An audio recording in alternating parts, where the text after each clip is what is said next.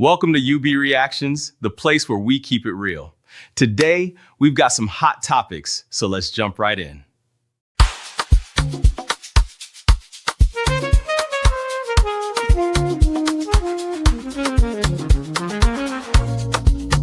Yeah. You be in the building. Hey, vibe with Uncle Beno. Let's go. Now happy hour things, you know. Hang out with you, babe. It's our vibe tonight.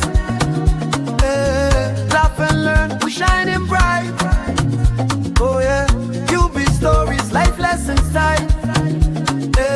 On the Uncle Beno show, everything feels right. From the streets to the world, we talk real talk. Vibes on the beat make the whole place rock. Happy hour flow with smiles non-stop. Sip and chill with you be the energy on top. You be stories dropping them every day. Wisdom for life, the African way. From the grind to the glory, hear what we say. Tune in now, don't hang out with you be. It's a vibe tonight. Hey, laugh and learn, we're shining bright. Oh yeah. Stories, life lessons time. Hey, on the Uncle Beno show, everything feels right. Join the sister circle. Oh, what a scene. CC Inca, honey baby, and I'll be so clean. Talk love, talk life, talk dream supreme. Empowerment vibes like a royal queen team. All of Sunday school when the beat gets low. A moment of reflection, let the spirit flow. Men of God speaking wisdom, you should know. Faith and vibes on the Uncle Beno show. Hang out with you, be. Come catch that light. Oh yeah, you be stories, keep your heart so bright. Yeah. Join the sister circle, feel that fire. Oh yeah, Sunday school for your soul so right. UB Nation, we rise together, love and vibe forever. Uncle Beno show, yeah, we outside.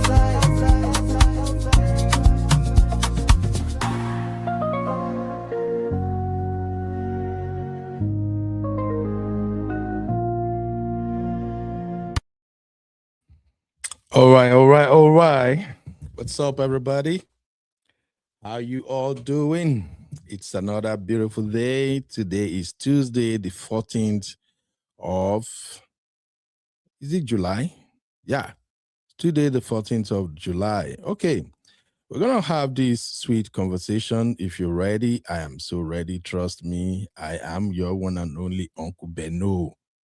The Wahala Gbazgbos Uncle Beno. I hope everyone is having a fantastic time.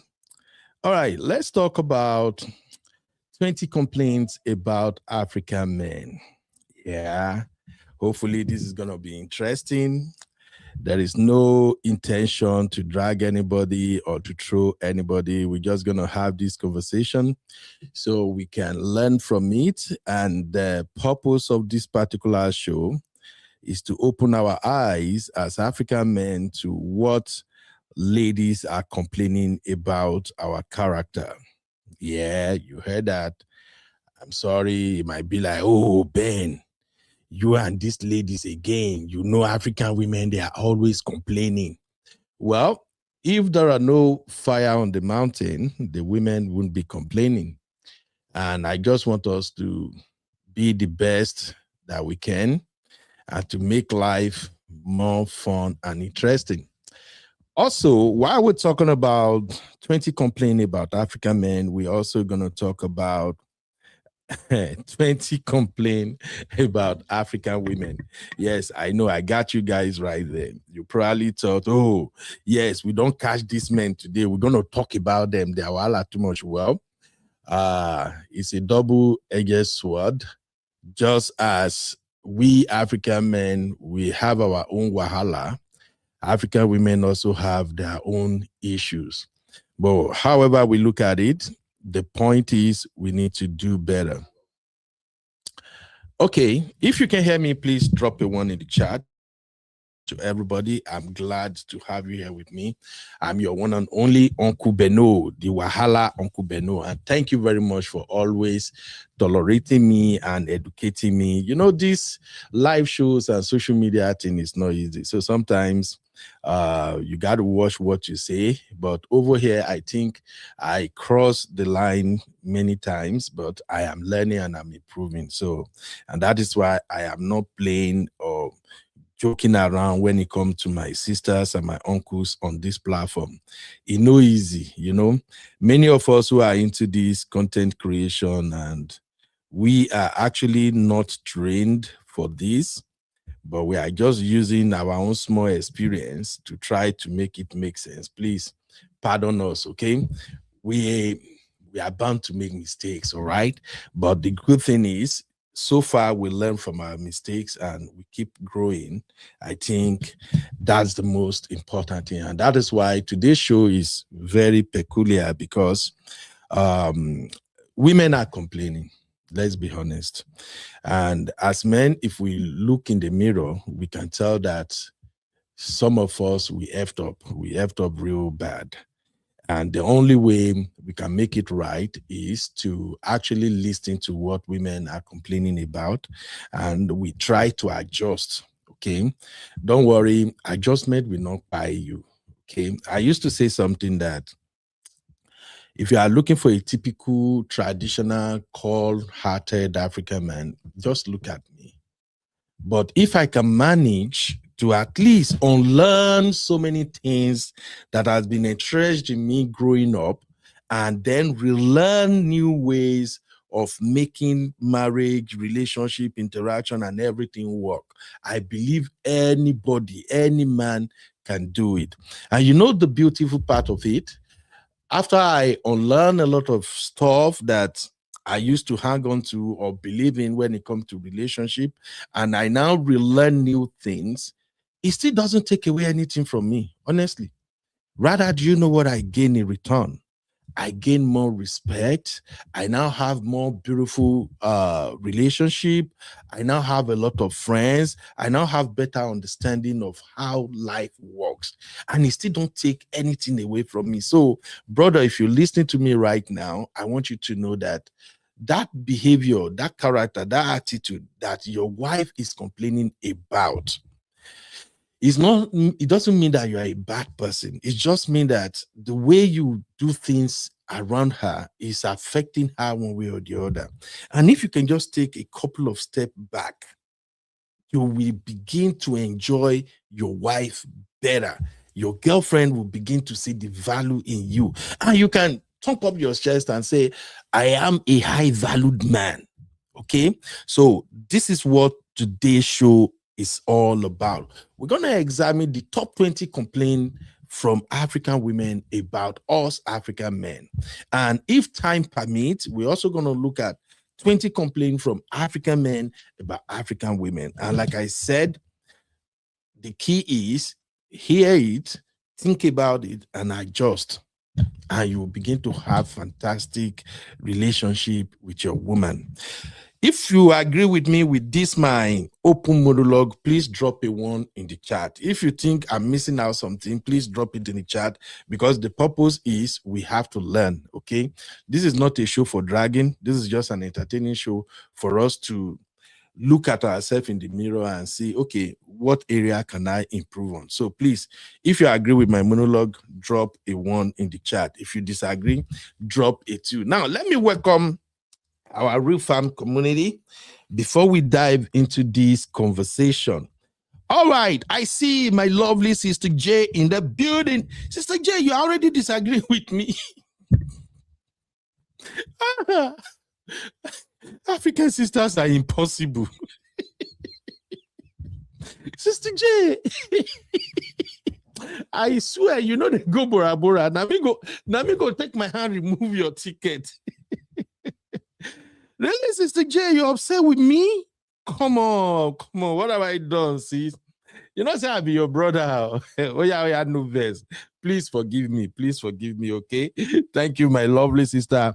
I see my own Sister Cherish Olivia in the building. What's up, Sister Cherish? How you doing, ma? I hope all the tension in South Africa is coming down gradually now, ma. You're welcome. You're welcome. And of course, my beautiful, lovely Sister Marriott. Sister Marriott, how is my bro and my baby doing? You're welcome, Sister Marriott. I'm so happy to see you. You know, since you left me, there's nobody to keep me in check. And my baby girl, Abby, you know, Abby go help me, go guide me small. The next thing, Abby go still attack me. Thank you, Sister Marriott. I hope you're having a fantastic day, man. You're welcome. You're welcome. Please, if you're joining the show, drop a shout out in the chat. Let me know you're here. And of course, my Sister Debbie in the building. How you doing, Sister Debbie? Wow. You're welcome. You're welcome. You're welcome. Sister Jade say I'm dragging you this evening. Because Sister Jade, don't do this now, eh? You be my padio. Don't do me like this. Yo, shout out to my sister Mama Jojo, the one and only Mama Jojo, all the way from Maryland. Too much money, people, enjoyment, people. You're welcome, Sister Jojo. Thank you very much. Okay, please let's. Do me a favor, let's get the likes up, my people. If you're watching from 365 Media, please hit the like. And if you're watching from Uncle Beno, hit the like. Let's quickly get the likes to at least 20 so a lot of people can come and actually enjoy the show with us. All right. Now, let's get the show started. I don't know, maybe my baby girl, Abby, is busy right now.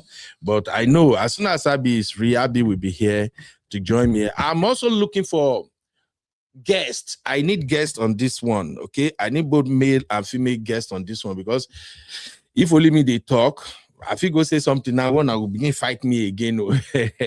But if I have guests, okay, maybe I can be bouncing from my guests. Okay, my guests will guide me small. So feel free to be part of this conversation. So this is how we're gonna do it.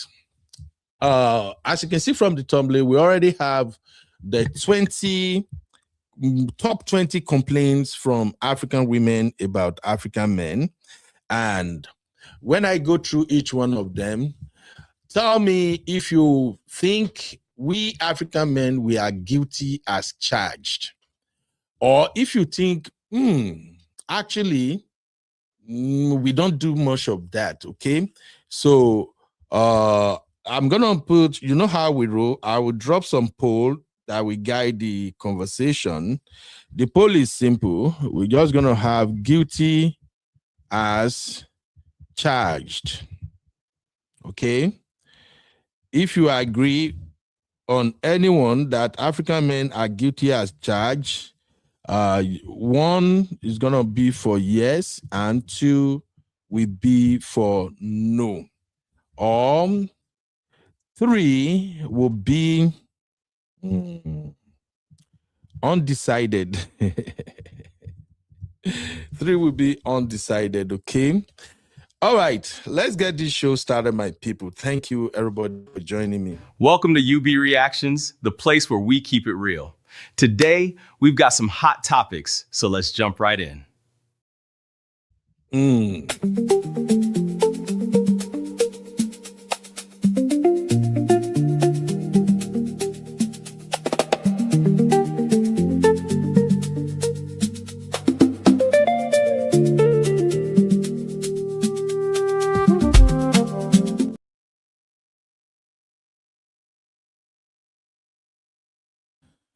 All right. Let's listen to some of the complaints coming from our American sisters and some of our African sisters. All right. Take a listen, yo. Series, how I will never date another African man again. Because I've been trying to keep it cute. When I get on here and I tell a story, I try to keep it cute. I only get on live and I'll tell my story because I get like 10 people over there, no problem. But now I'm gonna tell y'all because I feel like he be playing with me. He came up in my comment section. Welcome, Uncle He Patrick. just texted me Welcome, talking about how I be on here only telling y'all half of it because if I tell them all of it, you're not gonna like it. And then you're gonna call my followers dumb. So I try to keep it cute and I just give y'all a little bit. But let me tell y'all things that he do that I don't like. Recently, I posted that video that I have been moving in my apartment for 7 days, moved everything out of my apartment by myself. Now I have to keep one detail out of this the whole time. And Sister Maria, my baby is one already. Who's never done anything. Wow. Somebody that anytime you bring anything to them, they have an excuse or it was you. This is what I'm talking about. So I'm moving for 7 days and 7 nights. I've been conscious and mindful of the fact that, okay, he just got a second job. He works from 7 p.m. to 3 a.m. And then he's starting his new job at 8 a.m. So he had to go home, whatever, be rested and have to leave his house by 7 something. So I can't ask him for too much. Not that we've been on the best of page, but this is what it's been like, right? Okay, cool. I said, I'm gonna get movers, but I didn't tell him because we haven't been communicating because I'm just like, I just can't stand it. You lie so much, you lie, you have to have a certificate in lying. The man came and posted underneath my comment section, and my friend told me, oh, hey, he posted something. You know why? Because he called her. But when he calls her and he wants to tell her about what's going on in the relationship, he doesn't tell her what he says, and he omits it. Might I remind you, I have not been talking to this man. His mama been talking to me. And I was like, oh, I'm gonna need this much amount of money every month because blah, blah, blah, blah. So she was like, okay, tell me and then I'll get it done. So she goes and she talks to him, right? Another day I'm talking to her on the phone. He calls, she put us on 3-way. I don't feel like talking to him, ma'am. I haven't been talking to him for a reason. I cannot have a conversation with this man. So I hear him say, oh, she told you that she needs that? Right. And the reason I told her is a total different reason that he's given today. So after time and time and time of saying, boy, you need to go to therapy, he finally got a therapist. But what he does best in therapy is that he talks about me, right? He's going to omit what he's done, or he's going to flip it and he talks about me. You need to focus on your narcissistic ways, that lying habit that you have, manipulating people and gaslighting people. I guess after talking to his therapist, finally, he said, okay, he sent me the money, $400. Cool. Do y'all know that the $400 was sent at least 3 to 4 weeks, 3 weeks at most before I was moving? Again, I never mentioned moving movers, none of that, right? Tell me why today, which something I know is like he likes to keep receipts. So I'll give it to you. I'll give it to you. I'll let you text me and then I'll text back so you can tell people, oh, I've been trying to communicate with her and she doesn't try to communicate back. I'll give that to you because I know that you need that. The man said, I gave you $400 so that you can have movers because I knew I couldn't help you. When did we have a conversation about movers? Liar. When did we have a conversation? That conversation was nothing about movers. So why are you lying? Now, it's because if I say why it's messed up, he's going to seem terrible because you are. That man came over and helped me move. Okay, so basically from this sister, she's complaining about lying. She said the African man she dated was lying. He's a liar. He's a gaslighter.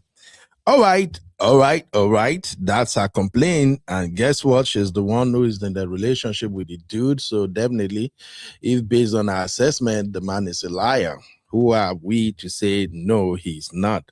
Let's keep it moving. Breaking news. African American women are complaining that African men that live in the US, they are traveling for 1 month, 2 months, 3 months back to Africa to go and meet or to go and spend time with the wife, with their wives. Or they say they're going to do business back home and they will leave them for 1 to 3 months. They say they don't like this kind of behavior at all. This is not what they are taught for. Okay, my question is it true that most of you that are African men, that you have an American woman as a wife here in the United States? Is it true that when you travel to Africa, you travel to go and meet your wife? Is that the case? Because this is what these people are saying. This is what they are insinuating, that you travel from America to the Nigeria to the Africa to go and meet your wife. They are claiming that that is what you do. Is that what you do? Okay, my question is, why is those African American women, why are they complaining that you travel to Africa to go and meet your wife? Okay. What about them? Why are they not marrying African American men that is in the US? Why are they not marrying them? Why are they marrying African men? That means an African man has something unique that is doing that their men cannot do. So, these African women that African men are going back to meet when they travel 1 month, 2 months to Africa, they have something unique in them too that they are providing that this African American women they cannot provide. So I want you guys to tell me, is it true that when African men travel to Africa, is going there to meet his wife, or is just going there for business? And tell me, why is it difficult for African American women in the US to be with their own African American men? I want to hear your voice in the comment section. Let's talk about this. Yankee for life. Peace out. Break. Wala. Okay, first question, my people. Do you think this allegation against African men that when they go to Africa, they are going to Africa to reconnect with their wives and not business? Do you think African men are guilty as charged? That is the question. Are African men guilty as charged? If you think they are guilty as charged, drop a 1. If you think nope, it's not like that, drop a 2. And if you think get as a B, undecided, drop a 3. Let's get that rolling as we move on to the next one. A lot of foreign women are beginning to come out on social media to start complaining of Nigerian Janet, that men. your 1 is long. Like this lady you are seeing on your screen, she's a Thai lady. She came on social media advising other women who are aspiring or thinking of dating or marrying Nigerian men what they should be aware of. And I want you to hear her out based on her own personal experience. And I will be coming back to say some more. Let's listen to her. Marrying or dating an African man is not for the weak. Girl, if you are, just run.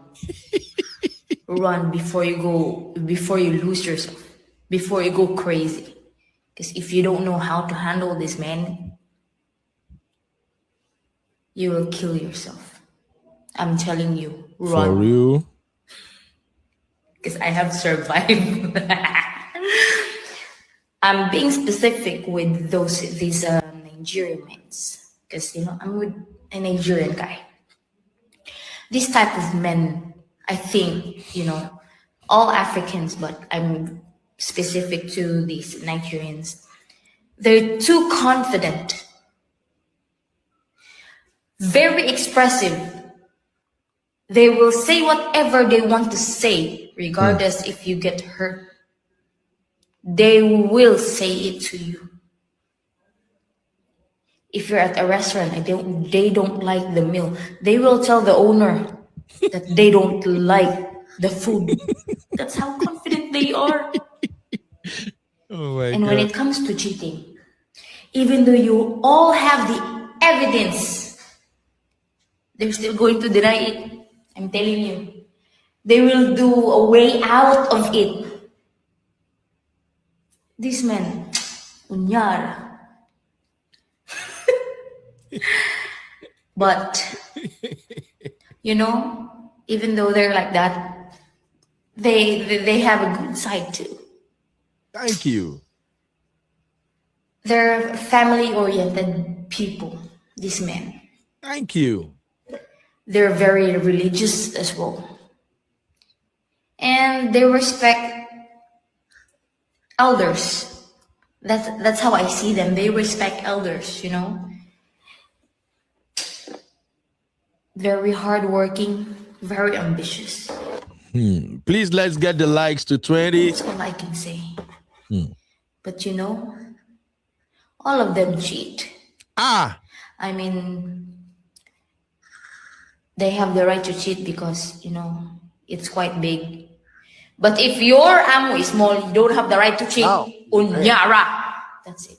You see, these are some of the things that some of our Nigerian men especially have taken to be normal things.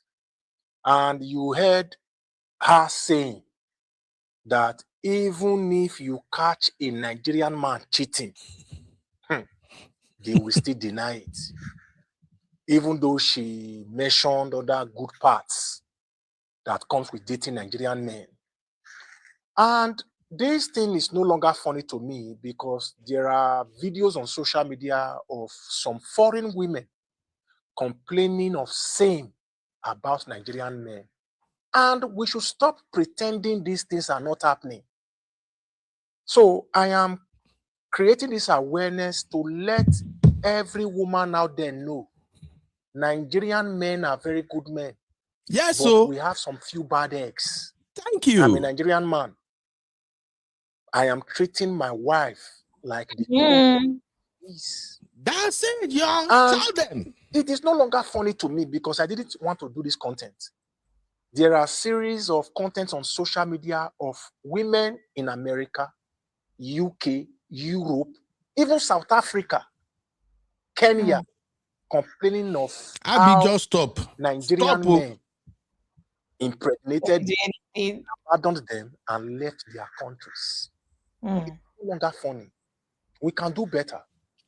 So to those of you out there, foreign women, Nigerian women, dating Nigerian men, there is nothing to be afraid of. Nigerian men are very good men, even though there are few bad eggs. There are bad men in every country. Exactly. And there are also good men in every country. Thank you, my brother. So for those of you out there, Nigerian men trying to spoil our name, please turn a new leaf. You can do better. Thank you. Thank you. Abby, what's up, mommy? How you doing? Uncle Ben, this your energy is very high. You are so excited. Why? You don't like it? You don't No, like it's it? exciting. I don't like it for this show because the way this woman was hiring. Why are you so excited, Uncle Ben? Because the man is speaking the truth. Nigerian men, African men, we're the best, yo. Results may vary. Results may vary. Abby, how have you been, mama? I hope you're good. Moti miss ye baje, Uncle Ben. Yeah. I feel like I've been here, but I've not been here. I know. Who is teaching you Yoruba, Abby? Okay, I'm trying my best. I know you're trying. Thank you, Gary. All right, Abby, thanks for joining me. Let's have this conversation real quick. And I'm not doing this to chase clout. I just feel like it's about time we really look in the mirror as African men and listen to the complaint the sisters always sharing on social media among their communities and everything. They kept saying African men, we do this, we do that. And I just want us as men to listen and see how we can adjust to make it better. So on the second part of the show, we'll also examine some of the complaints coming from the women. Now, if you check this banner, you're gonna see we have May Edochie, Toke Makinwa, and Anita Joseph. I choose these beautiful ladies for a reason, because each one of them has got a story to tell about African men and Nigerian men in particular. I think except for May Edochie is the only one who is not vocal about her experience so far. But we can see the man she married, we saw how the man moved and all of that. Toke Makinwa on her own part, you remember when her marriage broke, she actually wrote a encyclopedia detailing how men has come. And Uncle she Ben, finally Uncle Ben, she wrote a book. She not encyclopedia. Did you see the volume of that book, Abby? Uncle Ben, no, you're wrong. She wrote a book about her life. She wrote about her parents passing on in a fire. She wrote about her childhood, and she added that part about the man. Don't make it seem like she just woke up and wrote about the man. Abby, no. She wrote about her childhood trauma of losing her parents in a house fire too. And what informed her decision to write the book? Is it not because of the collapse of her marriage? That's an assumption. That's an assumption. All right. Now, Beyond reading a book, Toke Makinwa also has become an household name. She is the chairman, managing director of educating married women and single women on this social media space. And she is one of the proponents of don't marry. You can get your baby, freeze your egg, do this, do that, do that. We know how all that went. But one thing we can't take, you say what, mommy? She has never said that. Oh, Abby, why are you doing this? She to has, me? you know, I like TM, but she has never. I know I don't lie, but she has never said that. Anyway, one thing we can't take away from Toke Makinwa, we can all agree that she's a successful woman. We can also agree that she's enjoying the life she chooses to live. She's a successful lady. She's doing well for herself. And of course, despite all the negativity, she has a way of at least navigating her way through it all. Now, one thing I just don't agree when it comes to her is that she only had one marriage experience, and she's been using that marriage experience to now be a chief advisor to a lot of women who follows her. I really don't agree with that. Secondly, this is just my personal opinion. I don't think Toke Makinwa is actually a good example of what a marriage or relationship advisor should be. Because Abby, don't say if we have a poll right now, how many women want the life Toke Makinwa choose? Let's see how many women will say yes. I want. What life, Uncle Ben? Break down the life so we can know if you want to choose it or not. The life of singlehood, the life of I don't need a man, the life of men has come. How many women will say they want to choose that life? So that's the point. Okay, I'm sorry, but I feel like you're asking the wrong question. Okay, what should be the right question, mommy? We don't have to want her life to, should I say, admire her for other aspects, because even those that have the married life that you're using in this situation, this example, their lives may not be perfect in other aspects. Can be married and broke and suffering. You can be married and have immigration issues, but she is a British citizen. I'm just saying that this life no balance.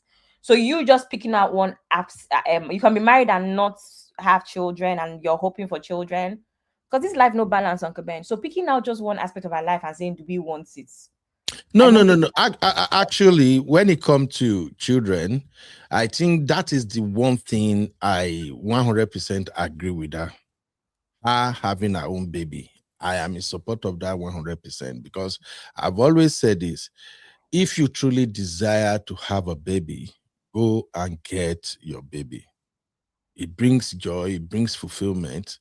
So that's the one area that if it comes 1001 time, I will always agree with Toke Makinwa's decision in that regard. I've said it here before. As a woman, if you have the money to take care of your child all by yourself, go get your baby. If you truly desire to have a baby, go get your baby. Okay? Because after all, we have a lot of women who got impregnated by men, and those men are never serious. They just leave them with the baby.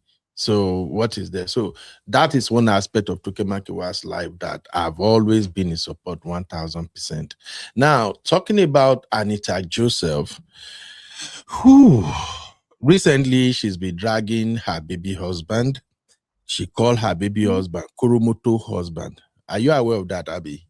I didn't know. After that time that we addressed it, I didn't know she's come out. The only thing I know about her is her situation with the influencer girl. Can't remember her name now, where she removed her head and put it on her own. Okay. She's no, that's the one that called her husband. Kurumoto husband is what's her name? Uche something. Yeah, the one that did bomb. Yeah, that's the one I wanted to use, not Anita Joseph. Okay. Anita Joseph just came in my mind, but the person I wanted to use was Uche Obodo. Yeah, Uche Obodo. Thank you, Sister Olivia. Shout out to Sister Janet, my own Havila. Sister Lola, I need you to be my guest. I don't want you, my sisters, to leave me alone with Abby. Abby will not let me drop my point and drink water. British accents to flog you. They play. No, Sister Lola is cool, calm. That's why Sister Lola, Sister Sue, this is where I need them. When it comes to the rest of my sisters here, on a blood to the hot. Let I me don't tell even you. want Let Sissy me on tell this one. Sissy will chew me raw. Let me tell So you about Sister Lola and Sister Sue. They don't say much, but they push all of us and support us to really give us more energy. Give us blood tonic to keep on going. They play. but at least they will give me soft landing. Oh, The yeah. rest of una to get una energy past my own. Oh, Okay. yeah. So I was gonna talk about Uche Ogbodo. Uche Ogbodo came out and started dragging her baby husband. He said the guy is a chromoto husband, always sleeping, not bringing income and everything. And the way she was dragging her husband, I saw a lot of women joining her to actually drag the guy. And I was like, okay, what complaint do you have? You choose this guy in the first place. You are older than him. You are actually the one who is the breadwinner. You make all the money. And surprisingly, they were together for 8 years. But this is where I have problem with Uche's situation. I think the marriage was okay. Whatever the guy going on was working for them. At least we saw them doing videos and doing all of that together and showing to the public that they have a fantastic relationship, right? Mm-hmm. I think they started having problem after Uche did the BBL. And there is something about this BBL. According to the story we heard on social media, they said a lot of women in Nigeria, when they do BBL to attract customers. So even if they are married, the reason they are doing BBL is they want to attract those senators, those odogus, those people who can actually bring the money, you know? So how come after she did BBL, she started having problem with her man? So these are the issues. But now, how does all of this factor into women complaining about how we as African men we behave generally? That is what we're about to examine now. Abby, are you ready? Abby!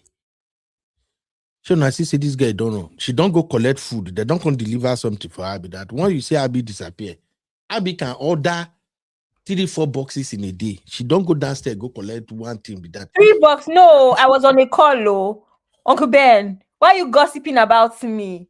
I'm not gossiping. It's because you order a lot of things. They are always delivering something at your doorstep. Uncle Ben, just like many of your sisters, you people cannot stay away from Amazon. Always ordering. So maybe once or twice, Uncle Ben and I have been on the call. I say I'm coming. I only once or twice have made this conclusion. All right. Let's have this conversation, my girl. Thank you for coming, Abby. God bless you. It's Recap Central. Abby in the building, giving us the juice and the gist. Bring the gen vibes on the rock. Recall Central. Abby in the Naja vibe. Abby in the Naja vibe. Abby in the Naja vibe.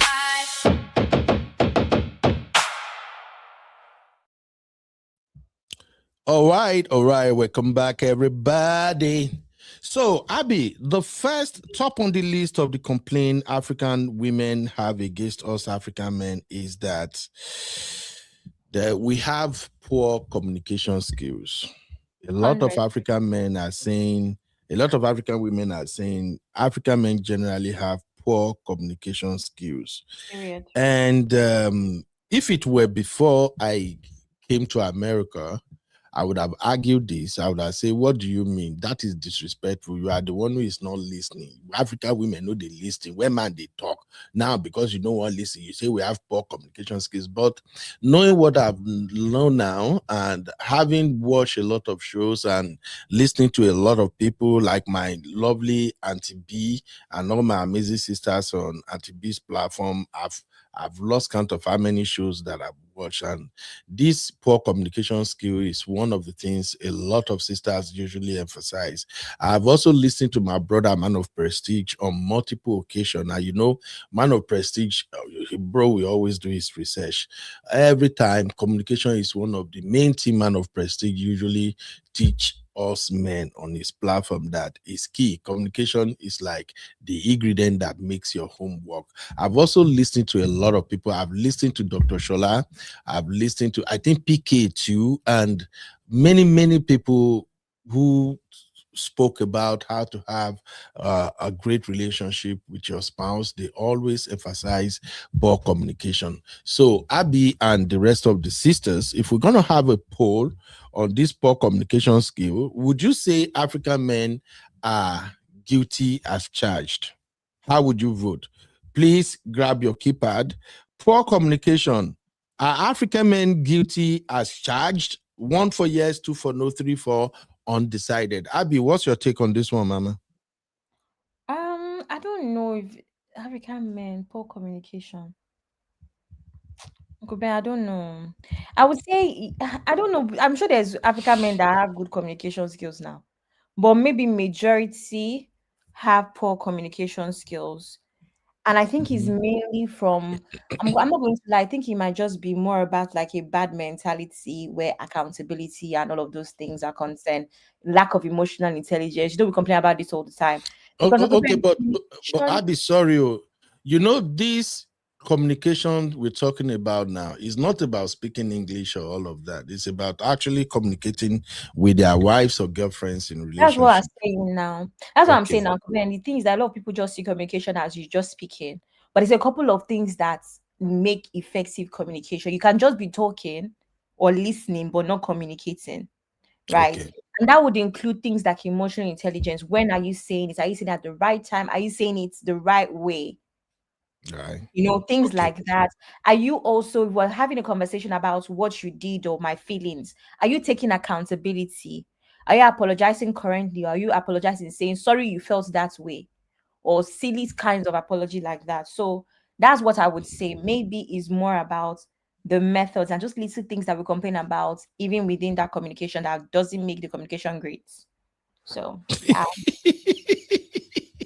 All right, let's look at the poll real quick. Please, if you're watching, hit the like, and participate on this one because this is for us men to learn. Let's hear from our sisters. And if you are not participating, there's no way we would know if we're actually right or wrong. All right. Okay. Sister Mario say, I love delivering boxes. I know many of my sisters say you are all guilty of this thing. But you used to my auntie. I heard you. No You say what? You used out to shade my auntie while shading me. I know. It's what you people do now. Boxes all the time. Boxes shiny. I don't know. I'm tired of you guys, man. Sister Sherry say very poor communication skills.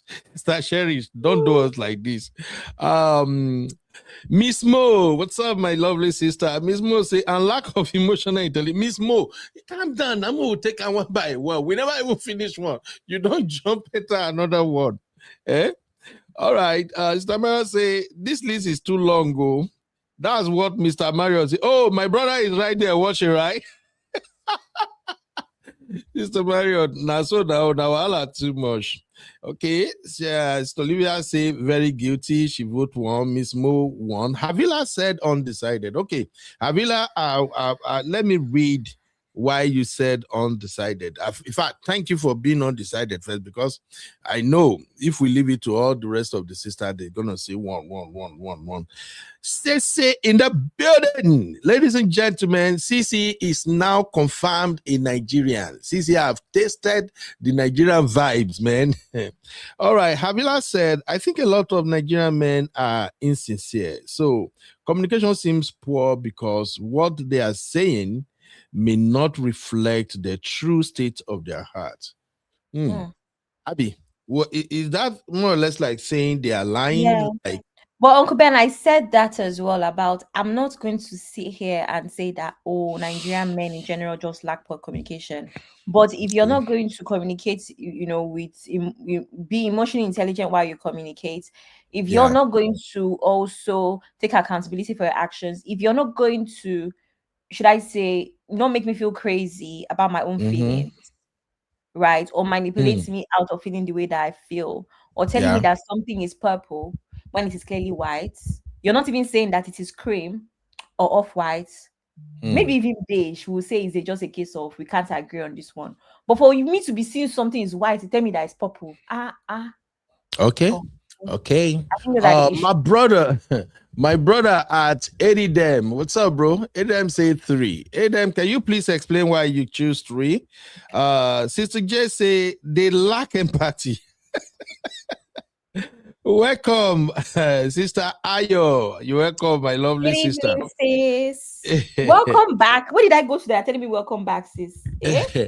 You know, yesterday, Sister Ayo was looking for you yesterday. She's like, Abby, where are you? Where are you? I don't know what we said, though. We had a great show yesterday. Oh, fantastic show. But Sister Ayo had trouble with me, Uncle Dayo, and Uncle Phil. But anyway, this is another show, ladies and gentlemen. Okay, let's keep it rolling. Sister Sherry said, that's not true. It's all about not knowing the proper way to communicate and to be patient, to engage. That's what I think. All right. Thank you. So, number 2, African women, a lot of them are also saying African men lack emotional, like we also have emotional unavailability.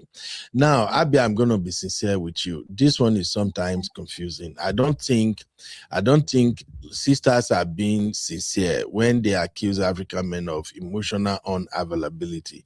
And the reason I'm saying that is because sometimes a lot of sisters can't even define what they meant by emotional unavailability. I don't know.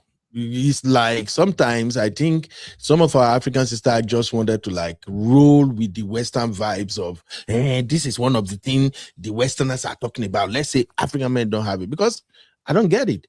Unless somebody gonna actually make it make sense to me. What exactly is emotional unavailability, Abby? I don't know. What is it? You know, a lot of Nigerian men. I'm not going to lie. Sorry if I say this. I feel like a lot of Nigerian men need to go to therapy before they get married. That's what I'm going to say. I just realized that I was talking to somebody. I'm like, a lot of Nigerian men. I don't know if it's upbringing, but they need to go to therapy. But anyway, I feel like when it comes to what happened, Uncle Ben? Where therapy taking this conversation, Abby? No. A lot of Nigerian men, there's an issue. They need to go to therapy, Uncle Ben. They need to address about issue. What issue on what? I don't even know. That's the problem. The problem is I don't know the issue. That's why I say they should go to therapists. Okay. Let's move this way, Abby. Let's move. Who can explain? I need to understand what is this emotional unavailable first. And let me explain that one. What do women actually mean? That as a man, okay, what are the things we are doing that you can say, okay, when we behave like this or when we do this, that is us being unavailable emotionally. Okay, let me explain. I need the explanation, please. Anybody, if you can drop it in the chat, please do. Possibly. So I feel like a lot of Nigerian men, they find it difficult to have deep, like they find it difficult to connect with emotions when you're having conversations, right? Do you understand? So when it comes to responding or expressing their emotions on a deep level, they avoid it. They become very avoidant in this. So emotional unavailability is about connecting deeply. Because the thing is, I think that's what a lot of women find. Your man can be sweet, can be lovey-dovey, all of that stuff. But when you reach a certain point where you have to have deep conversations, that's when you realize that there's an issue in your marriage or in your relationship. They have this inability to connect deeply to emotions or respond or express deeply. They prefer to just scratch the surface a lot of times. So that means that, yes, Uncle Ben. No verse. Now, grandma, they here now. Let me break it down. Make it easy. And I'm lost. Do you want me to speak Igbo, Uncle Ben? Not Igbo. Break it down, because this thing is really confusing to us, honestly speaking. Let me break it down. So what some signs would include? Some signs would include like avoiding very deep or personal conversations. Like I said, they're happy with just scratching the surface when it comes to conversations. But let's talk about deep stuff. That thing that happened, they don't want to talk about it. And then they start being avoidant, right? So sometimes you find that a lot of Nigerian men struggle with expressing their feelings as well. They can't express their feelings, and that's when you find the men that claim that they just apologize so that the quarrel can stop or whatever, so that you stop. What's that word that men like to use? Uncle Ben, what's that word when they say women are always complaining? There's a word Nigerian men like to use. Nagging. Nagging. That's it. Yeah. So they want to stop nagging by apologizing rather than expressing what has happened deeply. So every week you'll be apologizing because we haven't expressed anything. You don't even know what you're apologizing for. Right? Some of them are just keeping surface level informations, right? They pull away. They become avoidant when things become emotionally close or difficult and it's time to address things deeply. Those are the issues. And an inconsistency as well. Inconsistency. Today, I love you, my princess. Tomorrow, you will call me Abby. But yesterday, now you were calling me princess, sweetie. Tomorrow, why is my name? Why are you calling me a government's name today? So, Okay. yeah, I think that. Let me try and see if I can paint a scenario that can make it make sense. But let's go through some of the definition from our sisters. Sister Jennifer, how are you doing, ma? Sister Jennifer said, emotionally unavailable. How are you feeling? Man should say it's okay if you are sad. Look at it this way. Or vice versa. Man can't express their emotion at all. Hardly sad, thinking, or happy. Oh, so wait. It's just, All right. it doesn't go deep, pretty much. Uncle Okay. Ben. Sister Sherry said, not creating time for your spouse, date, compliment, chat, and just dating their spouse. So these are part of emotional unavailability. Sister Janet G said, emotional availability is about being present. This sounds general. It's not like hitting the core. Eve said they do not demonstrate empathy. Wow.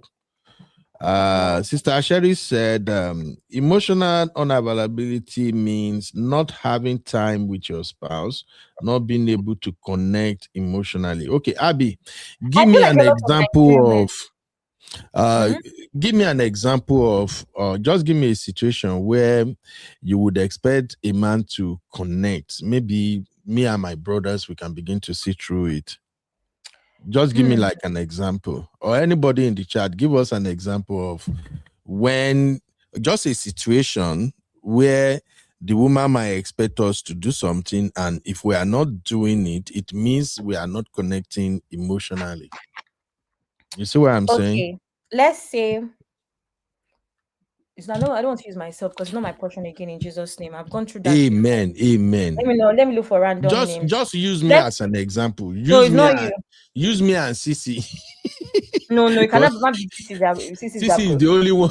Sissy is the one I know say he no go kill me. Let's say Ada and John. They've been dating for 8 months, right? Okay. And let's say they see each other every weekend, they laugh, all of that stuff. And let's even say that James is a very thoughtful man. James does a lot of things for her. So he's a lovely man, right?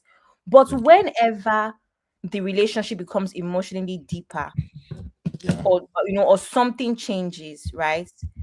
Sarah can even say, which name did I use? Ada can even say, oh, I really care about you, but sometimes I feel like you don't know, I don't know what you're thinking or how you're feeling, right? You know what James would say?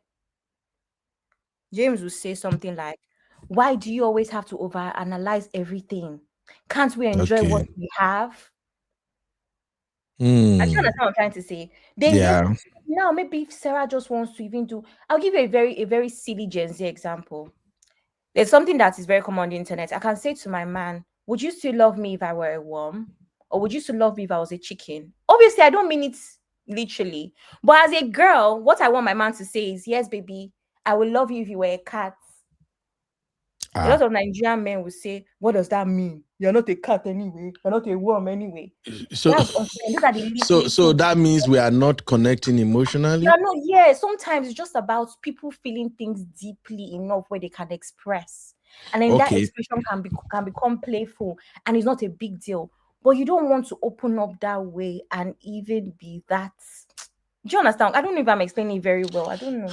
You see, that's why I said it's kind of complex, because even if right now we are struggling Let me give you to an example. define it, then how can our African sister just accuse us men of not being available emotionally if it is so complex to explain? And remember, I say when I get hormones, so It's not complex, Uncle Ben. It's there. See what is of either say fear of conflict. That's why I said avoidance.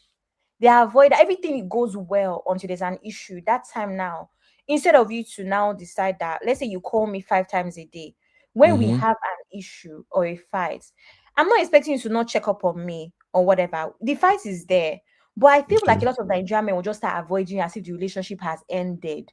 For instance, they become really, really avoidant. That even when they answer, like I said, I gave an example, Uncle Ben. Let's say you call me babe.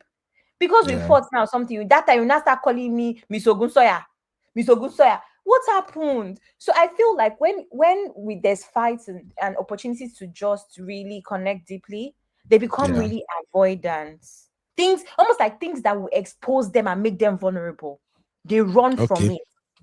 Okay, thank you, Mama. At least you Because try no, to explain it. if you fight to your partner, Uncle Ben, that moment could lead to tears, it could lead to more anger, it could lead to talking about something deeper. A lot of Nigerian men will run away from that thing and either apologize very quickly so that it can end, or just even manipulate you into believing that what happened is not what happened, so that they don't have to face that conversation. Okay. I see a comment here from, first of all, Sister J said they need to deal with their childhood trauma and heal well before getting married. I think it should be prerequisite for marriage. Okay. My brother, King Wonder, said these ladies just want to feminize all the men, Sha. Uncle Ben, you see, King Wonder now. This thing now, talking about vulnerability, you're making it a feminine thing. But we're talking about being vulnerable with your partner. Now you're saying it's feminine. That is lack of emotion. That is emotional closeness. You're closed emotionally. But Abby, I think I get what King Wonder is saying here. You know, men, the way we are, you know, we have this masculine thing about us that sometimes maybe when you guys are expecting us to be doing or to be pampering you over some things that really don't deserve that much attention, if we are not doing that, that is why. Uncle Ben, Abby, you know, I'm making my point. Okay, but Abby, you know there are some of your gender that sometimes they behave like baby too much. Some of them are over pampered. You know, that kind of my thing. boyfriend tells me, Abby, would you still love me if I was a lion? I'll say, yes, baby, I'm gonna be a lioness. What's there? Why do I want to be a cat? Because you are asking me if I will love you if you are a cat. It's just a joke. Problem. It's just a way of connecting in a goofy way, Uncle Ben. All right, no wahala. But for me, let's just move on to the next one. But let me take some comment here. Sister Jennifer said, avoid emotional conversations, dismisses or minimizes feeling, inconsistent communication and effort, reluctant to commit or discuss the future, keeps emotional distance despite being in a relationship. Okay, I think I'm going to start this one. It makes perfect sense here. One thing I agree with in all of this, I do agree that many of our African brothers, they don't get into deep conversation with their women a lot. I think some African brothers just felt like if you have to be vulnerable enough to engage in deep conversation with your woman, it means you are weak. I'm just saying that from experience because I'm gonna be vulnerable a little bit here. Abby, you know that time when I told you I was dealing with a lot of shit from my business, right? I struggle. It took me like almost 2 months before I can finally have that deep conversation with my wife and actually told my wife that, hey, babe, the way this thing is going, I think I'm going to be in a lot of debt. And I've been dying inside for almost 2 months before I finally have that courage to tell her. You see what I'm saying now? So, but the good thing was that I I thank God that I opened up to her, because Sorry, when I Uncle now Ben. told her, So let me yes, take you back a little bit. Why did it take you that long to open up? Did it make you, can you, because if you explain it to us, you're going to make our point. Did you feel like it's not masculine to not be able to solve your problem without opening up? okay, now what happened was, you know, as a man, you just don't want to throw bigger issue on your woman's lap just like that. Why? And no, because by nature, you know, sometimes women, there are not all women, but there are some women that sometimes when you share things with them, they can, when they get scared, they make it worse for the man. You see what I'm saying now? And there Is are there some another reason women you that, want to share with us? eh? Is there another reason from the point of view of a man you want to share with us that has nothing to do with the woman? No, I'm telling you right now. First of all, as a man, when you have a situation like the business, for instance, now where you have a business situation whereby you are being drained financially, things are not really moving. First of all, you want to tackle it first. There are ways that can handle this, so you begin to work around it to fix things. It's just man thing. You see what I'm saying now? Can I It's a give you another man thing. aspect? Do you think that So perhaps one of the reasons is that you just feel like as a man, you should be able to handle business? exactly, now what are you saying? Okay. Exactly, as a That's what I man, wanted you that's to what say. I'm You are saying. going I tell around you, the woman. Talk about it no, as a it's man. not. As a No, no, no, man, no. you See, should be able to this handle one stuff without involving your woman. That's a mentality a lot of Nigerian men have. No problem. now, let us clarify it, Abby. Let's not even do it like maybe we are doing gender war or something. No, it's These not are gender some of the wars. I want you to conversation that understand that women's aspect, and that's the only way you I understand it. also want you to understand it from the perspective of a man. A lot of men who might be watching this now, or who might get to see this later, they will understand what I'm saying.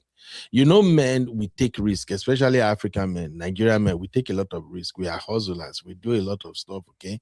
So sometimes when business is not going as expected or something, as a man, you just want to handle it, you know? You want to keep your home as happy as it is. So Yeah. you try to show that, you try to work around it. It has nothing to do with the woman. It has nothing to do with, oh, emotionally, you are, no, it's just man thing.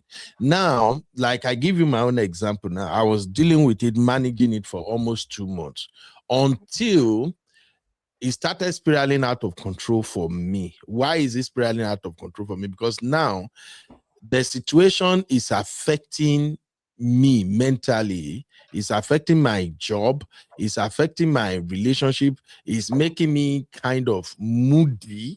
I don't know if you get what I'm saying. Like it's getting to a point whereby, because me, I'm a very active person, you know. I have my kids, they do sport, they do every other thing. So they can just say, hey, dad, let's go and jog around. Pim, the next day I don't grab my shoe, we they go jog with that. Hey, dad, can we go? I don't. My wife can say, babe, what are we even doing? Say, let's just go to downtown. Oh, babe, let's go do it. But it started getting to a point whereby I started withdrawing from all of those things. Like I don't really find many of those things exciting again. So that's when I felt like, and of course, Madame is already reading into it like something is not right here. You see what I'm saying? So that's when I felt like, okay, after I've tried everything and I said that, okay, there's just only one way out of this, is for me to accept that things are not right. So that's when I now called and say, hey, babe, see what's going on. Oh, I'll be dealing with this, dealing with that. And it's really, really affecting me like mad. And then, you know, as usual, the moment I shared that, she's like, I know it, but I just can't put my finger on what's going on. But I noticed that you are not you. You see what I'm saying now? So when I now say, baby, it's more than that. Oh, voila, hey, gbese day, and all that. She's like, which kind of gbese? I beg, we'll sort it out. All right, let's just go over the whole thing again. You see what I'm saying now? So that's when I bring the whole thing, lay it on the table, and then we start looking at it again. And from that moment, at least it's like, so, but what I'm trying to point out here is this: as a man, sometimes we are dealing with some things that we just don't want to like get you involved in it. That is not us not trying to be emotional or something. That is the nature of men. We are born to be strong. We are born to tackle issues. You see what I'm saying? So that emotional unavailable that women used to complain about, I just think our sisters need to think and rethink about that before you accuse of your man of not being emotionally available. Make sure you really, really know that man inside out. So that's just like Uncle my Ben, point. So I want to say something. I'm going to go for 10 minutes and come back. I have a quick meeting. But I just wanted to say that this is not a gender role situation. That's yeah, not it. I'm not unaware of the role that men play. What I'm talking about is that I believe some women, at least the women on the platform that I'm seeing the comments, it gets frustrating when you want to actually get into your man's world properly and be a partner. And instead of sharing, they push you away. How many women have said that when their husbands are going through a tough time at work and all, instead of talking about it, because of that closeness, emotional closeness that they have, they will start pushing you away. They will not pick your call and all. Uncle Ben, that's not ideal if you're trying to build a future with somebody. Do you understand? I So agree. no, I I'm agree. not unaware. I'm not. See, I'm a Nigerian woman. Most Nigerian men are like this. They don't think that they need to involve you in their mess. They want to sort it out and then tell you about it after. But it's frustrating for a good woman that really wants to be a partner to you and wants to Okay. talk with you, solve this issue with you. And now you're not telling her anything. And Uncle Ben, I agree with you that not all women are going to be supportive, and some of them will even use that as an opportunity to not be great people and all of that. But the women I'm addressing now, or the women I'm talking for now, the women that want to really be good partners to you, but they don't get an opportunity to because you don't share. And on top of not sharing, you push them away. Yeah, Or I don't. maybe Abby, but unintentionally, maybe Abby, unintentionally. Abby, please. I don't want to agree with that. Push them away. I don't think that is No, push Uncle Ben, away. that's why I said unintentionally, because if you were talking to somebody 5 times a day and now all of a sudden, because I'm so stressed, every woman, Uncle Ben, every me have gone through this. You're so stressed at work. I'm under pressure. You now become a less kinder partner, an unavailable partner. It's a thing, Uncle Ben. And I don't know, I don't think it is done on purpose. See what she said now. You do not even Yeah. realize that you were pushing, oh, let's go downtown. I don't feel like it anymore because something is weighing you down. It's not intentional. But if you shared earlier, even, people will know how to even approach you. I think, okay, I get you now. But you see that shared earlier, I think that is where we need to find a balance. Because as an African man, if you share earlier, sometimes it makes you look weak. But this is what we're talking about now. That's why the other man said it is a feminine something, feminized people. Because me, I'm not seeing you as man. I'm seeing you as my partner. We've had so many highs. Now on this your low, you don't Abby, want to share. there are some women that just feel like you are not man enough if you can't tackle your own problem. I get, Uncle Ben. I'm not disagreeing with you. I'm just telling you why other women that are not those kind of women feel the way that they feel about emotional Okay. closeness. Can you see? All right. So to close this second one, please, Uncle Ben, I'll be sisters. back in like 15 minutes max. Okay, Mama. Thank you very much, Abby. So to close out this second part, everybody grab your keypad and let us take this poll real quick. When it comes to emotional unavailability, do you agree that African men are guilty as charged? Drop one if you think yes, African men, they are guilty, they are all emotionally unavailable. But if you think no, based on the situation and scenario Abby and I just explain now, drop it two. And if you are still confused, drop it three. Let's cast that vote now, my people. Let's go, everybody. Let's go. Are African men guilty as charged when it comes to emotional unavailability? 1 for yes, 2 for no, 3 for undecided. All right. Continue to cast your vote. Let's move on to number 3. Welcome to UB Reactions, the place where we keep it real. Today, we've got some hot topics, so let's jump right in. I am UB, your favorite Gen Z uncle, and this is my take. All right. Welcome back, everybody. Please cast your vote. If you are not casting your vote, I don't think you are really following the conversation. We have 50 people. Please cast your vote. This show is for us to learn. It's not dragging or something. So let's make it make sense. All right. Uncle Phil said, Okay. What is CC and Sister AY dragging first? These two, they be my wahala. All right. Uncle Fee said, to start with, men do not process things emotionally. Men process things logically.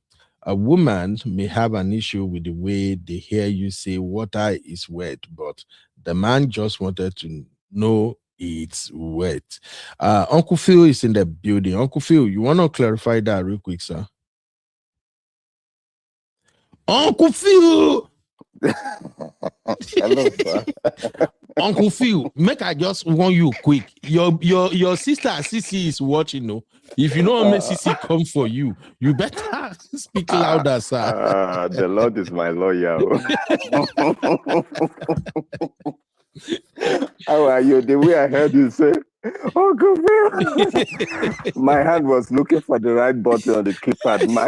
I couldn't locate it. The way you said it pointed my hand in the right direction really quickly. Make I shout like I be now, and I be say, Uncle Phil.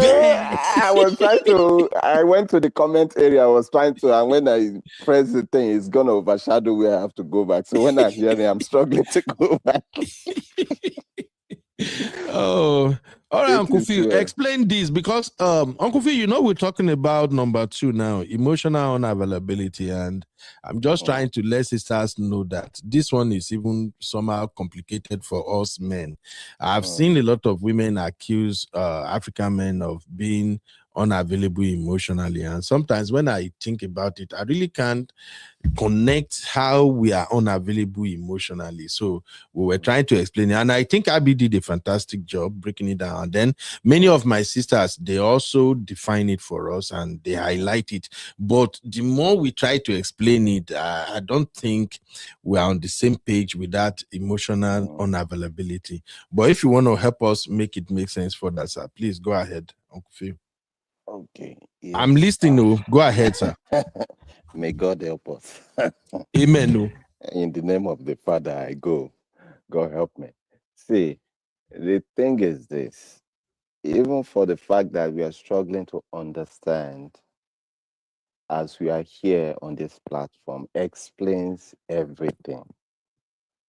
Explains the difference between us, right? You see, for the most part, men do not wear their emotions on their sleeve. That's not one thing I don't know if they're doing it deliberately, right? Like if you throw a fish in the water, it's going to swim.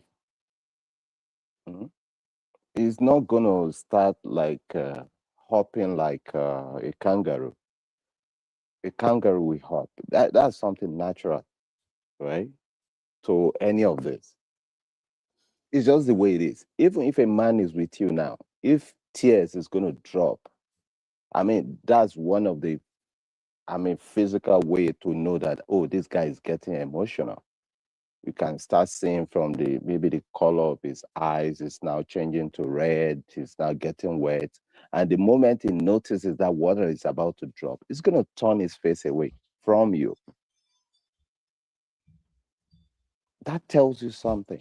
It's going to, even he's in your presence, and in that moment of vulnerability, for whatever that issue is, it's going to turn his face away from you.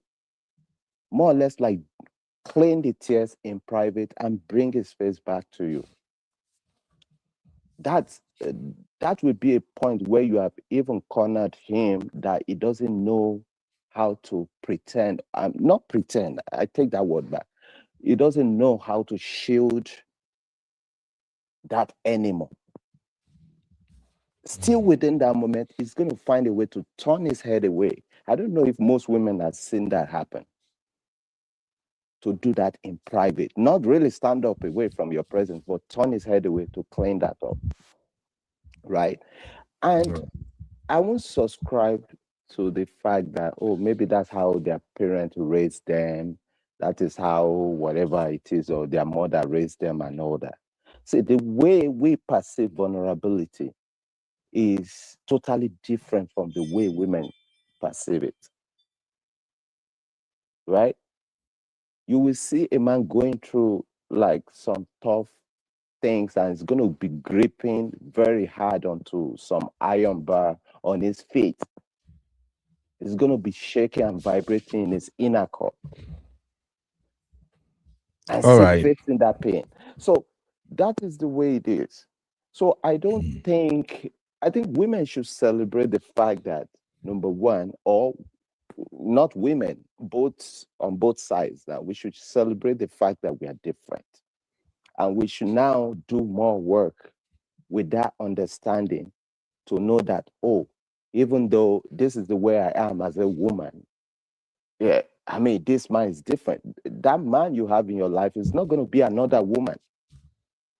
It's not going to All be right. another woman, right? So that's just the way it is. Yeah. All right. Thank you, Uncle Phil. Sister Toby and Tribe said, I agree. And when you share, don't dump the frustration on her. Share your problem in a mature way that doesn't make her feel stressed or that you are dumping your pain on her. Sister Toby and Tribe, you need to clarify that, because now I'm confused now. What do you mean dumping your problem on her? When you share when a man share what he's going through with his woman, is it not because he want her to share part of the burden with him? So, Sister Toby, you have to clarify this one. I get what you're saying. There's a difference between, I think, if a man is trying to pour his frustration on his wife, yeah, I see that. But sharing the problem with the woman, how is the woman supposed to react? Is it not because we are in this together, we are supposed to navigate this together? That's why the man is sharing with the woman. But this dumping the frustration on her, start to be, you just have to explain this one. No verse, my lovely sister. Aiden said too that on this emotional unavailability, he doesn't agree that men are guilty as judged. Sister Teju said 111. Sister Teju, Masheba now, auntie. Shekwala also said 111. Why on the doors like this? Jennifer said, one, due to society system and cultural and upbringing. Okay. All right, let's keep it moving to the next issue here. Welcome to UB Reactions, the place where we keep it real. Today, we've got some hot topics, so let's jump right in. All right, so the next complaint African women do have is cheating and infidelity. I think we really don't have to argue this one. I think African men are guilty as charged, but not all African men. Uncle Phil, do you agree that majority of African men are guilty as charged when it comes to cheating and infidelity? I disagree with that. I will give that a 50-50. 50-50? Yes, sir. Okay, all right, everyone, grab your keypad. Do you think African men are guilty as charged when it comes to cheating and infidelity? Uncle Fee says it's 50-50. Me, I think I will go for 80-20. I would say 80% of African men are actually guilty of cheating and infidelity. Me, I would say 80% are guilty, but about 20% are really clean. That's where I'll go. So everyone cast your vote real quick. Number 4, mama's boys syndrome. Many African women often complain that African men have this mama boys syndrome. Now, this is how I understand this mama's boys syndrome. I think if Abi is here now, where is Sisi? Who want to explain mama boys syndrome to us? Because that is also another conflicting or confusing complaint. I've seen women who accuse a man of being mama's boy just because they take care of their mom, just because they made it known to their wife that their mom will always occupy a space in their heart. Just because they tend to call their mom, maybe call their mom in the morning, call her at night, always checking in with mama and all of that. Some women just see all of that and say, hey, it's a mama's boy, it's a mama's boy. Why I've also seen some men who me are actually regarded as mama boy as the one who need to seek their mom's approval or advice on issues between them and their wife. Those one I can agree if you call them mama's boy. You know, those one that anything happen at home, they are on the phone, they are calling their mom to report. Anything, they are on the phone, they're calling their mom to report. I can agree with that. But a man who is taking care of his mother and a man who try to establish boundary for his wife, to let the wife know that when it comes to my mama, these are lines you shouldn't cross. I don't think that type of man qualify as mama's boy syndrome. But let me see the description our sisters are giving. Sister, please define this one for us. What do you consider to be mama's boy syndrome? All right, let's go. Okay, Sister Sherry said, in case you don't know, Sister Sherry Oliver is actually a psychologist. So I really, really appreciate her contribution on this one. Sister Sherry said, running to mama for most things, advice taking decisions. Okay, I agree with that one, Sister Sherry, because I see that as mama's boy syndrome too. Sister Toby and Tribe said, I meant share to build intimacy and maybe brainstorm a solution. Don't make her feel like another enemy. I don't want to walk on eggshells around you. I'm your lover, not your enemy. Okay. Thank you, Sister Toby and Tribe, for clarifying that. Sister Sherry said, this one, African men don't really do it a lot. Thank you, Sister Cherish. And I can say really African men don't do mama syndrome like that. Although, if you talk about all these millennial guys and Gen Z, I can agree that millennials and Gen Z, they may have mama's boy syndrome, but those, especially Gen X and up, we don't have mama's boy syndrome. I think what we have is we simply draw a line when it comes to our mom. We let you know that it's a no-go area.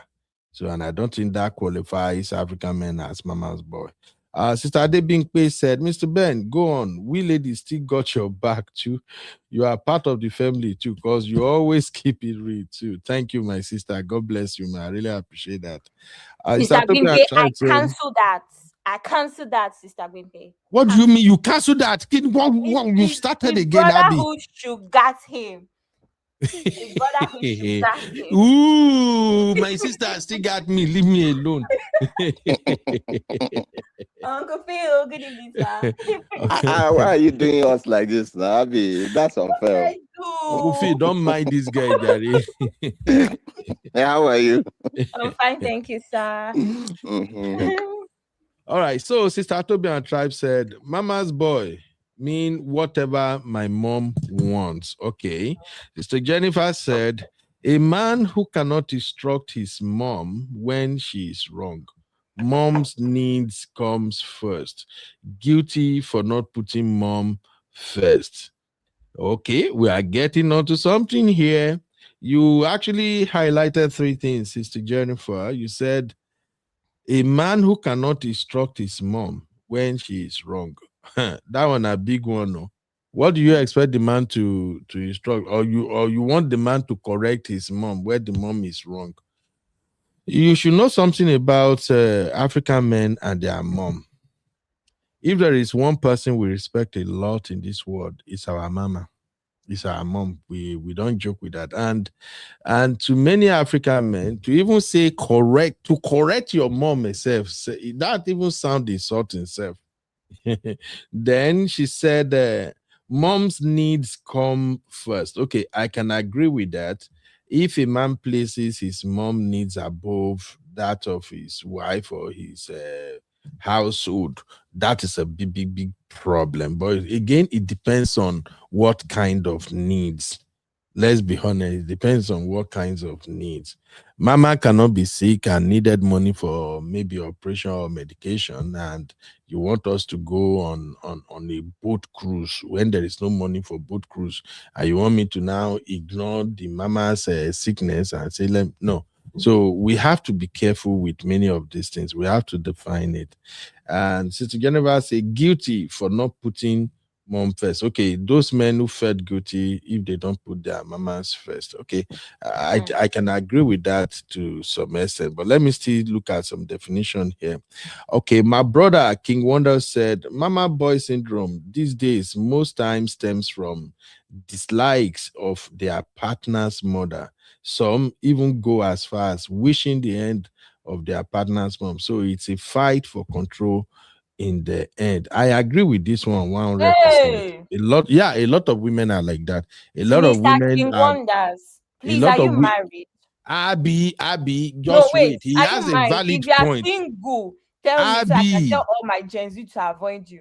Sir? Abby, he has a valid point. A lot of ladies these days, they simply don't even want their mother-in-law to be alive. They don't even want the mama to enjoy anything. So these are some of the complex. Uncle Ben, it is not an invalid point, but it is an unbalanced point, as if to say that is where it comes from. It doesn't often come from that. It often comes from lack of boundaries. And the men, what one of the comments was saying from my sisters is that the men, nobody's saying that your mom, even me, I would want your mom to have a lovely time. I would want to be an amazing daughter-in-law. But we've spoken about this before, where mothers can often lack boundaries, not even because they are terrible people, but because they believe they know best. But they don't always know best. They don't always know best. And sometimes you need to allow your children make decisions that they think is best for their own household and their children, the same way you made your own in your house. That's the issue sometimes, Uncle Ben. It's the lack of boundaries. And now, as a man, how is it that you cannot defend your wife and tell your mother to know her place in a loving manner? You can do it in a loving manner. Abby, these are some of the issues. Even the term you use, the phrase has issues. Which phrase? How come you can't defend your wife against your mom? That statement in its own is problematic. No, it's not. Let's call it what it is. No, it is not. How can't you defend your wife against your mom? No, that statement is like African women saying you have to choose between me or your mom. I don't want any man to be in that position. Uncle Ben, I spoke very simple English. I said, why can't a lot of men would not, right, defend your wives against their mom? You're telling me that it's about choosing. No, it's about telling your mother, no, mom, you can't talk to my wife like this. This is the woman that I love. The end. You are not allowed to do this and that. No, Abby, even defending your wife. A lot of men don't do that. They let their wife fight and they don't stand up for their wives. Uncle Ben, you need to stand up for your wife. Abby, let me say what you don't understand is that I've said this before, a lot of women cannot stand up to their mother-in-laws because, especially Nigerian women, I know I will not be able to stand up to my mother-in-law because any small thing, you're going to be tagged as rude or whatever. So the husband needs to do it. Same thing for my own parents. If my parents are moving mad, what is going to happen? My parents are not going to throw me away. I can tell my mother, mommy, no. I said no. But my husband might not be able to do that. But I can do that. Okay, Abby, now let me be honest with you. Even the way you are saying it is already triggering me, Seth. Make I no lie to you. You're triggering you because you don't want to accept the truth.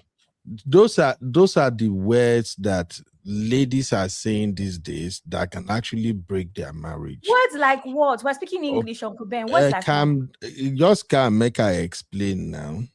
The way you are saying it is you are putting the man in a very, very difficult position. And if any woman should have that approach, I got to be honest with you, you are going to lose the battle. You will lose the battle. I'm so tired of Nigeria. See, that's why it's good we having this conversation. This is not going to be hard for me to tell my dad and my mom. That is my husband. Sorry, Uncle Ben. Abby, That that is is to my you. husband. If you don't Mhm. respect him, you don't do this or you don't do that, you can no longer come to my house. It will That not is be to hard you. because nobody came to come and disturb your marriage. You want to disturb my marriage. Now, for me to say to a man that you need to be able to stand up for your wife, maybe because of the kind of family that I come from, I know what my mother went through. And if my father did not stand, at some point it was a case of, if you're not going to accept my wife, you are no longer welcome in my home. I don't understand what the problem is. Uncle Ben, a couple minutes ago when I was here, you were talking about being a man. A man cannot share emotions. A man can now come and be a man. You say it's problematic. Okay, can we have the conversation now? Have you expressed all you want to say about this, so that I can explain from a man's perspective too, and hopefully Don't trigger me. Don't we trigger can me. get Uncle a Ben. balance. All right. Just be a man. Choose. Do you want to be a man or not? Choose it. Choose being a man You all just around, want from you top to just want to bottom. fight. You I don't just want want to to fight, fight Uncle for Ben. This thing is nothing. very, Abby, Uncle let Ben. him talk I've gisted now. you. Uncle Abby, Ben, let I've him gisted you that I've come from a home where my parents, my grandparents were very tribalistic. There's nobody that understands what it means for a man to stand for his wife more than me, from my parents' perspective.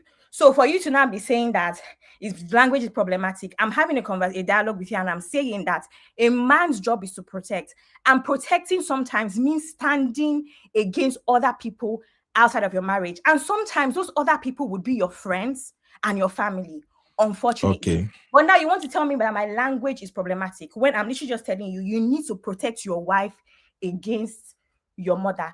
That is not problematic language. That is me just communicating what you should do as a man.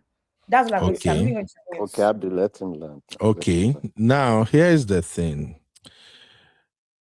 Let me be honest with you. If you ask 100 men, who do you love the most between your mom and your wife, you will be shocked that 75% will tell you they love their mom more than their wives. And they are right, because if a woman should put me in that position too, if you ask me, babe, between me and your mom, who do you love the most? I won't even blink twice. I will tell you straight off, I love my mom more than you. It sounds crazy, right? Deep down now, women will feel like, oh, okay, why don't you go sleep with your mom? If you love your mom, see, there are some facts about life that you need to come to terms with. So when there are issues between a wife and a mother, if your stance as a woman is, why don't you defend me against your mother? You will lose the battle automatically. Because the fact that you, the wife, and you, the mother, and the mother-in-law are already at crossroad, that man is already in a precarious situation. Uncle Phil, please let me know if I'm wrong or right too. The moment, the dream of every man, I believe, is to have a great family where there's going to be this rapport between your wife and your mom. As soon as your mom and your wife can't get along, I'm saying this from the perspective of a man. As soon as your wife and your mom can't get along, that man is already in trouble, because these are the two people that mean so much to him. Now both of them don't get along. So please let us understand this. Yes, your husband's job is to protect you, but can you allow your husband to protect you in a way that he's not going to end up being the bad child that we know African parents will simply term them to be? So if a woman is expecting that this is the approach you must use, this is how you must do it, you are my husband, you have to tell your mom, don't come here again. Only a stupid, dumb African man we look at his mama face to face and say, mommy, if you don't accept my wife, if you are not going to respect my wife, I don't want you to come to my house again. It doesn't work like that. But here's what I can tell you. Many African men know how to handle situation in such a way that that friction between their mom and their wife will be handled in a way that they will not end up being a bad boy. But you as a woman, you are not the one to dictate to him how he should handle the problem that both of you can see that his mom is having with the wife. Give him that space. Just complain to him. Let him know the problem is there. Now, where the conversation about being mama's boy comes in is when the guy failed to see that the mom is inconveniencing the wife. Then me, I have issue. But if the husband can tell you, okay, babe, I see this. We don't sign up for this, but let's see how we can work around this. Please don't just say defend me. No, I think that's just my own take on this one. But we have people in the studio. Let's quickly move it around real quick. Oh, shout out to MOP. MOP in the building. Auntie Tegu in the building. Uncle Beno. Hello, Baba, everybody. you're welcome. Real fam. Hello. Okay, How are MOP, you? I'll come to How you you doing? briefly, Baba. Thank you for coming, Seb. And I just spoke about you today. When we start with communication, I was even telling people that I've listened to you and Atibi and many people draw this particular communication thing so many times. But I'm glad you're here. I was listening behind the scene when you said it. Shout out to you, boss. Thanks for always supporting. God. Yeah. But this one this one right here is critical, man. This mama boy syndrome. Uncle Phil, please, your take real quick so that we can get Sister Tegjo and MOP to chime in on this one. Yeah, okay, sir. Can you? We can hear you, but your voice just disappeared now, Uncle Phil.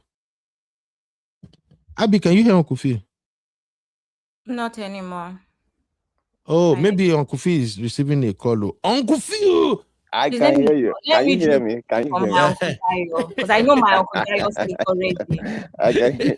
See, the thing is this: mothers love, well, mama's boy. Well, some people have rightly described it, and very quick way to look at it is, I mean, always run into mommy for everything that has to do with your home, right?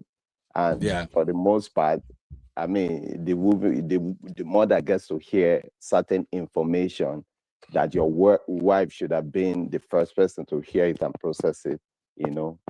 I mean, that has to do with your home, right? Not her business, but the business in your home.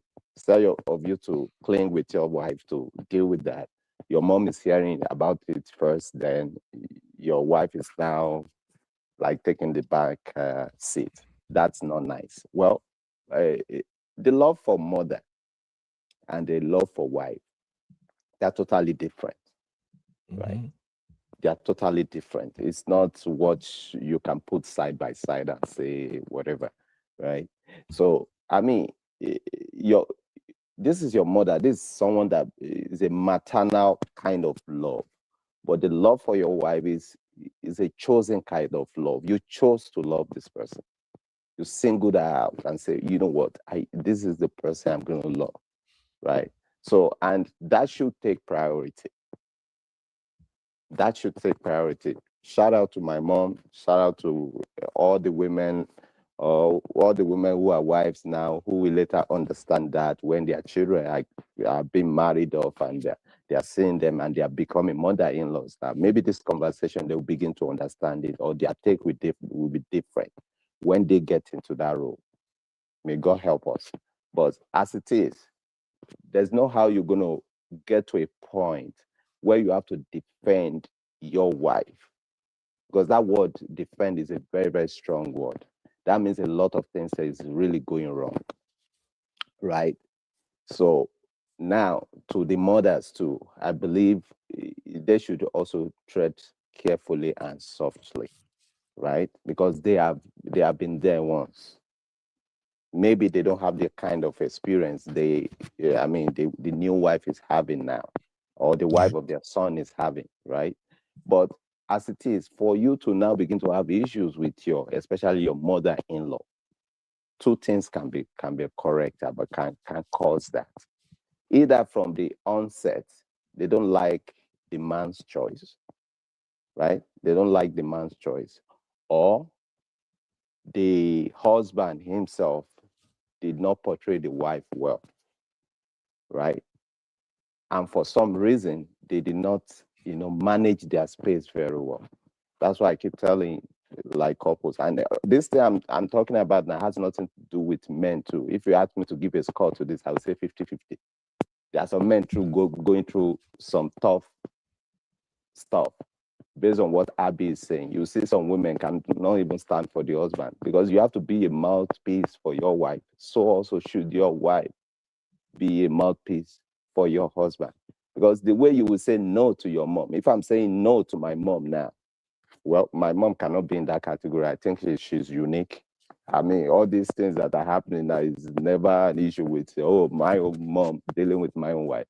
But for the most part, for what I see, right, is that, I mean, if your husband is telling her mother-in-law now, that's the wife's mother now, no on certain things, the way she will perceive that no coming from the husband will be different from the way her child is telling her no.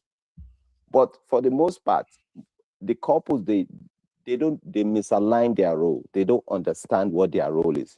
For instance, you find a case where the wife will say, it's my mom, I can't tell her that. And the man is really uncomfortable with that thing. And he wants to address his head on. Speaks to the wife will not listen. I mean, the man has to do what he has to do and vice versa, right? So we have to be able to understand this going forward.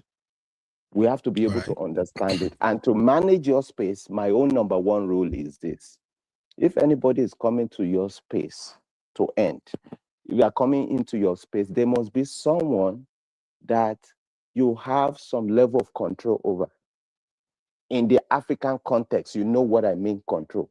Like it could be your younger brother, it could be your twin brother, it could be, but when you have someone who is a little bit in our culture, because we cannot take that out of it, a little bit elevated. You are talking about someone that in the space of parents or, kind of like that, uncle in the space like the people kind of people you want to reverse some kind of way in African context.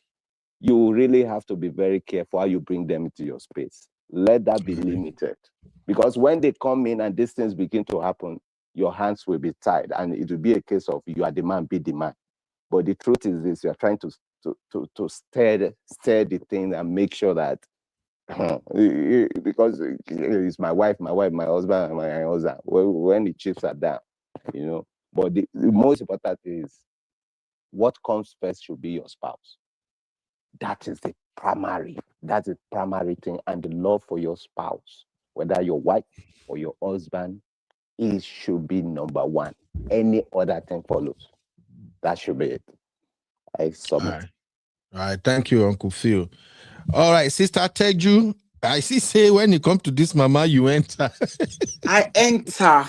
You don't give me headaches this morning. I tell God, beg you. Walk with me. No. On this, no. Teju, good evening, Ma. Good evening, my love. How are you? I'm fine. Auntie, don't mind Abby. Abby want to use that to bribe you. I'm greeting you. I've not heard from my. No. Good evening, everyone. Good evening, you real fam. Uncle Ben. Yes, ma'am. I'm only here to ask you one question. Yes, and ma'am. I need you to answer this question sincerely. You mentioned that if your wife asks you to pick, even though she didn't ask directly like that, but if you smell something like, oh, you need to pick or choose between me and your mom, you said clearly that you're going to pick your mom. Absolutely. No problem. 100%.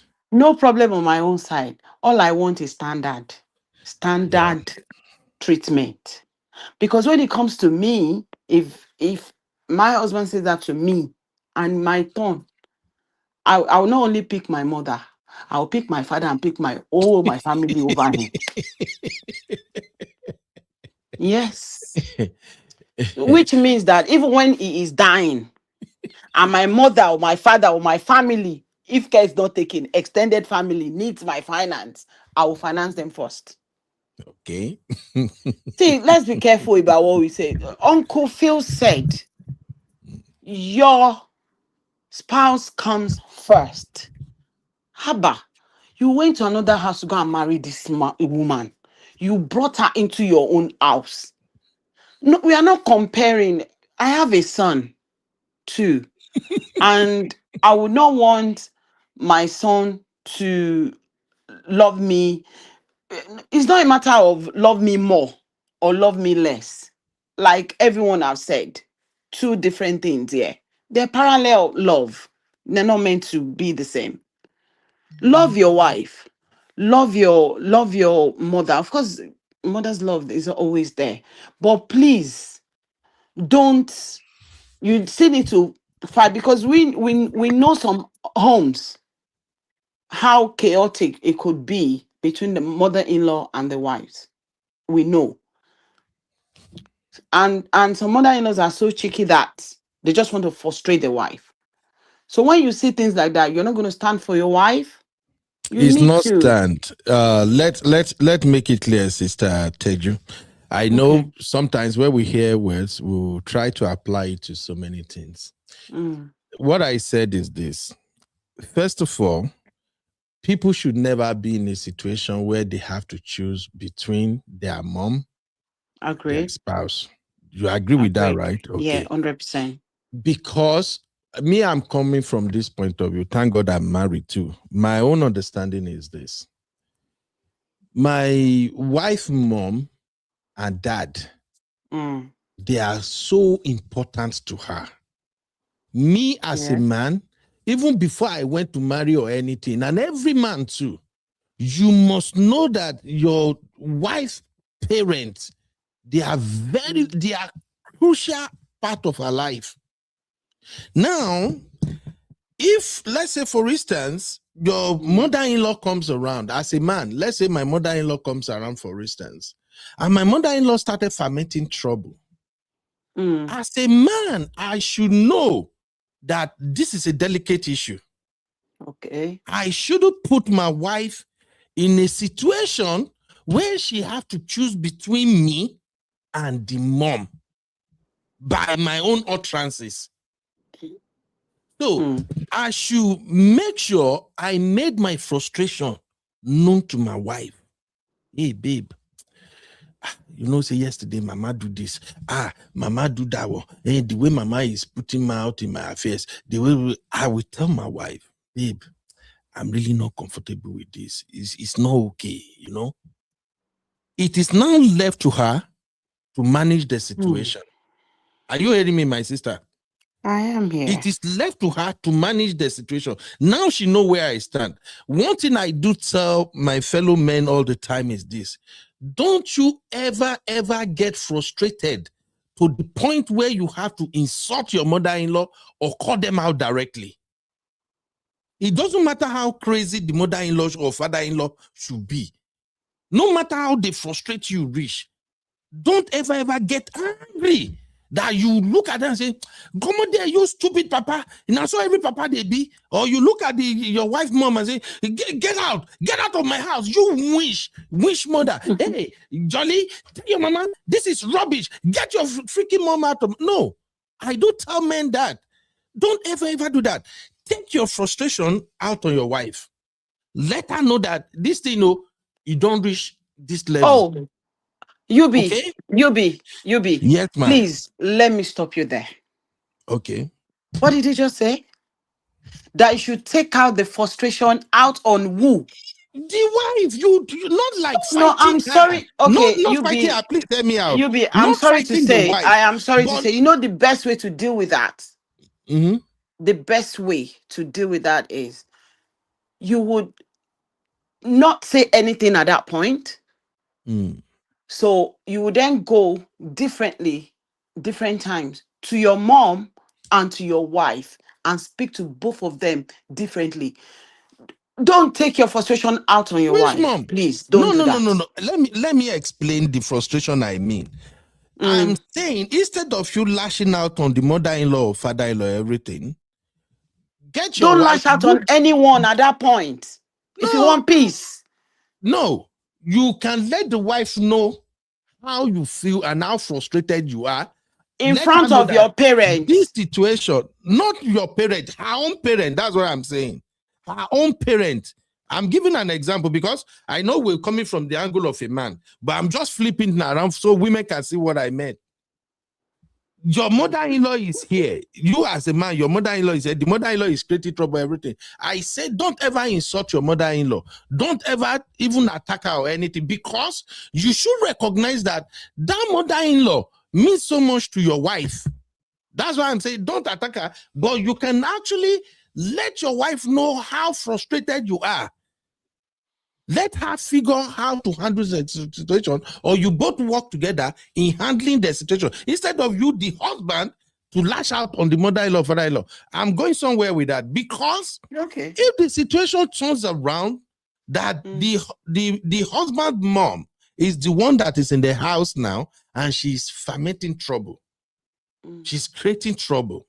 As a man, you wouldn't want to be in a situation whereby your wife is cursing out your mom. Okay.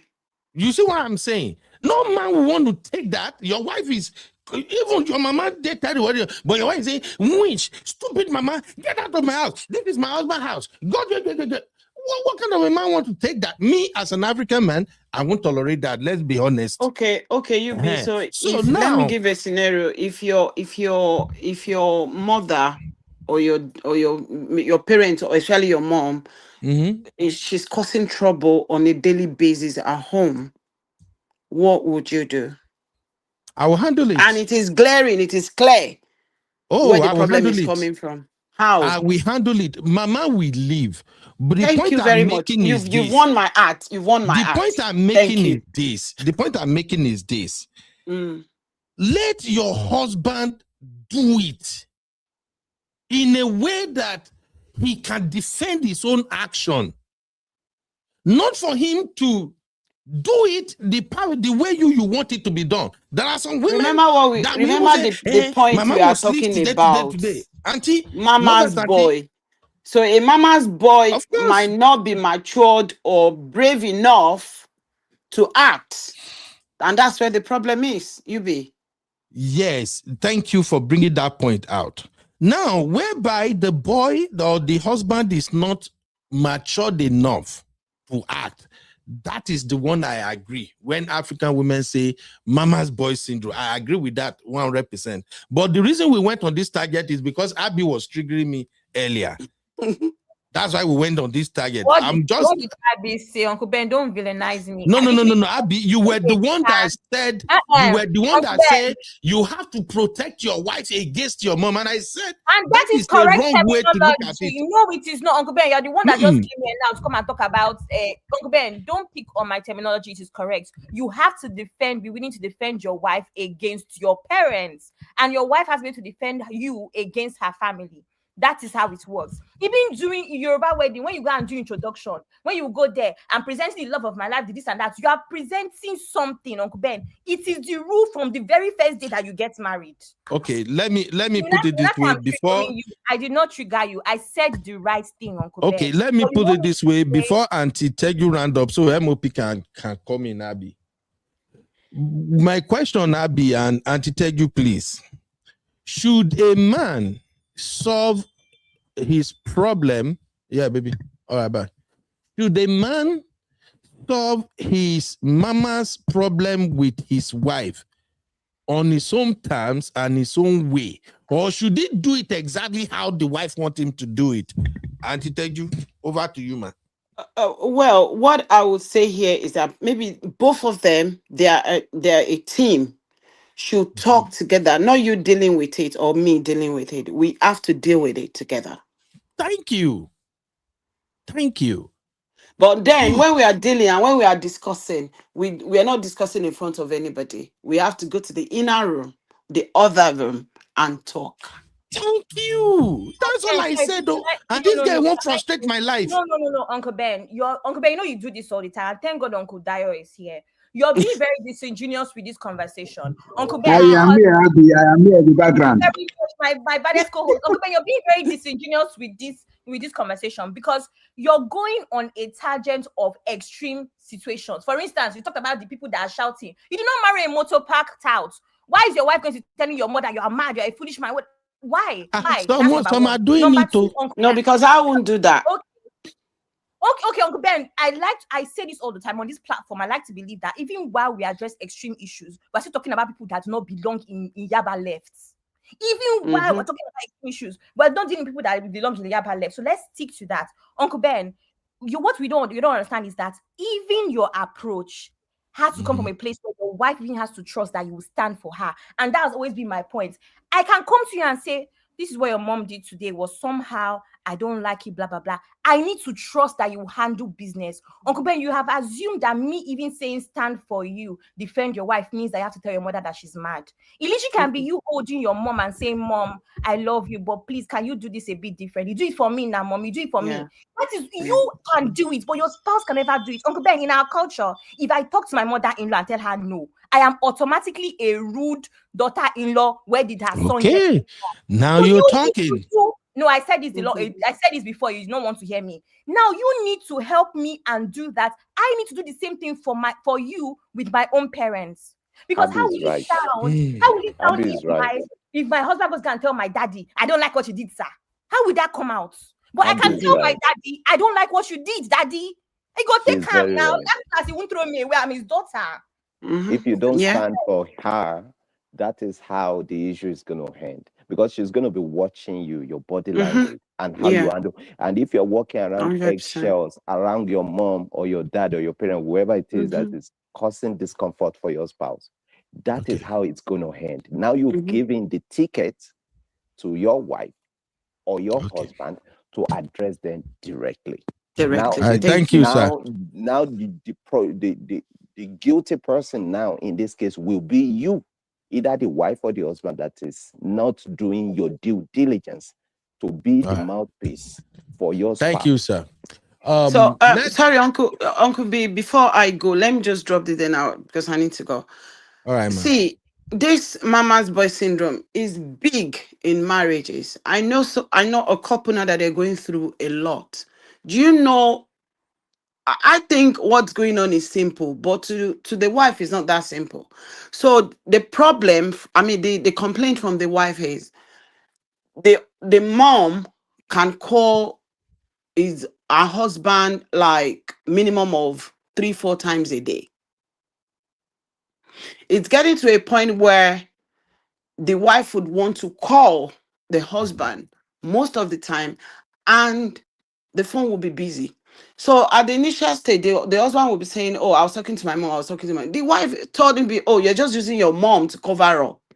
How can your mom be calling you like 4-5 times a day? What's going on? Is there any trouble that I need to know about? Do you understand what I mean? So what are you going to say to that? For me, it's too extreme. Yes, you can call in the morning or maybe late at night, and on each occasion of each call, they might talk for maybe like 40 minutes, 50 minutes, saying what exactly? Okay. Auntie Ted, you thank God, MOP and Uncle Dayo, they are here too. They will address it. My own answer to that is simple. As a man, anytime you're on the phone, and it's not a business call, it's not an office call. You see that your dad, your mom, and you'll be talking for a while, and your wife is calling. You will see the caller now. All you have to do is, Mommy, Mom, I'll call you back. My wife is on the phone. Let me answer, I'll call you back. It's a very simple thing. Any man that is not doing that really don't know how to manage the situation. It's a very simple thing. So Mommy, this person is like a younger brother to me. And it's a simple thing. Mommy, I'll call you back. My wife exactly is on what the you phone. said. I said each time that your wife is calling, when your mom is talking, what do? Say, oh, I'll call her later. That's where the problem is. He said he will call the wife later. He will not call the wife. You remember they always talk like maybe 40, 50, 1 hour. No. He's at fault. He needs somebody to educate him. Once your wife is calling, it doesn't matter. Once your wife is calling, you know whether you're a man or a pa, and you say they are talking all the time, the mama and the boy. Once your wife goes, hey, Mommy, I'll call you back, mommy. Call the convenience. Case closed. You get it. That is a no-go area or something. That's me. Anyway, MOP. Hey guys, I'll leave you now. I'll be in the background. Thank you, Auntie. Thank you. You know to fight me. Now my mind don't come down. I think say you won't come join Abby. They fight me before. But I can still fight you in the comment section. So no be careful. All right, MOP in the building, ladies and gentlemen. Let me put a break here and we move on. Welcome to UB Reactions, the place where we keep it real. Today, we've got some hot topics, so let's jump right in. It's recap central. I be in the building, giving us the juice and the gist. Bring the gen vibes on the rock. All right. MOP in the building. MOP. Uncle Beno, how far? How you doing? I don't know who the hustle pass now between you and I. It be like saying that you will go give the crown. Hi, Abby. So my also level. I don't know if you want to go there. I don't even want to try. Now you don't pass my level right now. Yeah. So MOP, you're actually one of the right men for this kind of conversation. We're simply looking at 20 complain about African men. Our sisters are complaining about African men, and these are the top 20 complaints they have. We've spoken about poor communication, emotional unavailability, cheating and infidelity. We don't even discuss that one because we know majority of African guys are guilty. Now we're talking about mama's boy syndrome, and after that we'll talk about financial irresponsibility. And Right. I think this one we are getting to where there are some complications now. You see the bars goes alone on top mama's boy. How many hours in are we, Uncle Beno? I think we're only 2 hours in, right? So Only we're like 2 hours. five more hours. Don't start. We not be able to do 5 hours. I have something else to do. I make Abby just allow me space. But MOP, can you please touch up on all of this? We are just trying to educate our men. So which one? From 1 to 4, right? From 1 to 4. Yeah, 1 to 4, and then Abby we handle it from 5. Uncle Dayo is here too. Okay, But shout out to Uncle Dayo. Wrap up on it. Quickly, Uncle Beno. Yes, sir. Say topic that I sent to the real fam that you haven't covered. So don't skip over that. I will come on your case on that one, yeah. But let's get to this. Not true. No verse. Right. I'm on vacation now. We can handle that tomorrow, Seth. I'm on vacation. No, All right. Thank you very much. Okay, MOP. The floor is yours. Today we are focusing on men. We are simply telling our brothers that women are identifying this as some of the problems that we have. We have to unlearn and relearn new ways to make sure we manage this thing in a way that our women can begin to notice changes in us as African men. Although there is a part 2, the part 2 is the complaint that men we will do African women later. So, but for now, let's focus on African women complaint. So over to you, Baba. Okay, so number 1, yes, and yes.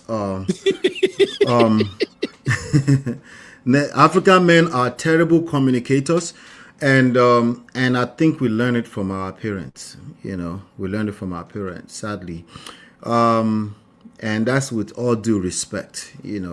But we can't keep blaming our parents, because once you become an adult, you're now responsible for the cards you're dealt and learning how to make the most out of it. But I'm just saying, the source is how we've been raised. And shout out to CC in the chat. Being everybody, I see you guys. Sorry, my hands are tied. That's why I didn't come to the chat.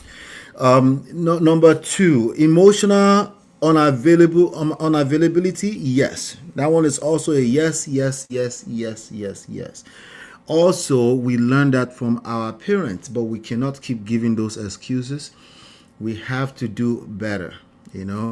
Number 3, cheating and infidelity. I will not speak to this one. Simply, I will agree with, I think Uncle Phil was here earlier on. I agree with him on that. Since we don't have data, we're just going to say 50-50 on that one. Human beings are cheaters, okay? When they have their way, they will run away. They will get away with cheating, betrayal, and they will try to have their cake and eat it too. And the solution to this is the same thing for everything else. You have to, what's at stake? What are you trying to build?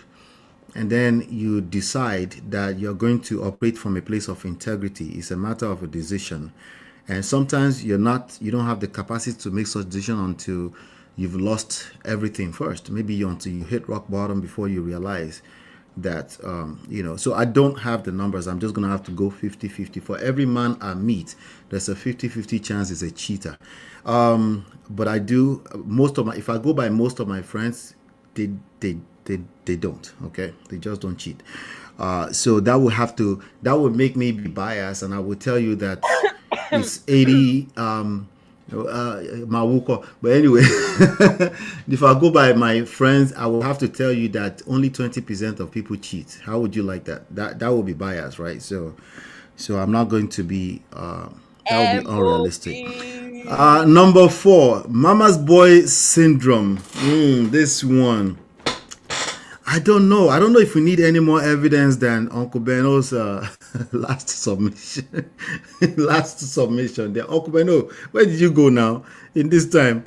Do we need more evidence than what you just said? I think the issue is we don't know how to separate, instinctive behavior from behavior that people naturally exude when they have skills, when they have competence, when they have a lot at stake, when they know that there's a lot to lose by certain behavior. There's certain behaviors that come from a place of pain, right? When you know that there's benefits to behaving a certain way, there are certain behaviors that are instinctive, right?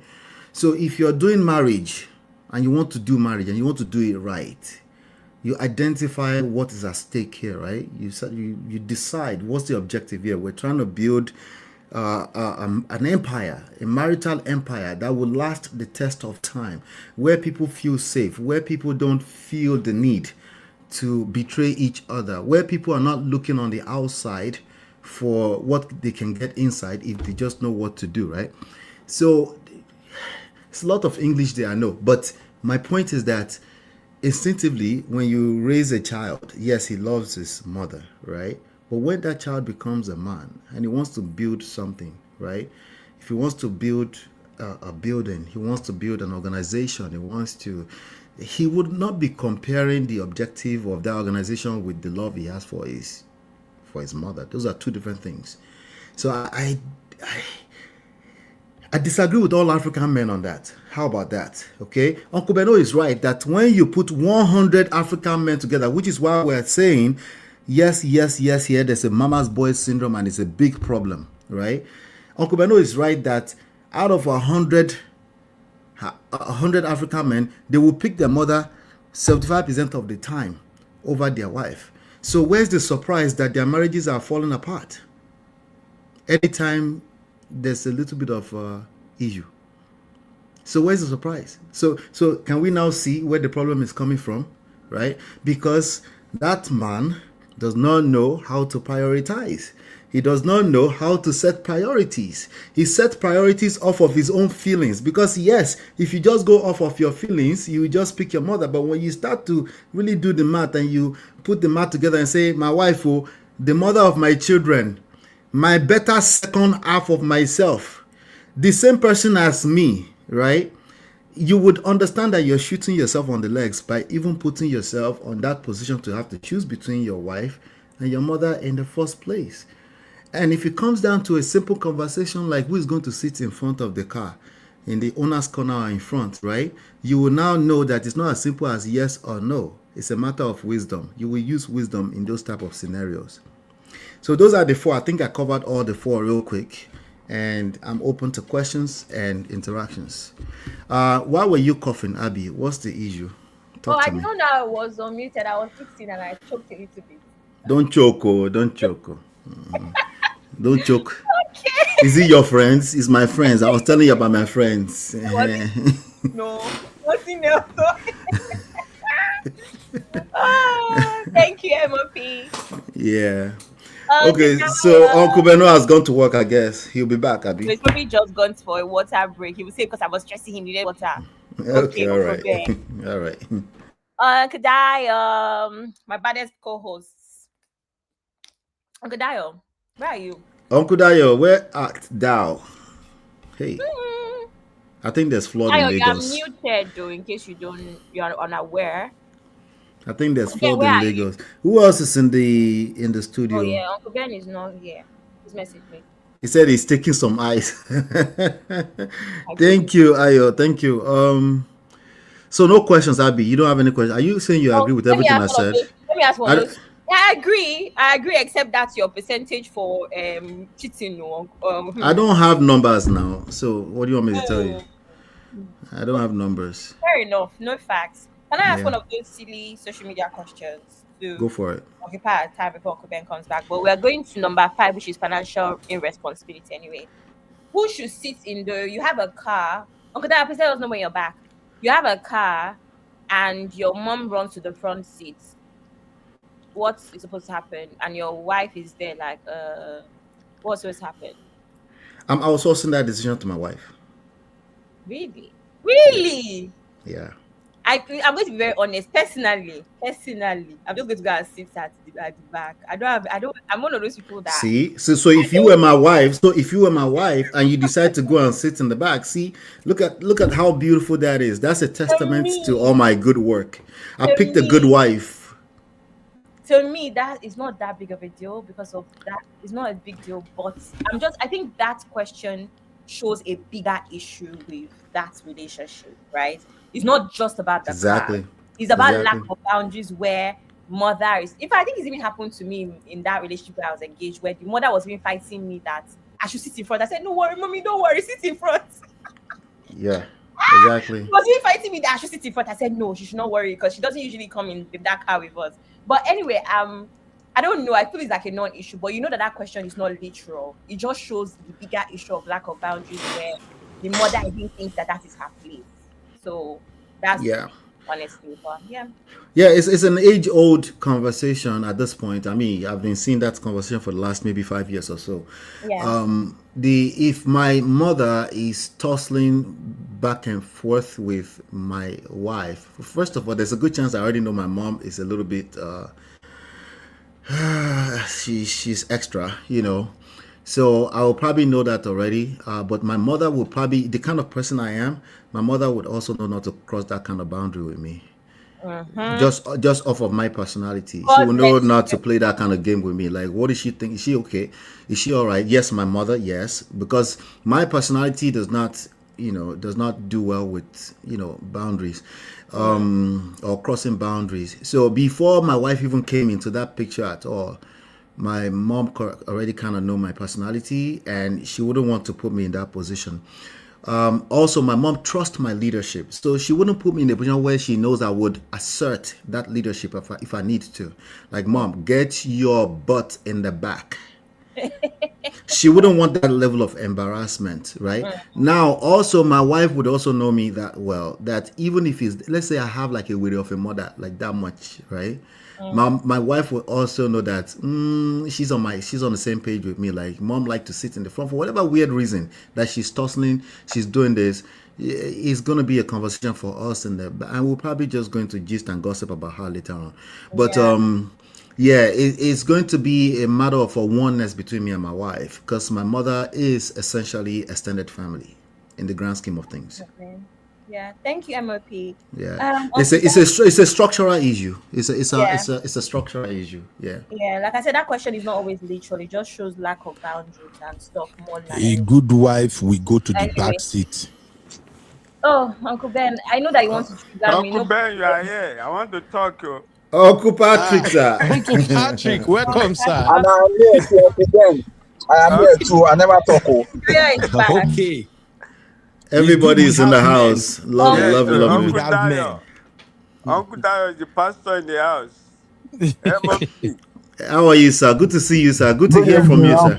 good evening, Uncle Uncle Ben, Patrick. please, you will not complete this program without talking about Mama's girl.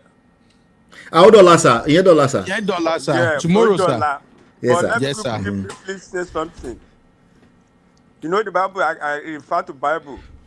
He said, therefore, a man will leave his mother and father and be cleaved to the wife, and two shall become one. Many people are not cleaving. And that shows they are not matured. I'm serious. They are not cleaving at all. Your wife should be your first priority. Yes. I'm going to give you an example. My wife, my sister, blood sister, was dating this guy from high school. This guy went to America. From high school, he didn't even know that the parents were in US. The mother was in US, so he went to US. So they were dating. I'm talking about in the 70s. So when this guy came to Nigeria, proposed to my sister, she said the mother must come. If you see people that came to our house then, you know what? You know in those days, Shagari type. That was my first time of people. Somebody driving Shagari type of Mercedes coming with entourage. They did what they want to do. They went. You know what this guy did? He came to my parents. He said, "I'm sorry. You are my dad." Now I went to my dad. You are my dad. You know I don't know my dad. We are shocked. He told my mom, "So you are my mom. I'm your son." And he told my dad, "Say, can you do me a favor? Don't tell anybody that I'm your in-law. Call me your son." Then everybody was shocked. Who is this guy? I'm from Edo, you are a Yoruba guy. Why should I? He said, "Please, sir, I don't know my son. I don't even know my dad." We didn't even know that he didn't know his dad. Are you getting it?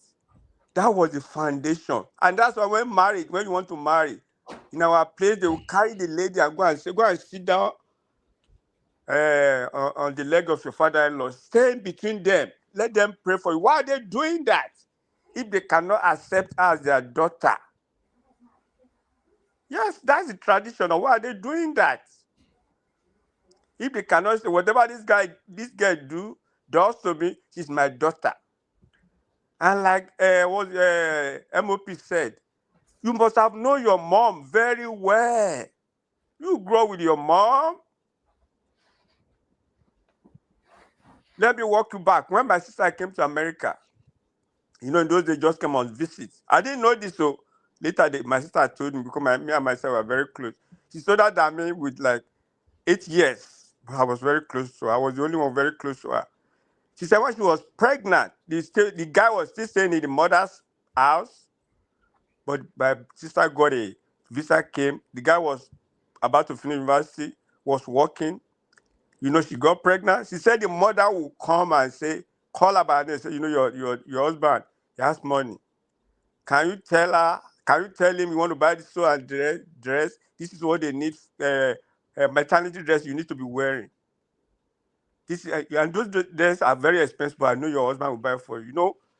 The same mother will go and meet the son and say, this girl will come and ask you for this social dress. This girl that came from Nigeria, she can't walk. She just got pregnant. You know what the husband will do? The husband will just call my sister. I don't want to mention her name here. Say, let's go out and let's take a walk. I know you've been at home. She said, did mommy told you something? Yes. I know, mommy. Forget about it. Are you getting it?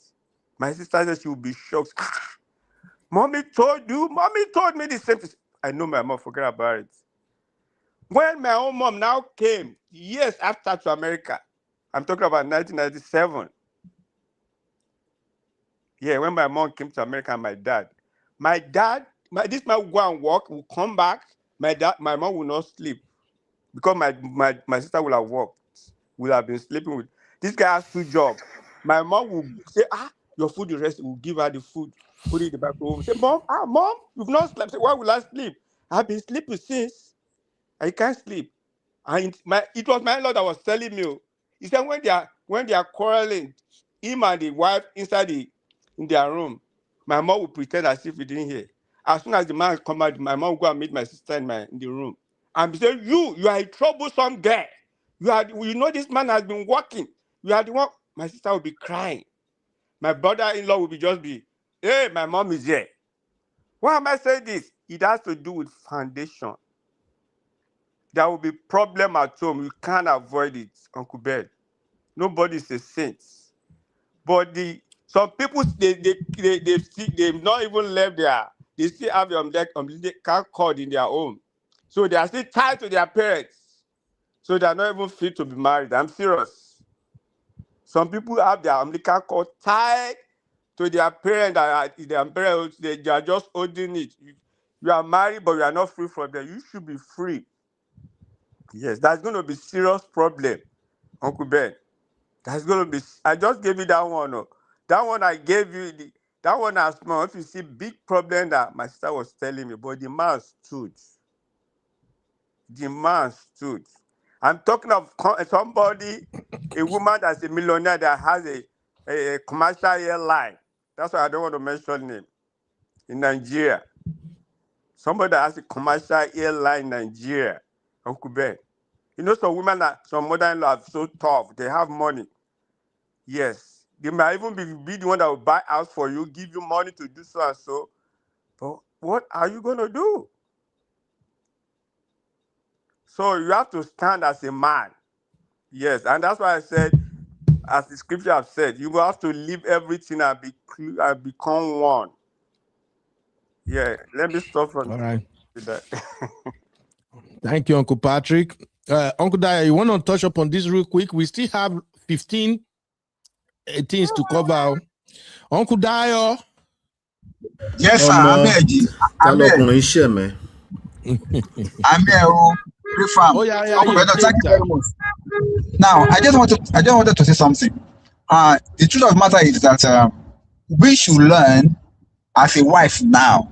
We should learn that our children or our son, for instance, now if you are a woman and you have a son, we should learn that we must learn to let go at some point, because the mentality that our own fathers and our own mothers carried over and in passing, they like kind of pass it on to us unknowingly, is what is crushing most marriages nowadays. Because an average man, as Uncle Beno has said, and even as MOP2 have said, carry that mentality of what our fathers and our mothers have passed on to us, and we see it as a normal thing.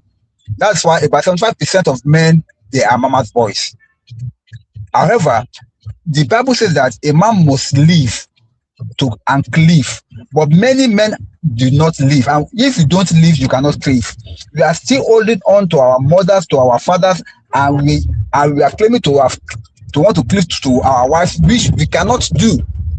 That is why a man will want the mother to still take a higher position in his own home above the wife.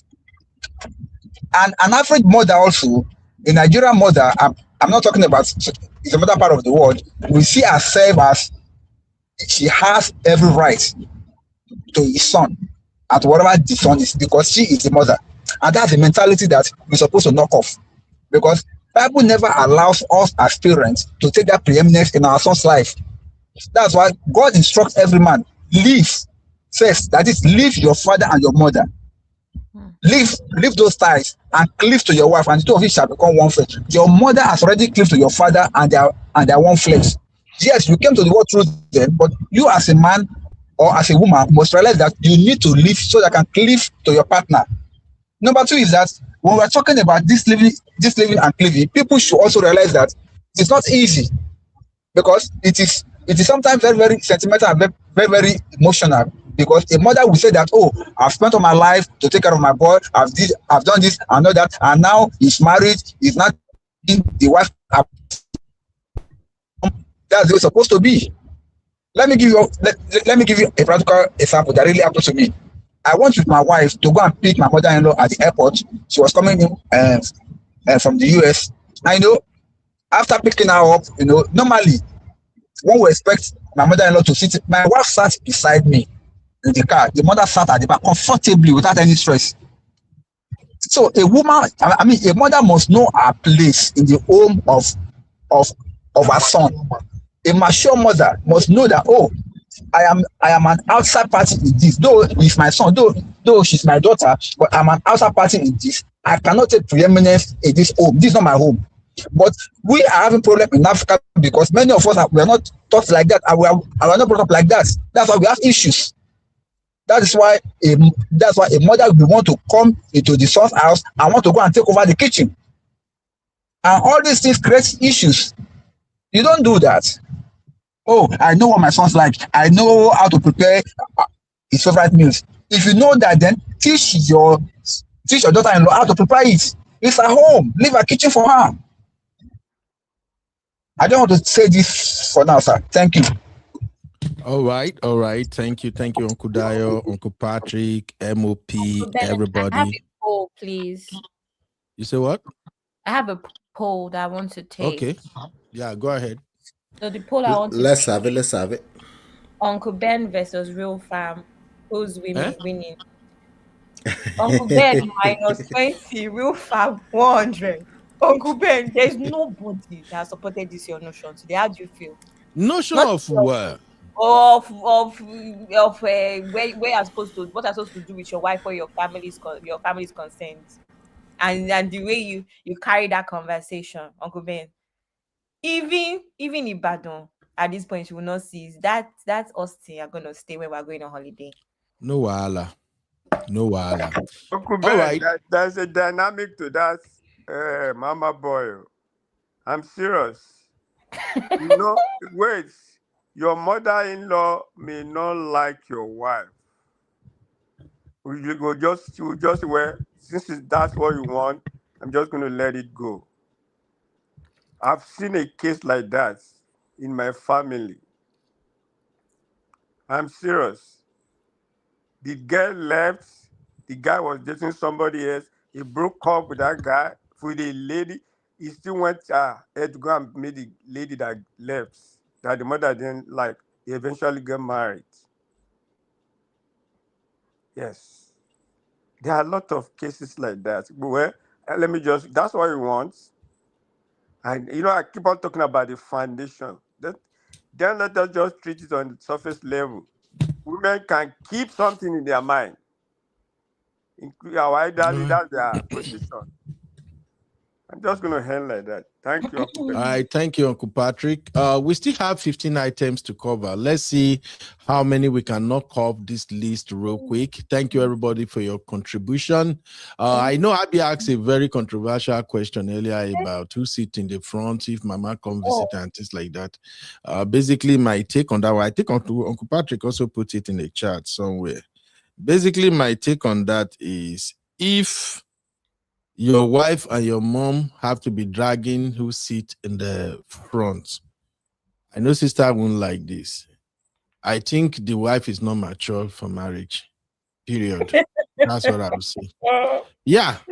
The mother is not mature to be a mother. Uncle Ben, can you say if that's how you say it. When we talk about peace.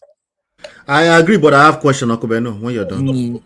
When we talk about peace, there are things you have to put into perspective if you really want to give your husband peace. This small issue where we talk now about who sit in the front or something, there are some nuances to that. There are some dynamic to that. First of all, is the mama living in the same house with you guys forever? Did she just come for a visit? How soon do you guys need to go out together? Do you guys go out together every day? How soon do mama need to join you guys if you are going out?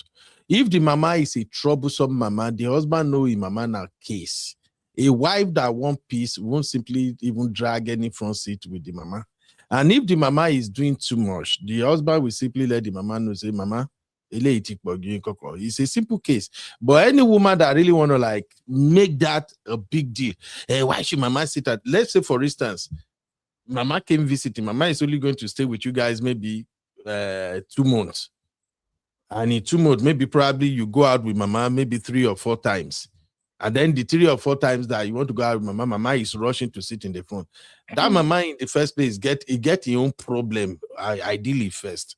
So if the wife just look at it and say, you know what, this doesn't worth my time, and they simply go, the wife went and sit at the back. The husband should recognize that is a woman you have to treasure. That is a woman that just want to give you peace. And as soon as mama do finish, mama go like this, you decide what you want to do as a man. If mama is going to come back, in fact, mama go beg before you go come back again. But if you as a woman, you want to choose that moment to begin to boast with the mama, it's my husband. Well, for me, I simply look at it like, I don't think you are matured enough for marriage or anything, Jade. Uncle Ben, can I just This say doesn't something? want it. Yes, I ma'am. agree with you. But remember that I added an extra context. And context is that that question, yes, is very common on social media now, and we laugh about it, we have arguments about it. But I think it just shows the bigger picture of it's just a very small, it's not literal, in my opinion. It's just a small way to even talk about boundaries, how to handle conflict in that sort of situation, which is why I said personally, there's no point dragging with the mother-in-law. Let her sit there, sit at the back. Now, this is where Basically. I had a pushback for you earlier from what you're talking about, the woman approaching the man. As long as you live in that house, I don't like when people act oblivious. You're not deaf, you're not blind. You can't just see what your mother did. So you want me to still come and tell you that that's what your mother did when you were there when she was doing it? Like, I do understand. So this is what I'm saying about a wife trusting her husband enough to know, like being safe enough in your marriage that you know your husband will handle stuff. You don't even have to complain. So personally, I would say there's no point arguing that situation with your mother-in-law. But in the same breath, I would also say that the husband can choose to either correct it there and say, Mom, please sit in the back, or correct it at a later date. But for the wife to now be the one that is even telling you and choose, and that's where your argument came. Would you want the man to choose how he wants to handle it or the woman to insist? But you should never even have to get to that if you're seeing what your mother is doing. So that correction is where I had pushback with you earlier on. That's where I spoke about expectation. If your expectation is, why don't you correct mama right now? You are doing too much as a wife. I mean, it's not even an expectation. That's just what there I'm was saying. something that MOP said. MOP said that the way his life already has been, even before marriage, his mother knows. And that's why I'm saying that there's little things that would happen, Uncle Ben, is from little things that you actually correct some things. The same thing happens with children, right? If your mother comes to the house and starts to complain about things like how the house is or whatever, Abby, don't go that route. Don't compare. Don't Abby, wait. Don't compare correcting children with correcting a parent. That's the point I has been making all along. Okay, let it's me not the land. same thing. You don't correct parent the way you correct children. Let me just land and I'll finish up. I believe that is the same. It can be the same thing with anybody. Same thing with relationships. Same thing. It's with not the same thing. And I use children as example. When it comes to habits or bad behavior, you need to say what you will not take, because if it builds up, it's harder to backtrack. So I'm going to say the same thing, Uncle Ben. Very similar to how you treat children habits. It's the same way you treat people. You tell people how you want to be treated. Abby is not the same with parents. Let us move on. Let me just correct my point. Okay. Let me just complete my point. In a marriage, when you're bringing somebody else, you need to tell the parents from the start and not wait for it to pile up. That way you can create boundaries. So, Uncle Ben, I still insist that similar to children and building patterns, you have to actually correct things like that. So, Uncle Ben, in my opinion, is the same. That's what I have to say. Thank you. But from my own small experience, it's not the same. You don't correct your parents the way you correct your children. You don't correct your. Hold on, hear me out. Now, Shabi, you don't talk. Make I no talk. I cannot hold you on. You just spoke now. People try to talk. You don't let me talk my own. My words out of context. I did not say how. No, why you say correct your parents how you correct children? I'm talking about building patterns. You're talking about boundaries. You're talking about boundaries. MOP. Let me talk about building pattern too, Abby. This issue we are handling now, a lot of people are going through this, and it's better we say it out. Sorry, I'm not doing westernized rubbish when it comes to things that border with African home. I will not correct my parents right there in front of you as a wife to give you satisfaction. Let me just tell you right now, straight up. For me, I'm pushing back. I have a second question. I will not correct. Wait now. I will not correct my papa or mama in front of you to give you that satisfaction immediately to feel like, yes, go catch you, mama. I won't do that. I will simply go to them in private. Mom, where we were going out earlier, that's the way you do no good though. Mommy, please. My wife is my wife. You know, say my wife no get wahala. I know, say you may not see it that way, but it's not okay. Let's not do that again. No, I won't do it in your front just for you to feel like, no, I will talk to my parents privately. Period. Thank you. MOP. Is because you're misunderstanding me on purpose, and it is not good for optics. Because, like you said, people are watching this thing. I did not say any of the things that you said. Because there are people who actually want it to be like that, Abby. You have chosen to take everything that I've said out of context, and I do not know why. And the same way people are going to watch, you're saying it as if that is what I'm going to do, or that's what I'm going to say. And I've not said anything like that. Even the children's statements, you insist that I said that correct your parents like that you correct children. That is not what I have said. That's the way it sounds. No, that's not what I said. I'm talking about, Uncle Ben, the context here is patterns, is building a routine. And I said, just the way you treat children, where you want to build a routine and correct them, is the same way anything you start, Uncle Ben, friendship, relationship, school, you have to start from a place where this is what I'm going to do. These are the boundaries I set. That is how it goes, Uncle Ben. But you want to I agree. Let us move on. That's not what I said. Agree. MOP, you want to chip in something? I wanted to ask Uncle Beno a question, 2 questions now. Modaro. MOP, we still have 15.0. No, they are very quick. They are quick fire rounds. They should be yes or no questions. Close to it, yeah. So you are right that if a woman finds she feels the need to compete with the mother like that, I think you said that's not a good wife, right? But my question is that based on estimation, right? Most people think they are married to a bad wife. What should these people do when they find themselves in that position? I agree, they are bad wives. What should this man, because today now focus on men, what should these men do when they find themselves in this position? In which of the position? Where your wife is competing with your mother. She says she wants to sit in front, and you ended up with a bad wife. What should that man do? What I'm saying is this. Mama and wife want to be compete for front seat. Yes. I agree with you. I agree with you that that's a wife who is not ready to be a wife. That's a bad wife. I said. What should the man do? A good wife. This is what I said. This is what I think. A good wife will not even drag that one. Agreed. That's why I say it depends on the complexity of the situation. If Mama is not living with you, if Mama came to visit, how many times do you go out together? If this is like maybe once in a month or once in 2 months or 3 month thing, why should that be? A good woman won't even have time for that. You saw Sister Toby and tried to answer it immediately. So, but now as a man, yes, if I observe that, and because each family dynamic is different. Like for me, it might just be a little bit vulnerable. Me and my wife, we do a lot of non-verbal communication. If we find ourselves in situation like that, we go just look ourselves in the eyes. We'll give ourselves signal. That's it. Then I will handle it later. Mama, sit down for front. Maybe we go wherever you want to go. But once I look at my wife look at me. My wife already know that I caught it that was wrong, and she knew I would deal with it. So it depends on how everybody manages their home. You see what I'm saying? So you are basically saying what I'm saying, Uncle Ben. If we have a bad wife, you didn't answer that. If it was a bad wife, yes, a bad wife in this context, who insists? What would you do? Who insists? Oh, if the bad wife insists she's gonna sit in the front, my mom should come out. My mom should leave the front seat for her.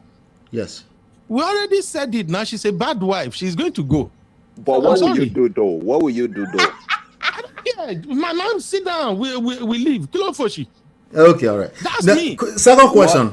What I would do. What I will do is one of them will have to drive. I will go and sit at the back. Me, I'm not sitting at no back. If my wife feel like, because like I said, no, you have to show one of them what is right. When the man of the house now say, you know what, one of you should just drive, just give you the keys and go sit down at the back. That's simple. I don't have the time for that. My own team be say, this is where I talk, say, men should learn how to be a man. For me, Uncle Beno, I fit to pick your word. No, for me, you ask me question and I'm answering now. Okay. For me, the way I will handle it, if my wife thinks... Uncle Dayo, mute. Oh. So my thing is... No problem, sir. No problem. When I almost. No, Allah. So my thing is, if my wife is so bad and she feel like to be dragging the front seat with my mom is the right thing to do at that moment, she will be the one to lose. I'm not standing for that crap. That is a disrespect to me. I don't care. Whatever my mom is doing at that point in time, my mom is wrong 100%. But let me be the man to handle this shit. You want to be fighting my mom? What kind of rubbish be that now? Okay. Second question, Uncle Beno. Second question. I will try to react when I get a chance to speak later on. But second question for you, sir. Now you don't say my mama quite a few times, but earlier on I kept hearing you don't talk to my parents like that. So for me, right, I no longer have parents. I am a parent. I have mama and papa though.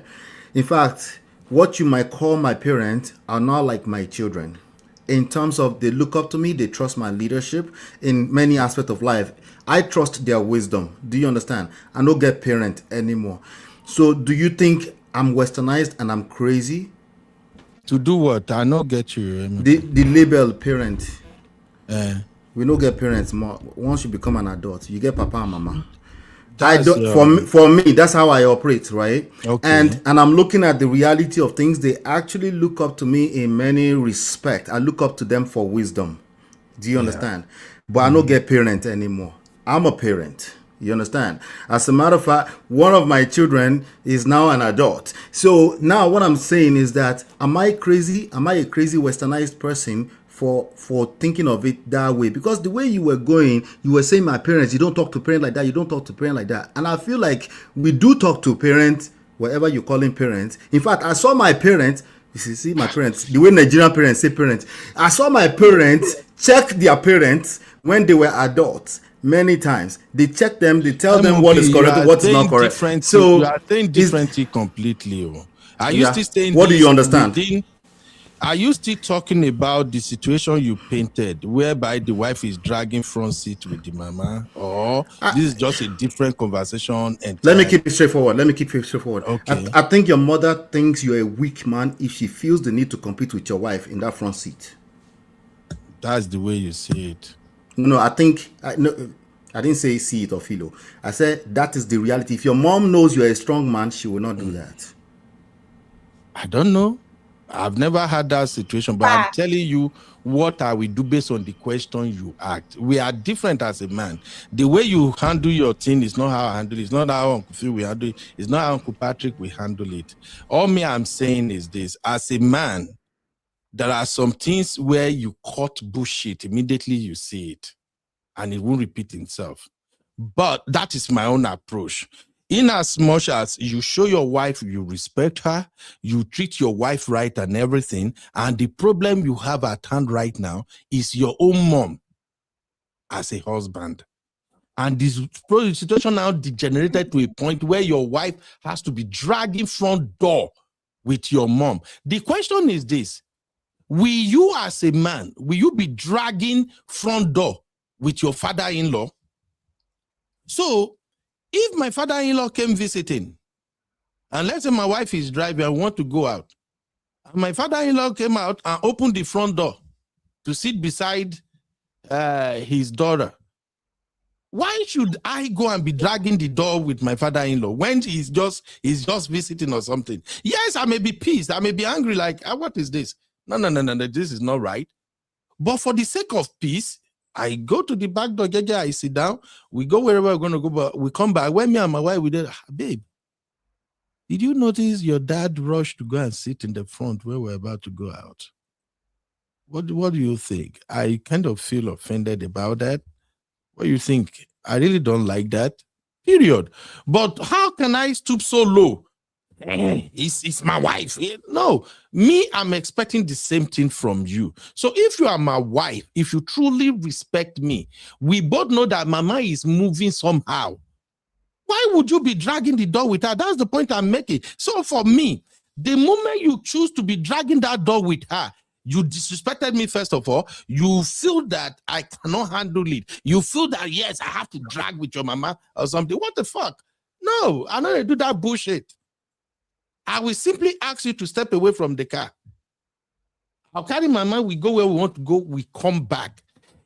If that pisses you off enough, you don't want marriage again, so be it. I know they tolerate that bullshit. The way everybody manage their home is different. All I'm saying is, let your man be the man.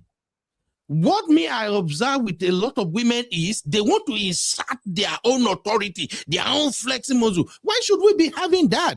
This is just an old person. In a week, in a month, in 2 months, he go carry a while and go wherever he come from. You know? But if you throw that question to me, what me I go do now, I don't tell you so. I'm not playing that game. We all see that so this is wrong. I'm not playing that game. No, No. I hear you. I hear you. But what it sounds like to me is that you are already in the middle of all types of games, and you go see when with everything you describe, so far, with everything you describe, you understand what I'm saying? I don't argue with you. I'm just saying with everything you describe so far, it does not sound like peace. I thought the objective was peace. The wife no bring peace. How do you want peace to come? Okay, what should the man do at that point? I just said it. Put the question back to you, sit at the what should the man do at that point? Once that man sits at the back seat, both of them, what I will find is like both women will look at themselves in the face and say, something is not right here. You see, approach to matter is very, very important. When you are creative, I'll just bring the key and dangle it in between both of them. Mommy, you want to drive, or madam, you want to drive? They will check themselves. There are some things that you don't even open your mouth, because sometimes this matter, when it is what you want to say, they want to hold on to. They will not listen to the objective. Why are you talking to me like that? You raise your voice. You did that. But sometimes you don't even need to talk. You see both of them dragging like that, you just go and take the back seat and sit down and wait for the car to move. And who is going to move it? They both have to decide it. That's it. That's in the case of a bad wife. Yes, in the case of bad wife. In the case of bad wife. Yes, now yes. The mother will now look inwards and say, and the wife too will look inside and say, my husband, come and drive. Or okay, you have settled, or you still want us to. I'll go inside so that when you decide, call me. Some of these things what I will find is level. My take. I will agree with Uncle Beno on one thing. It will depend on the specific situation. The specific will depend on that. But just like Uncle Beno declared that woman is not a good woman, I want to make a declaration. The declaration is that neither your mother nor your wife respect you. They don't have any respect for you. All right. So now, whatever solution you want to create from them, from that point as a man, that will help you coming up with the best solution. But you need to first of all understand that neither your mother nor your wife, it's not just your wife that doesn't respect you. Your mother does not respect you either. And that's a terrible problem to have as a grown man. That is it. So if mama no respect you, your wife no respect you, what do you now do? The last thing you want to do is to tell someone that does not respect you to respect you as a man. Exactly. That you is the take last action. Thing you want to do. Just take action. Go sit at the Period. back. You take action. I just tell you now. The will come and meet you. Get where you are sitting Uncle down. Phil. I just told you now the kind of action I would take. When you are just said the type of action you would take. When you are standing there and say, you must respect me, mama, you must respect me, my wife, you already lost the respect. You don't need to explain yourself to anybody. When I come out to the driveway and see both of you dragging like that, I will just drop the car key and I will walk inside. Exactly. Like who are you talking? Both of you, who are you talking to? Who are you? Like that would be my attitude about the whole thing. Like I would just yeah. It won't be a matter of me picking between two people, because that's just I would just be questioning myself. How did I get here in the first place? Me, I will pick, and I said it unapologetically. If you are my wife, whatever gives you that audacity to be dragging dog with my mom, you have disrespected me, you disrespected my mom, you disrespected all the things we have built, because you and I, we are not having problem. We have a peaceful home, a peaceful marriage before mama came visiting. After mama do whatever I want to do, mama go pack her load. Now mama go still go. It's still gonna be you and I. If you now feel like that 3 months, 6 months mama will be with us, is the time for you to now fight hard. No, I ain't taking that shit. No, I will work with you. If mama do her wahala finish, mama go. If you tell me, babe, with the stress where I go through with mama, hey, I don't think I'll even be comfortable if mama is coming the next time. I swear to God, I will work with you on that one.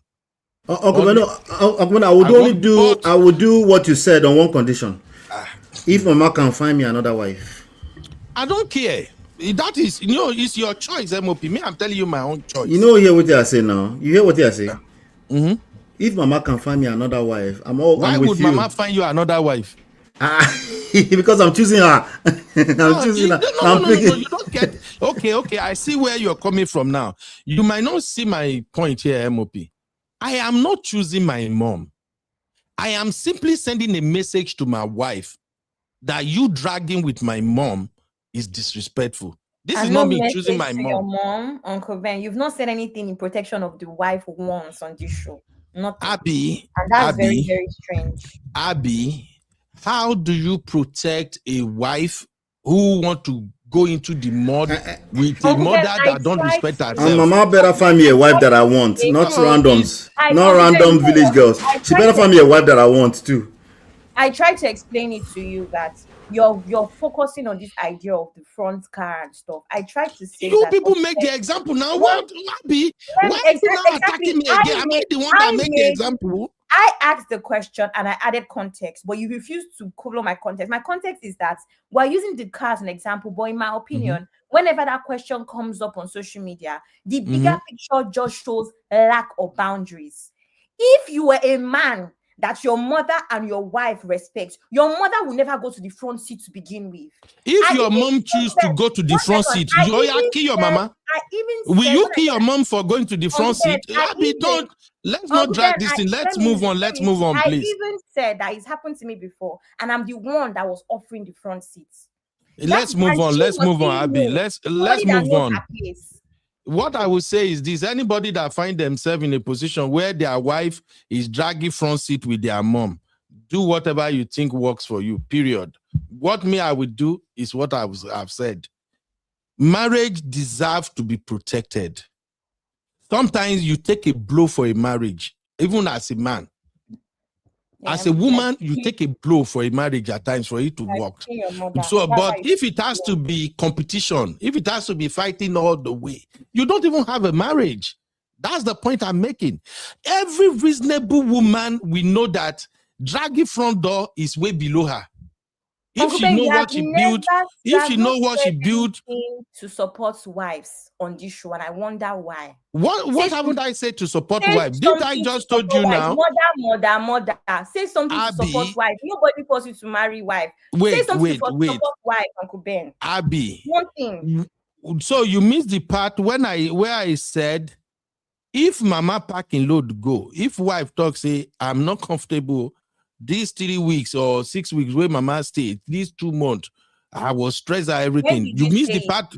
Wait, now you said it after saying that only applies to a wife that did not drag door. So that does not. I'm telling you, Abby, there's nothing you can say from now till tomorrow that will change my mind. You drag door with my mom. It so shows you disrespect me. I don't care. Abby, that's not what I don't saying. care. What Uncle Yubi is saying is this: there's time and place for it. That is what he's saying. There's time and place for it. I understand what you be saying. All I ask for is that on this show, Uncle Ben has not said anything. We are forgetting that there's still an issue of mother-in-laws not knowing their place. On a previous show, Uncle, because we are going to handle it. Abby, okay, Abby, let's move on. You win. Maybe they go. Let's address others. That's why I want to move on. Everybody else says something. You don't want to move on because I'm not saying what is on your wavelength. You want to move on, Uncle Ben. How come? We have other issue now. We can't stuck on this mama's boy forever now, Abby. Moving on, no problem. No verse. So let's move on to the next one because you see how stressful it is now. This mommy's boy syndrome, a big wahala.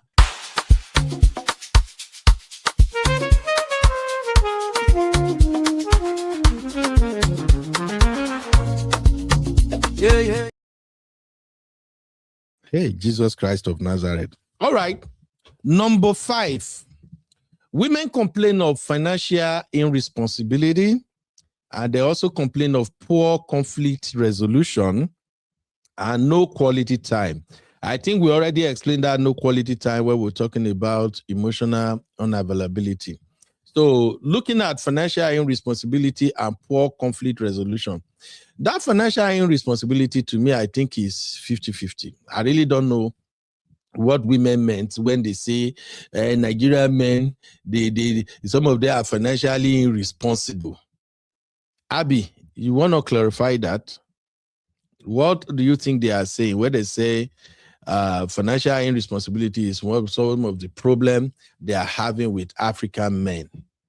Is it in terms of provision, or is it in terms of mismanagement of fund? What exactly is it when women said African men are financially irresponsible? Abby! Sorry, I was muted. I've been talking since. I've not heard that one before. That financial irresponsibility, right? I've heard it so many times.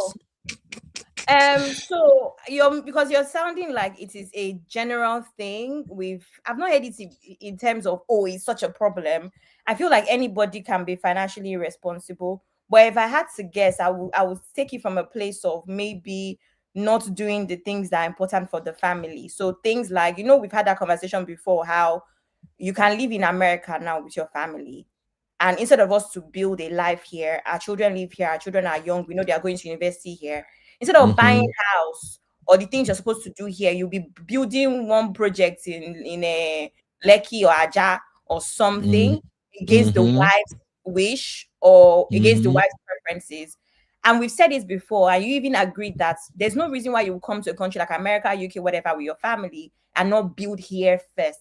If you now have extra money to continue to build in Nigeria, go ahead. So maybe that's what it is. I think I will link it to things like that, where men make decisions that may not be exactly beneficial to the family first, but it's more from a point of view of how people in Nigeria or family or friends see them. I have one duplex in Lekki or things like that.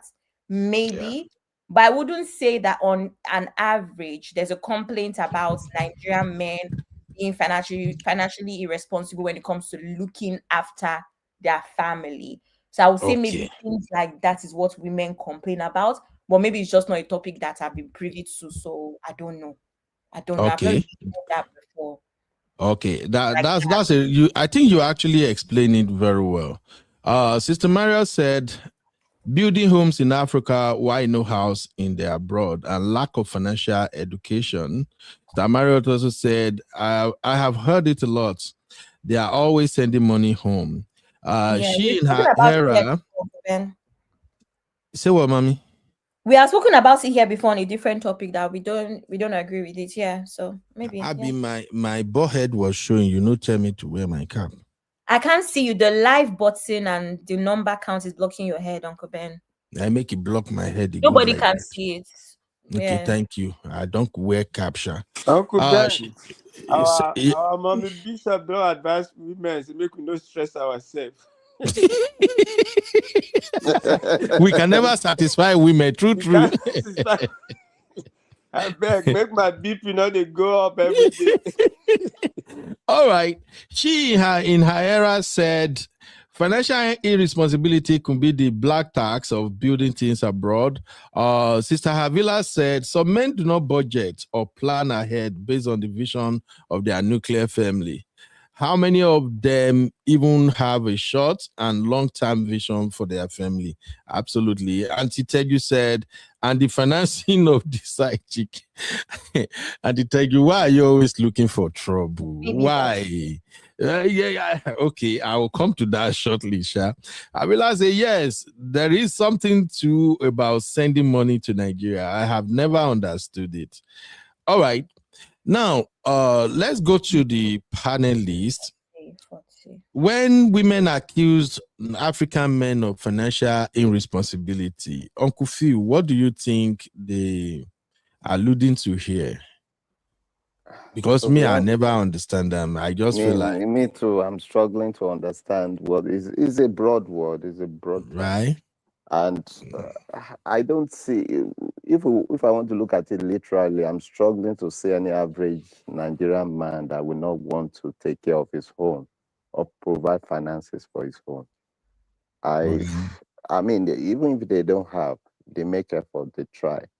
Yes, on the side, maybe there might be some finesse or some people that is poking the barrel with some things that collecting money on the side, on the maybe side chick, side black tax, side everything. But still, he will always make his home his priority. I mean, provision. So, I don't know. Like all these statistics, I don't see how it applies to me. Well, if they say most Nigerian men, well, eh, I'm struggling to understand that. Yeah. Uncle Dio, do you get what they mean when they say African men are financially responsible?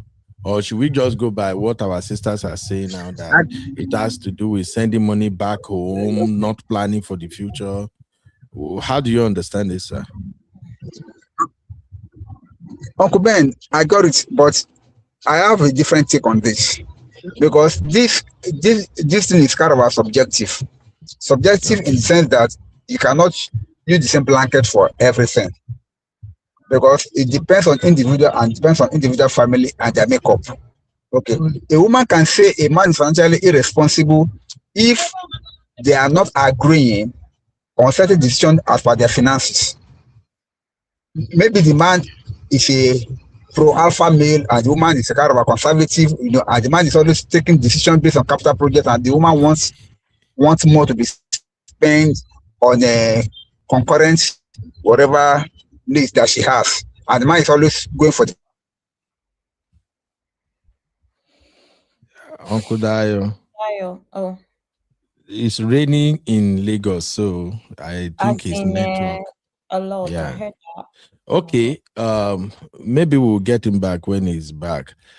Sister Mario said many men have no retirement savings, but they send money home. Absolutely. Sister Toby and Tribe say choosing to repair family house in the village while your wife has been complaining that she needs a washing machine to ease her burdens when your basic nuclear needs are not on the forefront. Uncle Dio, are you back? Uncle Dio. Yes, sir, I'm back. Okay. I don't know what happened. Finish your thoughts, sir. I'm here. Can you hear me? Yes, we can. So the thing is that, thank you. The thing is that, G, between me and you, sir, when a man and a wife could not agree on a financial policy that will help them both, that's why we have the issue of this issue of financial irresponsibility and all. But if they can agree and the man and the woman are transparent in their finances, they should be able to make it a success. But in most cases, we are having issues where the man may not be transparent, the woman is not being transparent enough, and they are still expecting one of them to carry the burden of the finances. So that's why we have that. That's why this kind of idea of financial irresponsibility comes in. But if the two of them are transparent, then they can be able to plan themselves and have a successful financial policy. That's my take. Thank you. Thank you. Uncle Patrick, financial irresponsibility. How are African men being financially irresponsible, sir? Are you talking about African men in diaspora or African men in Nigeria? Both in diaspora and in Nigeria. I see this complaint a lot from sisters. Okay, I'm going to talk because I've been here for a while. So I'm going to talk of African men in diaspora. Both men and both husband and wife must be on the same pace. I tell you, most women, as soon as their children begin to grow up, they want to stay behind and do omugo. No, I see it at my age. I know what I'm talking. Yeah. And they will discourage the man, say, what are you going to do in Nigeria with what is going on? And the man is telling them, say, well, I'm getting old, I can't die in this cold. We need to do something. And the man will and when there is no agreement, the man will shift. I beg. And when Omugo come, not the woman would they go do Omugo. Would they go shower for the daughter that just had the baby? Can the man do that? Yeah. It's happening. One of my friends just happened to him now. The woman just cook food, put freezer, small this thing. And the man said, nah, I ain't like beans. Uncle Ben, the woman cook beans, full freezer. 3 months, you don't go. When beans finish, go call somebody to come and cook. From one daughter to another. And some men, they want to hang out with their friends. They want to go to Nigeria. What's happening? They are getting old in their 60s. But the woman will say, no, I'm not. That's my responsibility. That's when money will be disappearing. Say, man, I don't want to go to my father. Let me even have bungalow. Make we do now. The woman will say, go and do what? It is happening, Uncle Ben, live. So both of you, even from the beginning, must have a master plan. This is what I want to do. You want to, step down a little bit. You can do this, not just say my own way, and that will be my own way. I'm not going to follow you go Mugo every time now. Let's be sincere now. Okay. Thank you, Uncle Patrick. Now, I think really African men we are guilty of this financial irresponsibility, especially those men who are not. Sorry, did you call me? Did you call me, Uncle Beno? No, I wanted to bring you back in when we cover the poor conflict so that you can take them both together. So my verdict is a lot of African men are guilty of financial irresponsibility. So brothers, if you get to watch these complaints from women are actually valid. A lot of men they don't involve their wives in whatever they are doing financially, and that is not okay. Like Arikemi said now, many men don't even put their wives in the loop as to financial plans relating to bigger projects. So absolutely, women are right on this. We don't even need a poll. This is straightforward. Now, poor conflict resolution. That is another complaint I've heard a lot of African women place on African men, that we don't know how to resolve conflicts. I don't think this is on African men alone. But again, Abby, over to you. How do we explain this, Mama? Which one? Poor conflict resolution. How do you think African men are lacking behind in this area? I'm not going to talk too much about it. I'm going to say one thing. Yes, ma'am. I am the man. That's all. What do you mean you are the man? That's all. A lot of Nigerian men have that mentality of I'm the man. So you cannot be challenged. You cannot be wrong. Your wife cannot feel any sort of way. You are always right. I'm the man and I can do no wrong. I think that is what leads to poor conflict resolution. You don't see your wife as an equal and as a partner.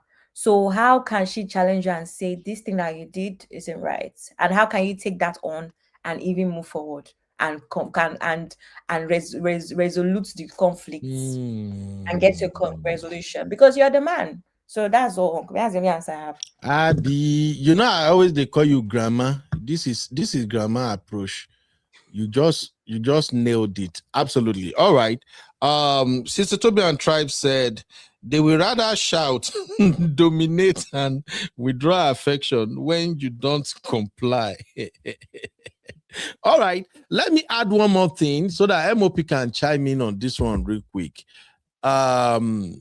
One of the things I also noticed women complain about with respect to financial irresponsibility was that men often use finance as a form of control. They said a lot of African men, because of their money, they believe they can get away with so many things. So, for instance, one of the things they say is that using money to dominate decision making or restrict a partner's independence. I agree with this one more, that this is common among African men. Like, if we really have the money and all of that, money is supposed to solve so many problems. And African women are saying, nope. It's like you won't let me even be myself because of this money. And I know Abby, you and sisters here have argued this one before, that African men, we like to throw money on everything, especially Nigerian men, everything. We throw money like we want to buy everything. You remember what we were talking about? I think we had that conversation. They lead with money. Yeah, they lead with money. Okay. So can that fall under that financial irresponsibility? It can, in a sense. Uncle Ben, there's also a thing, a lot of Nigerian men do this, Uncle Ben, whether I want to admit it or not. That thing where they are good outside. Okay. Do you know what I mean? Where they want to solve everybody's problems outside, but inside your house, Uncle. Yeah. Uncle. Yeah. Come on. Okay, I think that is what Anita Joseph was alluding to when she said they are spending money on side chick. So I think now just generally, like, they want to be the hero of the community outside, solving issues, but everything may not be 100% at home financially. A lot of Nigerian men are guilty of that, I believe. Yeah. Okay, so, and hey, Sister Yinkus, welcome, Mama.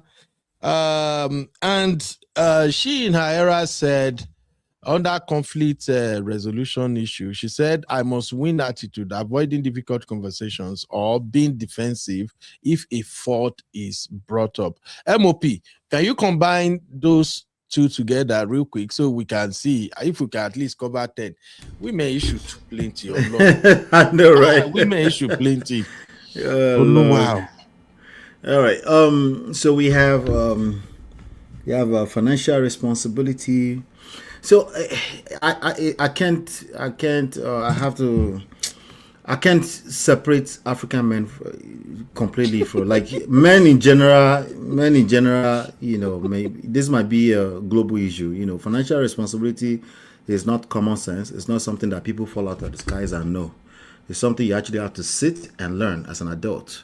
Oftentimes, you can't even comprehend what I just said until you failed financially first. So I'm not going to accept that from the sisters. That's across the board. If you have a husband who is not responsible financially, it's probably not as simple as he's sending money to Africa. He's just probably terrible at managing resources. Number 6, poor conflict resolution. This is major. And Abby, you hit this on the nail. I'm the man. Abby na grandma. I'm the man. Just listen to me. And even worse, when they don't say it out loud, but they actually feel it inside. They feel disrespected. The fact that you even question anything at all, right? So there's some men that actually, they don't say it loud. They might be respectful from a verbal standpoint, but they feel that disrespect, and they will show you shege just because you question or you push against them. In that respect, whenever there's conflict, simply means there's a drift. It means there's a disagreement. It means we don't align in one simple thing, right? And then you create alignment. Alignment does not fall out of the skies. It's not just going to happen just because you're a man with prick. Sometimes you have to navigate a conversation to get to a resolution. And that requires skills. It's not something that a lot of us are now raised with that. Because many of us, even as children, you're supposed to be quiet where adults are. And yes, that's supposed to stop as a child, but oftentimes it doesn't stop as a child. A lot of people take that as timidness, or they go to the extreme other end. Like they flip to the extreme end where they're just disrespectful. So I think that is something major that African men definitely should work on, and stop trying to use common sense. At least go on ChatGPT and type in "teach me conflict resolution." Can you at least do that? Don't make assumptions. Don't get me started, though. Which one me go and type in "teach me"? In fact, I will type her now. It's easy.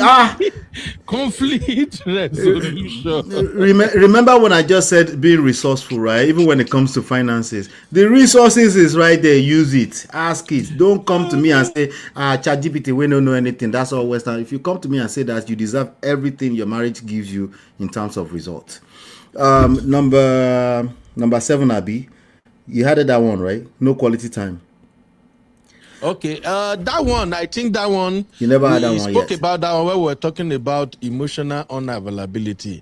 And to be frank, MOP, that quality time, I disagree with sisters over that one. Sometimes I think sisters really don't know what they meant by quality time. There's a lot. Uncle Beno, there's a lot of things on this list that I will listen to a woman and I will ask her what does she mean. I won't just take it on face value. Exactly. Do you see this quality time now, MOP? If you ask our sisters here now, how many do we have? We have like 60 sisters watching now or something. At the point it was 60, now we have like 51. If we ask 30 women now, say, what does quality time mean to them? You will see that they don't even have harmonized definition of that quality time. Some will say, Kerewa, no Kerewa, you don't do Kerewa. Some say, you are not watching movie with me, and we are not doing. Uncle Beno, I'm surprised men should cry more. It's not on this list. No, but Uncle and Uncle Ben, you guys forget that even that quality time is some people's love language. So you can actually, Uncle Ben, you're saying it's not going to be harmonious. Of course, it's not, because everybody requires different kinds of quality time. Quality time is some women just let's watch films together. Quality time could be let's take that, do our 10K steps together in the evening or whatever. Of course, it's not going to be the same, Uncle Ben. Okay, now let's see how we as men will understand this. Uncle Phil, Uncle Daya, and Uncle Patrick, if they can help us define this real quick. Uncle Quality Phil, time please. is for men is touching. What to be touching somebody's body? That's quality time. Well, quality time for men across the board will result in touching. Touching is not quality time. That's quality time for Nigerian men to be touching. And for you now, Uncle Beno, but most men, when you ask them for quality time, that's what, if they don't know what they're doing, that's what it translates to. I'm telling you that, Uncle Ben, when you ask men what's your love language, quality time and physical touch. Okay, you don't like to give gifts. No, it's peace. So it's peace these days. So it's peace. You don't like peace. Peace is our love language. Peace. Peace, food, and kerewa is our love language. SSS, sandwich, sex, and kerewa. Sorry, kerewa. I think in the third S. Okay, let's just call it peace. Okay. Men are easy now. Men are easy, Jesus. Are you calling us cheap, sir? You're calling us cheap. We are easy body to press. Oh my God. I'm telling you, okay, now, Sister Yika, don't bring another wahala come now. Sister Yiku said, quality time is defined by what your relationship is missing. What is your wife looking for? What is she asking you for? Sister Yinka to your long. It's on the screen, MOP. About what relationship women, it's so difficult to satisfy women, honestly. So now, Uncle Phil. That's a good point she made. Please, Uncle Phil, in your own understanding, briefly, sir, what do women mean when they say quality time, sir? This feels like goalposts always shifting all the time. No Baba, I know. And the reason why I said that is that it's not the same from woman to woman. It's not the same. Exactly. So, and if I find myself in that situation, I hope that my woman can actually communicate to me in clear times, because that can point in so many directions. Like, I mean, you sit with her and say you cannot even spend quality time with someone until you touch someone. Because when you are telling him in ambiguous language like that, he may interpret it like that. Exactly. And now, in the process of him trying to, in his own way, understand what you mean by quality time, it's creating another problem. That's why you ask, what do you mean? For like 75% of what is on this list, ask, what do you mean? Don't just take it on face value. We all men agree on one thing. Our first love language is peace. That is number one. That's our first love language. But then, the problem is, most of our African women, Nigeria in particular, I was on a podcast, it was just like this. They were all Cameroonians. Oh my God. See, I still have faith in humanity, even as we are on this platform. Oh my God, they will talk over you. You can't believe they are women. In fact, at some point, I have to look outside and make sure I'm still in the world. Because those are made different. If they were talking on this topic, oh my God, you will understand that we are even blessed in Nigeria. But that doesn't mean we still don't have our problem. But for the most part, most of our African, especially Nigerian women, they want you to figure things out. We are not mind readers. And most of our Nigerian women, they don't know how to communicate. The best way they can communicate is, are you not the man? Are you not supposed to know? Okay, the one I know, I taught you now, for instance. You say it's a problem. So that clearly tells you that I'm just guessing here. Just help me to meet you halfway. So quality time deeper. Some people like, okay, sit down, watch movies with me. Like yesterday now, my wife came in and all that. Our children, we shipped them out on vacation. So both of us were in the house. So she was like, coming, okay, oh, she needs to make her hair and all that. I said, okay, bring it, let me lose it for you. She sat down, I put the pillow down, she sat down, and I was losing it for her, right? That may mean some quality time, but me, I was emotionally, I was intelligent at that point. Only me and you are in the house. So who else would I lose your hair for you? So I sat down and I was doing it. That may mean something to her. Maybe she said she likes that or she doesn't, but I'm just doing my own. But I know most women will like that, right? So, but then let us communicate more. And that way, some of this ambiguous stuff will break it down. Quality time all the time. The way me, I understand that, well, yeah, baby, let's spend time. When we sit down, where we touch, you know, we spend quality time, we copulate it. Let me say this about quality time, Uncle Beno. Yes, If your sir. wife is asking you for quality time, that's a good thing. What you don't want her to be asking of you is space. If she's asking you for space, meaning you are choking her, right? Yeah, you're choking. She wants out. She rather spend time with Chike. That's what that means. You know, so if she's asking for quality time, it doesn't mean that you have to bend backward over time, and it just means she's probably missing you. It doesn't mean you have to show up immediately. A lot of this stuff, just a little bit of effort will make massive difference. Just that you heard her and you are able to try. That's all it takes. Because you're going to be you. If you're poor at giving quality time in the first place where she's not asking you for space, then that means she just misses you, and it's not a negative thing for a woman to ask for quality time. Now, nagging can be a negative thing. Not communicating properly can be a negative thing, but we're talking to men today. You're still responsible to ask, what do you mean, babe? You're still responsible for that. And it goes a long way when you're able to sit still and not feel the need to fix every problem, but just listen and just hear her out and engage the conversation a little bit more, double down on some of the details she might give you. And you might never get clarity, but right there, just because you are listening, quality time is being spent already. Okay. So should we say quality time is more or less about the activity and the duration of the activity? Is that what? No, it's more about what she means. Sometimes just 15 minutes, just doing our 15 minutes lunch and calling in. Quality time. Yeah, sometimes it might mean a 2-hour trip. It just depends, right? So remember what we said. You have to ask, what does she mean?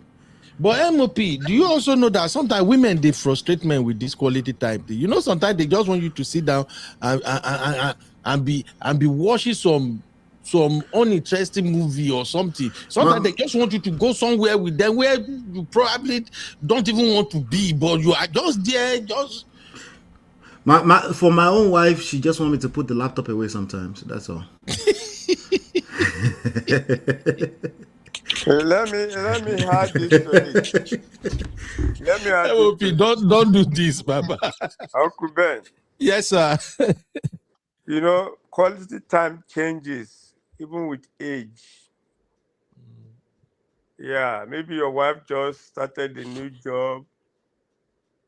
For example, you can ask her what's going on with your new job. Are you enjoying it? She'll be able to tell you. You don't just come from work and just see that, okay. Ask her. She might be going through some things, can even be in the family. Are you getting me? It changes according to, let me give you an example. When our first daughter first entered college, you know, we have to pay. And when she got to year 3 or so, she moved out of the school Out of those, she has a apartment, big apartment. Uncle Ben, I was the one paying. I was just, but this girl should just graduate. I cannot be paying for mortgage, pay for apartment. My wife didn't answer. He didn't.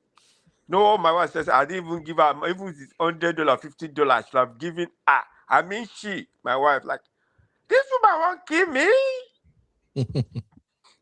That was her anger. One time, she used to buy my suit and everything. She's good at that anyway. I'm not saying with her money. She'll go to the store and buy good t-shirts for me. Sometimes they give some, I'll pay her. Just say, you can't even buy something for me. You go to the store. My brother, when we went there, I just look, what can I do? I said, let's go to Victoria's Secret. I just say, buy whatever you want to buy. I'll pay. I give her. So things changes. She might be going through problem in the family. You have to be involved. What's going on? Did you hear about your uncle? Understand? Those are the things. Those are little things you want. Or else you'll be shocked. You know what I mean, Uncle Ben? Yes, sir. You won't have where to put your leg. She might even be going through some things in her body that you don't know. You know what I mean? Yeah. Man, your man's mind is just okay, but you don't know she might be going through pre-menopause, post-menopause. Men you don't feel those things. You know what I mean? And she might be the kind of person that doesn't talk. Yeah, Uncle Patrick, the kind of person that doesn't talk. Uncle Patrick, women also need to know that men, when they are going through their menopause or perimenopause, they should also know that we as men, we are going through midlife crisis. I don't know you were going to say that, Uncle Ben. What's your problem, Abby? I think that you are going to say menopause or something. What's your problem? Menopause. We are going through menopause. No, we go through, Uncle Ben. You will soon go. I'm going to give you 2 years, but you go through papapause. No, but men do go through andropause. But please don't bring that up with your wife. Don't do that. But men do go to andropause. If you like your peace of mind, do not compete in this respect. Just leave it alone, JJJ. If you like your peace. I know, she might be feeling so much. She must have lost some of her hair and some changes in her body. You can ask her. She will tell you, you are just noticing. I know. You didn't say anything since all these days. You don't know what's in her mind. When you notice something, ask her, what's going on? I see this. You understand? Women see a lot.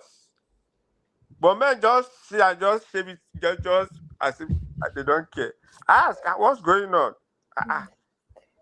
Ask. Those are the little All right. that go a long way. Thank you. Thank you, sir. Thank you. Okay, Uncle Dio is the network is really bad. Okay, thank you, Uncle Dio, for joining us. I thought we can run through this thing, but the more we are having the conversation, I realize how deep these things were. I was just gonna come here and just run through it, but now it makes a lot of sense. So I don't think we can even cover everything. But let me quickly move on to maybe 2 or 3 others, so we can call it a day. There is this also complaint from women about men expect blind submission. I don't know. Maybe we should even move this one to talk, because this one will bring a lot of buzz, bro. So Almost submission. Maybe we scatter the table finally. I have my own reservation here, MOP. So God. They accuse Nigerian men of expecting blind submission. But my argument on this one has always been this. Abby, because you have to explain it, you break it down from sister's perspective. My argument has always been this. Do you have a Christian marriage or you have a worldly marriage? Do you have a traditional African marriage or you have a westernized marriage? Because all of these factor into this submission we're talking about. If you have a Christian marriage, I'm so sorry, my sister, there is nothing like blind submission in Christian marriage. The Bible says, wife, submit to your husband. Man, I know come from you. It is what. Let them define it for us now. What is blind submission? Okay, I'll be over to you. And sisters, oh yeah, put it in the chat. Make I highlight them. Abby, oh yeah, speak for your sisters. What do do women mean when they accuse us African men of blind submission? Let me tell you, Uncle Ben. Sister First of all, Ika, you are watching you 365 Media. Or come to Uncle Beno. I think Abby. Yeah, No, I see you are watching. Okay, No, Auntie Ika. Well, all right, go on, Abby. Go okay, on. actually, yeah. She's not. Yeah, she's on 6365. Uncle Ben, you need to promise that you're not going to stress me, please. Okay. I won't So stress you. So far, you don't stress don't my push life for back me. too much. Just don't push back too much. So, Uncle Ben, and the reason I'm saying because we fight a lot on submission matters. Okay. So here's the thing. For me, blind submission in marriage would be obeying and complying without question, right? You don't have your own independent thoughts as a woman. There's no consideration whether it's also what you want to do. There's no agreement, no conversation before we agree. That would be blind submission, right? So am I allowed to express my opinions? Do I have to agree on every single thing that you come up with without me having an opinion? Pretty much, right?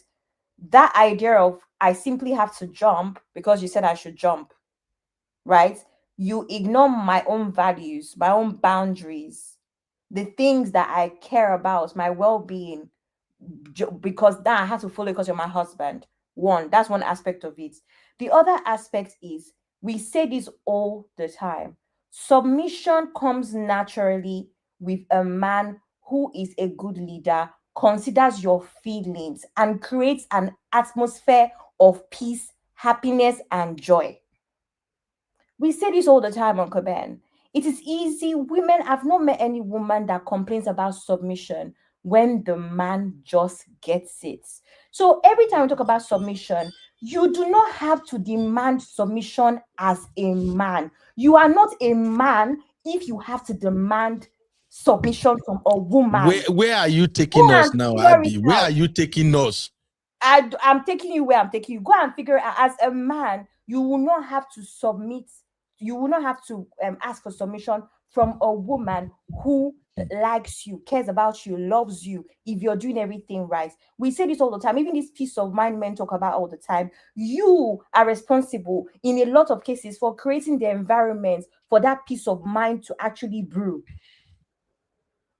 Right? Submission. We are talking about blind submission, no. And now I've addressed it for you. Now I've addressed blind submission. I've told you to because you are taking it elsewhere now. This is how you always create trouble. No, I'm not taking elsewhere. I've told you this is where I'm rounding up. I explained blind submission to you, not allowing women to express their own opinions or having their independent thoughts and just going with what you want or what you recommended. And it should not be like that. It should be partnership.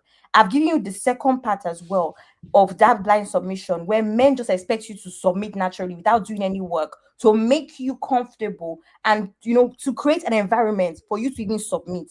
That's the second aspect. That's what I've done. I've given you two aspects. Okay. That's all. So how about the point I made about Christian marriage? In Christian marriage, the Bible says, wife, submit to your husband. Before that, what did the Bible say? Uncle Ben, you have started. What did the Bible say before that? Where is Uncle Dayo, Uncle Patrick? Uncle Patrick, please help us clarify that one. Okay, Uncle Phil. Let's start with Uncle Phil. Uncle Phil, please. What did the Bible say? But didn't the Bible say, wife, submit to your husband? What did the Bible say before that, Uncle? The Bible said that, but it said something before that. Thank you. What was it? I'm missing that part. It said men should love their wives. Okay. Right? But yes, of course. Abby, let me clarify. You see, it is the way the Bible puts it, it's not transactional. The Bible did not say until you receive the love from the man, that's when you submit. Right? So let us get it right. Now, is God, the way that place it was phrased was that he was mainly just passing down instructions, right? It's just like in my own field now, it's say, okay, you are cat 38, you are cat 1, until you do this, that's when you do that. No, the love aspect is not the input for you to process that submission. Your own assignment is submit. The assignment of the man is to love regardless. Because let's look at it this way. Like we are saying in the case of, okay, mother-in-law, but one go to drag front seat. For the fact that I look at that scenario, it's not a good scenario on both sides. Both on my mom's side, God forbid, I know she can never do that. On my mom's side and on my wife's side, God forbid, she cannot never do that. But hypothetically, right? That does not mean that I will not continue to love her, right? That sin is wrong on its own, right? So in that manner, your assignment has passed down. He said, just as Christ has loved the church. Christ loved the church. You know what the church has even done? He came and died for them. You understand? That's the type of love he's talking about. Regardless, good wife or bad wife, God help you if you have a bad wife, and your assignment is just to love her. God help you. Thank you. Now your angle be that. So if you have a good wife, God bless you. It will be easy for you. If you have a bad wife, make it easy for you to continue to love her. That is your assignment. That's on the side. Not that you wait for the husband love to now do your own assignment as passed down. He said, love your husband. Right? Okay. Love your wife. He said, submit to one another too. Oh. Right? You go, hold on. He said, submit one to another. Don't listen to her, Uncle Phil. Don't listen to Abby. Abby, hold on. No. Submit to one another means you should have compromise at some point. He said it at some point. But if you look at the word, don't go and say, okay, the first thing he said is love. So I wait for you to love me first before I submit. I get it. But then it is tough. Man has a responsibility to love the wife, whether you are a tiger or you are not tiger in his house, whether you give him peace or you don't give him peace. Love her. That is your assignment. Now, as the wife, whether you marry the lion or a hyena or whatever, God help you. You have to submit to him, whether you like it or not. So that's why the Bible even says, he who finds a wife, right? So that means he has given you that option. He left the door open. Whatever you find that you bring, he didn't say whoever the Holy Spirit find wife for one pastor give. No, it is you, because he knows. Maybe I like it tall, skinny, and thick. Maybe Uncle Dayo like it in a different way. Maybe Uncle B like it a different way. He knows our choices are different. That's why he gave us that ability to choose. Whatever you finds a wife is the one you find. Then the others will follow, just as the statement. If you follow the path. So you don't say, if that is your definition of the conducive environment for you to submit, I think you are getting the context wrong. Thank you, sir. Also, let me land with this. Also, the man will be getting the context wrong, saying that I cannot love this woman that is doing tiger with me in the house. He has gotten it wrong. What he's missing is that Otigbenia is yours. Now your assignment is to love her. Likewise, the wife, Otigbenia, you have carried it. That is your husband. You have to submit to him. It's just like the umbrella. And I will end with this. I've said this before. If in the rainy season now, everybody's buying umbrellas. Some people are buying this Nikonuga umbrella that is huge. Someone is buying all this Peperempe umbrella meant for kids. Some are buying the one that is flimsy. Some are buying the one that is quality. You have to elevate that umbrella above your head. You elevate that umbrella. Whether that umbrella is good or bad, you elevate it above your head. Now you are submitting to the will of the umbrella to protect you from that rain. Now the question is, what type of umbrella did you buy? So that is the case of what type of husband do you have to submit under? So before you buy that umbrella, you have to think and look and say, at some point I have to elevate this man and submit under his will. Is this the quality umbrella, this umbrella in my hand now, is it quality enough for me to want to elevate over my head and submit to the will of this umbrella? You have to ask yourself that question. And that's why they always say the general thing. If you cannot respect a man, right? If you cannot respect him, don't marry him. Because at some point you will have no choice than to elevate him like that and submit under his will. So also for men, if you know that this woman is not the type that you can love, don't marry her, because it will be your assignment. Only choice. It will be your assignment to do that. So don't let us mix that part. I submit. All right, thank you. Thank you, Uncle Phil, for clarifying that for us. Abby, you don't already explain. May we move on? No, I'll be 30 seconds, I promise, because I know there's other people here. I just want to say that I feel like we say this all the time. Not everybody is Christian and is going to follow the biblical, expectation to the T. And my thing has always been, men cannot tell us that they're the head of the house and not understand that they have to lead with something as well and create that atmosphere and environment. Now, I still believe, I'm not a scholar, but I still believe with the little knowledge I have of the Bible, that there's no reason for that to have come first. The same Bible still talks about the head of the house and all of that stuff. There's no reason for that to have come first if that was not a requirement where set the foundation as a man, the woman will naturally follow, as it should be based off of the idea of head of house and neck of house. So Christian or not, even just using common sense, it really should be the case. You can't pick and choose when you want to be man of the house, head of the house. Set the atmosphere, let the woman follow. That is my opinion. Thank you, sir. All right, I know this one is going to be a little bit controversial. If I may say something, Uncle Ben. Okay, sir, Uncle Dio. I think people get the notion of marriage completely wrong. You know, the reason why we are having issue with marriages these days is that people don't really understand what marriage is. Many people that got Uncle married. Dio, this is about submission, no? Yes, that is no. Without marriage, there will be no submission in the first place. Okay. Submission comes in marriage. So if you don't understand the concept of marriage, you can never understand the concept of loving your wife and the wife submitting to the husband.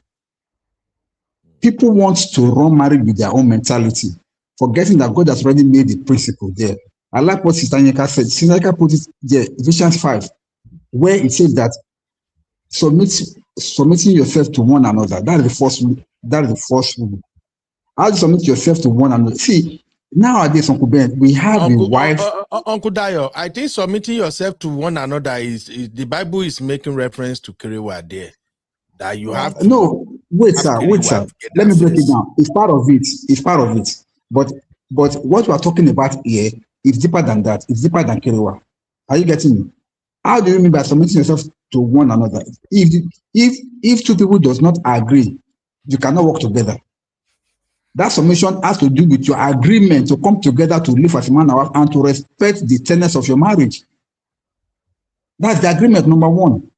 If you cannot agree with a man, that's what Uncle Phil was trying to say. If you cannot agree with a man, that this man will have chosen you of all men in the world to be your wife and to submit to you and to respect you, please don't marry that man. It's not by force. But unfortunately, what we are having these days are some of these women, they want to come into marriage with a conditional clause that if he loves me right, then I'll submit to him. That's not marriage. It's not about him loving you right. And it's not about you holding to something not to submit. It's about what God says. And even the man also can never say, because this woman is not submitting to me, I will not love her. It's never done it. God said it's a commandment from God. It's to love your wife, whether she's a witch or she's whatever, you must love her. Same thing with woman, whether the man is right or not. Yes, sir. Uncle Dio, no vessel. We have men who are loving their wife now, and the wife still don't submit. They are still complaining of something. Uncle Ben, that is the fault of the man. Why chose the woman that doesn't submit? See, Uncle Ben, That is the fault of the man. You chose her. Of all the women in the world, you chose that particular woman. That's why I like that analogy of that umbrella that Uncle Ben, Uncle Phil said. You went to the market and you bought the umbrella that you want. You went to the market and pick her and you paid her dowry and she became your wife. So it's a cup of tea. You must not to deal with it. That's why the Bible says that he that findeth. Do you know why God left finding wife for his children? Because the very first one that God brought to Adam, when things went sour, Adam put the blame on God that the woman thou givest to me has caused me. So that's why God now stopped looking for a wife for any man. So he that find it. Now you must be done to go and find a wife for yourself. So whatever happens, it will be on your head. Because the very first one that God looked for a wife for, which is our father, Adam, in the Garden of Eden, he put the blame on God that the woman that thou givest to me caused me to eat of the apple. So God said, okay, because she did. She did. No, that is why God has stopped looking for wife for men. That can collect apple from a snake. Uncle Ben, that's why God stopped looking for wife for men. That's why God has allowed men to go and look. That He said, he that find it. It is now me and you that we go and find a wife. If we go and find a good one, good for us. If we go and find a bad one, we bear the consequences. That's just the way it is, sir. People don't understand marriage before they go into it, and then they get inside, did not start arguing. And now, quickly, back to what Abi said, as per marriage, that is not about Christian. See, whether you like it or yes, that's not you what cannot. No. I'm not saying that's what they say. You said it does not necessarily relate. You said that not everybody is a Christian. I don't know exactly now, but we say this on So every day.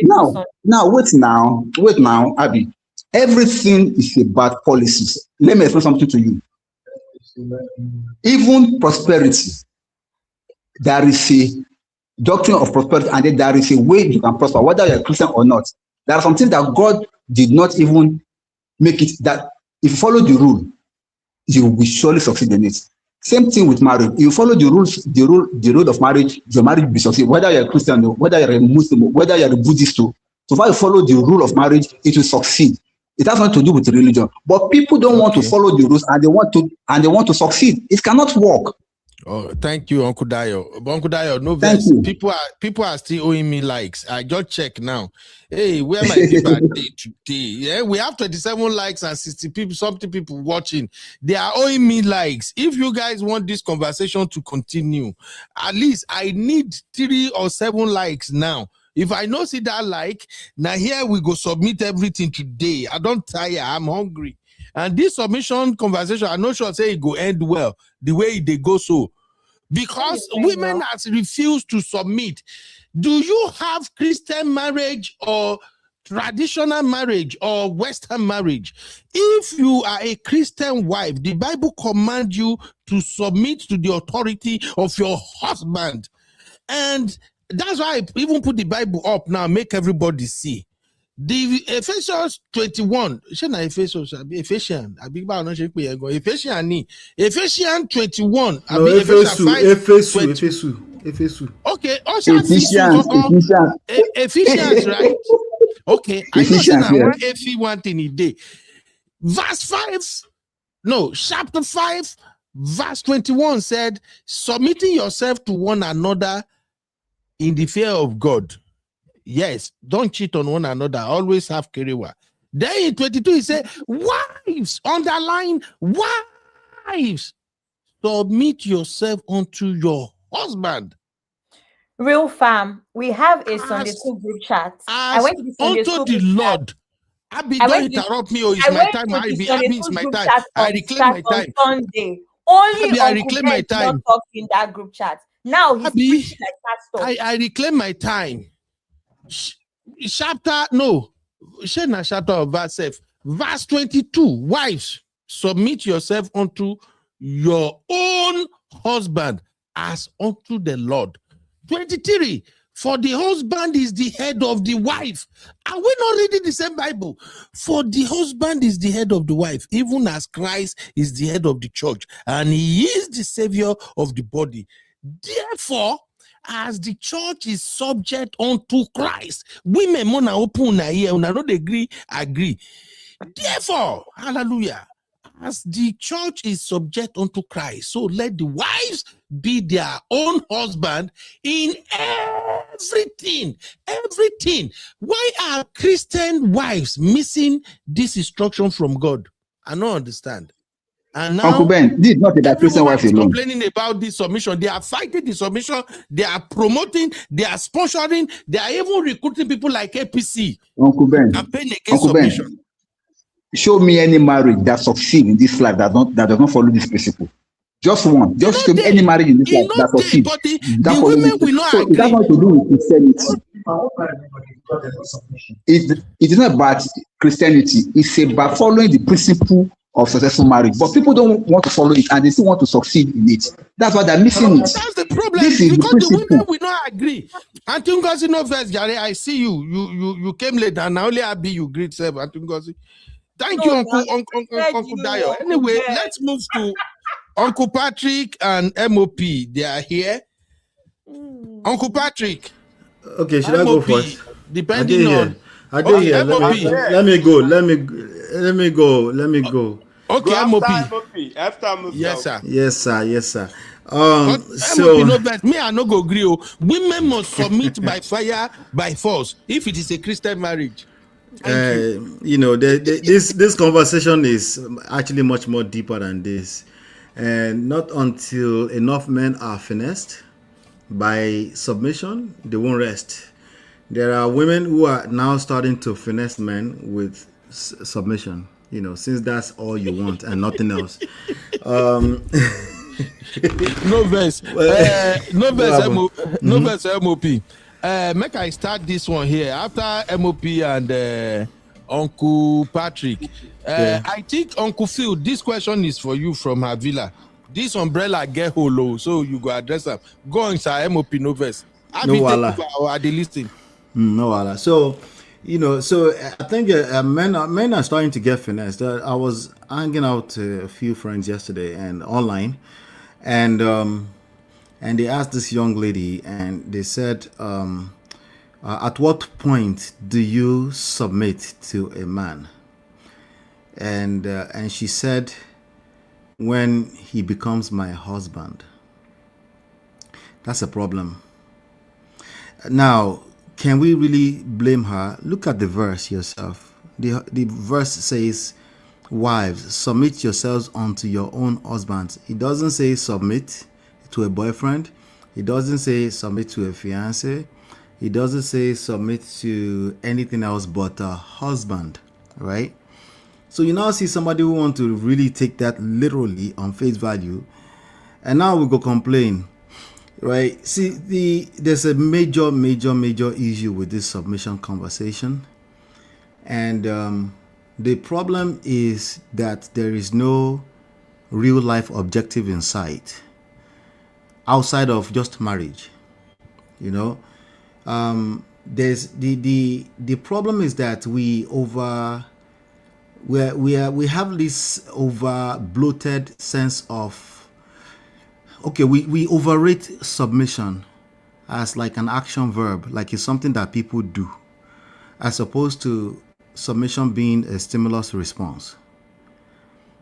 And yes, we can justify that in the Bible because a woman is just supposed to submit, just like a man is supposed to love. But even if we take it back to the love aspect of things, what do we mean by love? Love as a word is such a confusing word. English language gone self-confused when it comes to the word love, which is why a lot of people are still confused whether love is enough for marriage or not. This is still an ongoing argument too. You know why? Because oftentimes the people arguing against each other are arguing from different sources of truth about what love is in the first place. People might even pull dictionary and say love means affection. The other person is saying love means all 12 character attributes of love inside of Corinthians. It's confusing everywhere, right? In that conversation we had earlier on, I think me and Uncle Phil said, ask, what do you mean? If you're going to serve, don't you think you should at least understand what will be valuable to the other side? Same thing for submission. This idea that somebody is just going to wake up one day just because they follow the rules of marriage and they will submit. Yes, before they get married, just because they want you to become their husband, yes. But what about when life starts to kick in, real life starts to happen, and see finish, don't they enter, and you're no longer the perfect man that they fell in love with. They found out that you're a human being after all, right?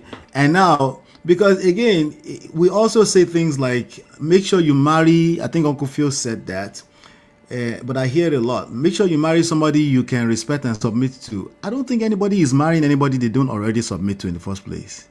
I think the problem happens after the fact. I think the problems happen when the drift start to happen in marriages. When people start to see each other finish, start from something that's simple, but even when they start to betray each other in small little ways. You were supposed to be a size 6, but now you're a size 16. But I can't really tell you because I don't want, I don't want problems. But then I keep it inside. But eventually I tell you one day, and then it's coming from a place of resentment with a ton of other things going on. So submission, I don't see it with the, I think we need to be careful with the biblical interpretations. There's about 2,000 biblical interpretations of it that I've heard personally. Like a whole lot. I'm just exaggerating, but like a whole lot. Everybody's interpretation is different everywhere I go, right? But I think the Bible is actually really telling us the obvious. A woman naturally submits to what she falls in love with in the beginning, but life go happen. And when life happens is what men are complaining about. When she loses respect, when she doesn't see you the same way she saw you, and you're not even listening, right? When she questions if you even love her at all, when she doesn't feel safe and secure anymore, right? So she responds accordingly. That's one small aspect of it.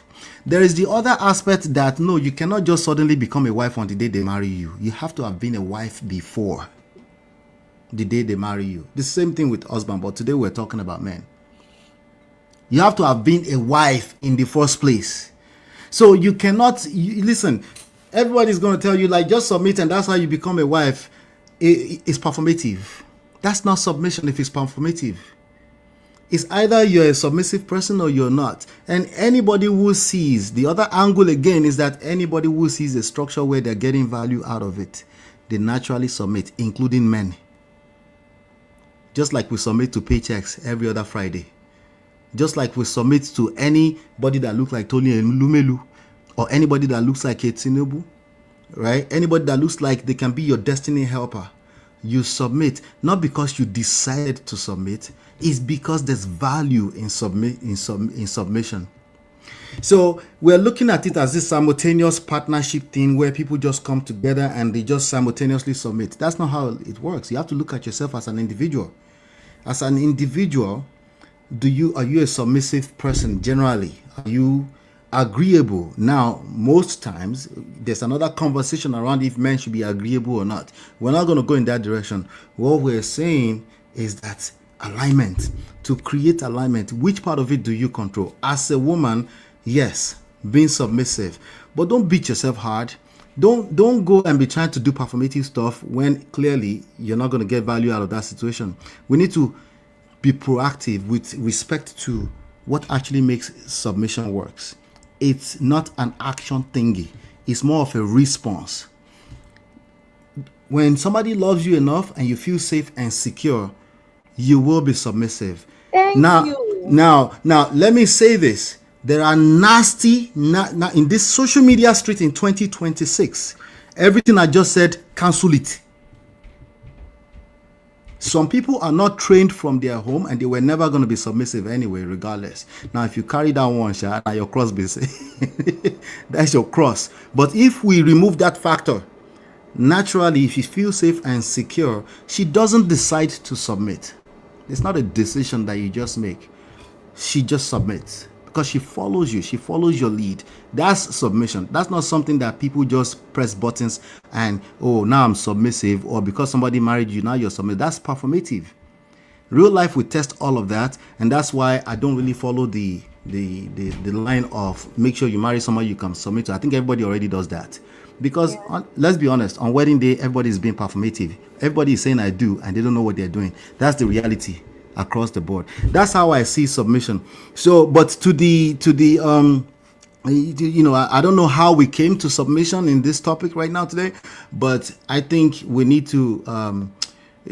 What does submission mean to every individual? What does that even mean, right? If a woman, I'm telling you, me personally, if a woman is pushing back at the idea of submission, I don't think they should be considering marriage at all, because marriage is very traditional in its very sense of it at its core, still in 2026. And I think it's not just the dictionary meaning that will play out. I think it will play out in other aspects of life. The fact that you feel the need to argue with this one word so badly that nothing else is happening, I think that's already a bad sign in itself. So I might be on the fence a little bit on this one, but I'll give you this one last line, Abby. Submission is a response. It's not something you do. It's more of a response. Okay, thank you, MOP. Although I have a very tiny pushback, but let's go for it. Let's have it. My thing though is about the whole thing of a woman pushing back so much about submission, just a word. I can say as well that why are men so stuck on submission? Why is that the only thing that you carry on your head? It goes both ways, right? And for me, I'm just here thinking, you love somebody, they're a reasonable person. I still believe that it's men that would set things in place by just leading properly and all. I haven't heard, except Iwiri, and like I said, I don't talk about mad people. Except mad people, I've never heard when a woman wouldn't naturally submit to a man who is doing what he's supposed to do. Right? So this whole talk of, if you have a conversation with a woman and she's so hell-bent on pushing against submission. Sorry, Abby. Why are so stuck on submission? Abby, let me interject you. Now I know where it came from. It's because we're talking about blind submission, men seeking blind submission, right? Men seeking blind submission. Yeah. Okay, yeah. So now let me speak to that, right? I don't want men to go out there and try to be a macho man who will make you submit just because he's loving you enough. That's not gonna work. She's not submissive, right? We're talking about in day-to-day interaction. If you find out that suddenly your woman is not as submissive as she used to be, or she no longer respects you, it's a response. You need to find out what is going on. There's something deeper going on. But yes, men are asking for blind submission, and what I understood that to be is that it's not rooted. Like somebody, that's the performative thing I was saying, right? Somebody is submitting to you, but it's not really rooted. They are hoping, they are sowing the seed. They're hoping that you will love them more if they submit more. That's not going to work. It's not going to work because you don't feel safe and you don't feel secure, and now you're trying to fake submission. It's not going to work. It's a ticking time bomb.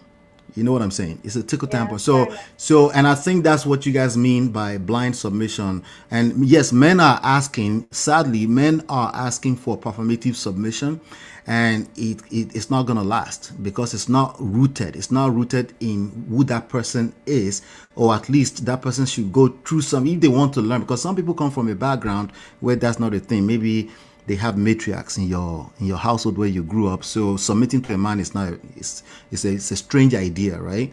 But you really want to know what that is. If you don't train them properly to be rooted in value, if it's rooted in surface level, fluffy, just this unrealistic expectation that the man will love you more because you submit, it will backfire, it will work against you, and you will resent yourself for even trying in the first place. Yeah. Thank you, MOP. I'm going to set the precedents for Uncle Dio and Uncle Patrick.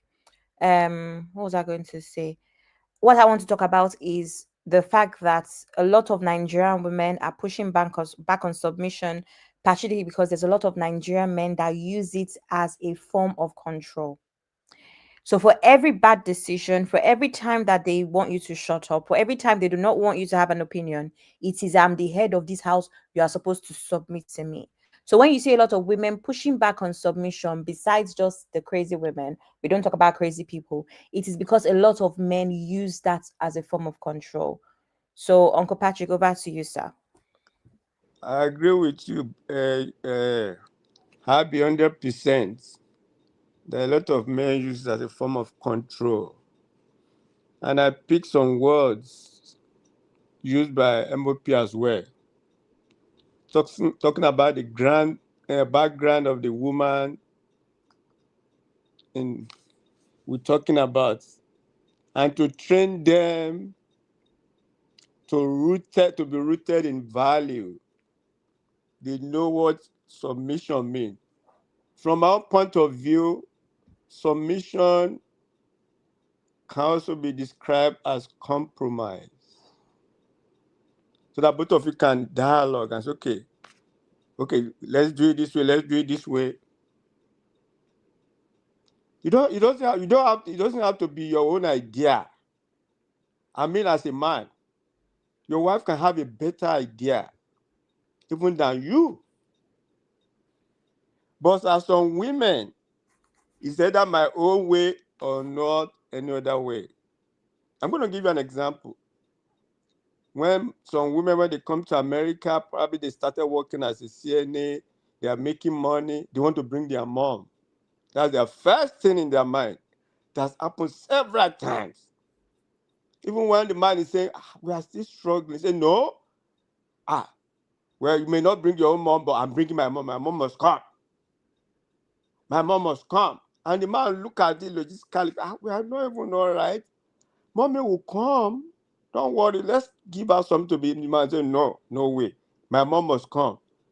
Abby, I can tell you different cases that have messed up marriages because they want their parents to come, especially the women. Yes, your mommy should not confess. So let's see my mom. I even have a case, an elderly woman. I'm so disappointed, and the elderly woman that they have to even hand her over to crew member that she locked herself inside the hotel. What's it called? Restroom. And the husband was saying, Mama is old. Mama has been coming here for how many years? She doesn't have to come. But the lady said, no, she's my mom. That kind of stuff can easily break marriage, if not for the fact that the man is a man of integrity, a very responsible man that loves the wife. And the way I look at marriage is like marriage is a cult. Somebody that you open yourself to, see me finish, you see your nakedness. That one alone is submission. Yes.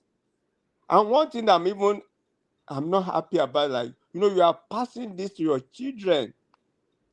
Say your children can likewise do the same thing to their husband too. You don't have to. When the children don't have to talk. Forget it. They see what is going on. You don't have to sit them down. They see how mom is behaving. They see how dad is behaving. That is the most painful thing that I see from it. And if you say you are a Christian, you are not portraying that at home. Like rightly said, there are some people that they are father to everybody outside, but it's not doing anything at home. It's not carrying the weight at home, but it wants to help other people. Yeah. And let me round up with this, that the background really matters, where that woman is coming from. And the man himself, I'm not talking of women, the man, the back where the man is coming from. Maybe the father used to, lord it over the mom, so I'm going to do the same thing to my wife. Maybe the woman, the mother doesn't allow the mother is the one in charge. Say, well, I'm the one in charge. Yeah. So it goes both ways. And but Uncle Dad was saying, marry who you can, that will submit. People change overnight now. Why are we having GO, general officer, divorcing the wife? Because they do not agree. Can't you work together except they agreed? They can't compromise. What are we talking about? That's nothing to do with marry who will submit. Like Ola was saying, we are just playing games. She will submit. But by the time she entered the house, say, waiting. I beg. That's your sister when they talk to me. They better ask her not to come to my house anymore. I don't want to see her. What will you do? You will say she doesn't submit. All my family must be here. They must be sleeping on the same bed with us. You never know anything. Same waiting. So it has to do with your background. Whether you read the Bible or you don't even read the Bible, where you are coming from goes a long way. Yes, where you are coming from, both the man and the woman. You know, the people go to church every day, hear the same thing, but they will still act the way they. You know, a lot of people, Nigerians, they believe in prayer to cover everything. Prayer will not cover that one. Like they was always say, deeper life, the holier than thou attitude. You are just being holy, but your attitude, no, doesn't show that you are, you are even listening to the scripture. That's what I got to say. Let me end. Thank you so much, Uncle Patrick. Uncle Dayo, are you here? Because I don't know. Yes, I'm here. Okay, sir. Yeah, Uncle Dayo is here. Now, the thing is this, I think Uncle Patrick tried to summarize everything in a way. And then he said something also that is inevitable, which I want to talk about. He said people can change anytime, which I very much agree with. Even though you went to the market and you were able to get the best wife or get the best husband, circumstances can create changes in that man or in that woman that will make everything to fall apart. Agreed. But the point is this: to every action there will be a reaction. That's why marriage is not for children, it's for adults, matured minds that can withstand it, that can live it, and that can run with it, with the understanding of what it is all about. Marriage is not where you will have your take all the time. Marriage is not where your will must prevail at all times. Marriage is not where you are the overall at all times. No. First off, you and your partner, because I said it earlier, and thank God Uncle Patrick to mention it. Amos 33 says that can two work together except they agree? There must be an agreement between the two of you. Both of you must have the same mindset. That's the foundation. And if the foundation be destroyed, what can the righteous do? Many marriages are built on the faulty foundation. That's why we are having problems in every single marriage that we have been seeing. Because once a marriage is built on the faulty foundation and the wife and the husband does not agree on some certain principles about life and about their living together and about everything that is supposed to live together as man and wife for, that marriage cannot last. It's a matter of time. It will crumble. It's like a house built on sand. If your house is not built on the rock, that house, by the time the thunder, the waves comes, it will crumble under that. Because marriage will surely pass through the storm. That's why you must make sure that you build your marriage on a solid rock, and which that rock is nothing else but Christ himself. I'm not saying this to anybody that does not believe in Christ. I'm saying this to Christians. And then for you that does not believe in Christ, build it upon whatever you believe on. But there's a principle to prosperity. There's a principle to successful marriage also. If an unbeliever follows the principle to prosperity, he will become very, very rich. Same thing, if an unbeliever follows the principle of marriage, he or she will have the best marriage. So it is this principle that really matters. And what are those principles? It's what we have just read in the Bible. But where we are having issues are the areas whereby man want to impose their own thoughts or impose their own translation upon these things. And coming back to what Uncle Patrick said about changes, everything in life, the only constant thing in life is change. The one that you marry, and you marry today, there is like all may change again tomorrow. Are you getting me? So if your man will change or not, it's a matter of whether you can be able to manage it when she changes or when he changes. So those are the things. But left to me, I would like to say this: for every marriage, for every marriage, we need to understand one thing, that there is a way to go about it. Don't just say, "Oh, my man must do this for me to do this." Don't put condition in your marriages. And as a man also, don't put condition on your wife. Sometimes your wife may not be wifing you, and sometimes you as the husband, your husband may not be husbanding you. Allow me to use that word. What do you do in those circumstances? You keep on living, and you keep on doing what you're supposed to do. But on a more serious note, when it comes to this issue, I will still go back to what Uncle Phil said. It is you that will go to market to go and choose. Even now, if sister asks, if your umbrella has a lot of holes in it, it is you went there, you check the umbrella, you open it up before you buy it, you see that it has hole. Why did you still go ahead and buy it? Or maybe after some time, this is where the changes come. Maybe the fabric of that umbrella is not strong. After some pressure, it begins to leak. That's where the changes come in. You must be able to manage it also. You can still repair it, you can still mend it, and you can still be protected with it. That's where people fail. They don't want to mend it, they want to throw it away and pick another one. I'm speaking in parables, but I'm sure we are getting all the messages. So to me, it's still, the onus still lies on us as the person in that marriage to make it work. The moment the two of you agree that this marriage must work, it will work. But the moment only one of you wants it to work, another one has given up, it becomes a struggle. Thank you. Thank you so much. Anybody have? Okay. Yeah, I would like to say something. Yeah, I get it. Again, these are the kind of stuff that I have to deal with all the time. Unfortunately, when two or more people are involved, the principles, they start to change shape. They start to change and come in all different types of shape. You might even find two people quoting the same Bible and have two different interpretations to it. You know, and that's where the problem comes in. Because really what we're talking about is, we're talking about marriage, but the reality of it is that marriage is going to have literally hundreds of thousands of conflicts that you have to navigate, not just even with the other person, but even internal battles as an individual, as a human being. You know, and when those things start to show up, it's very easy to blame the other person. You will find more than enough justifiable reasons to blame the other person.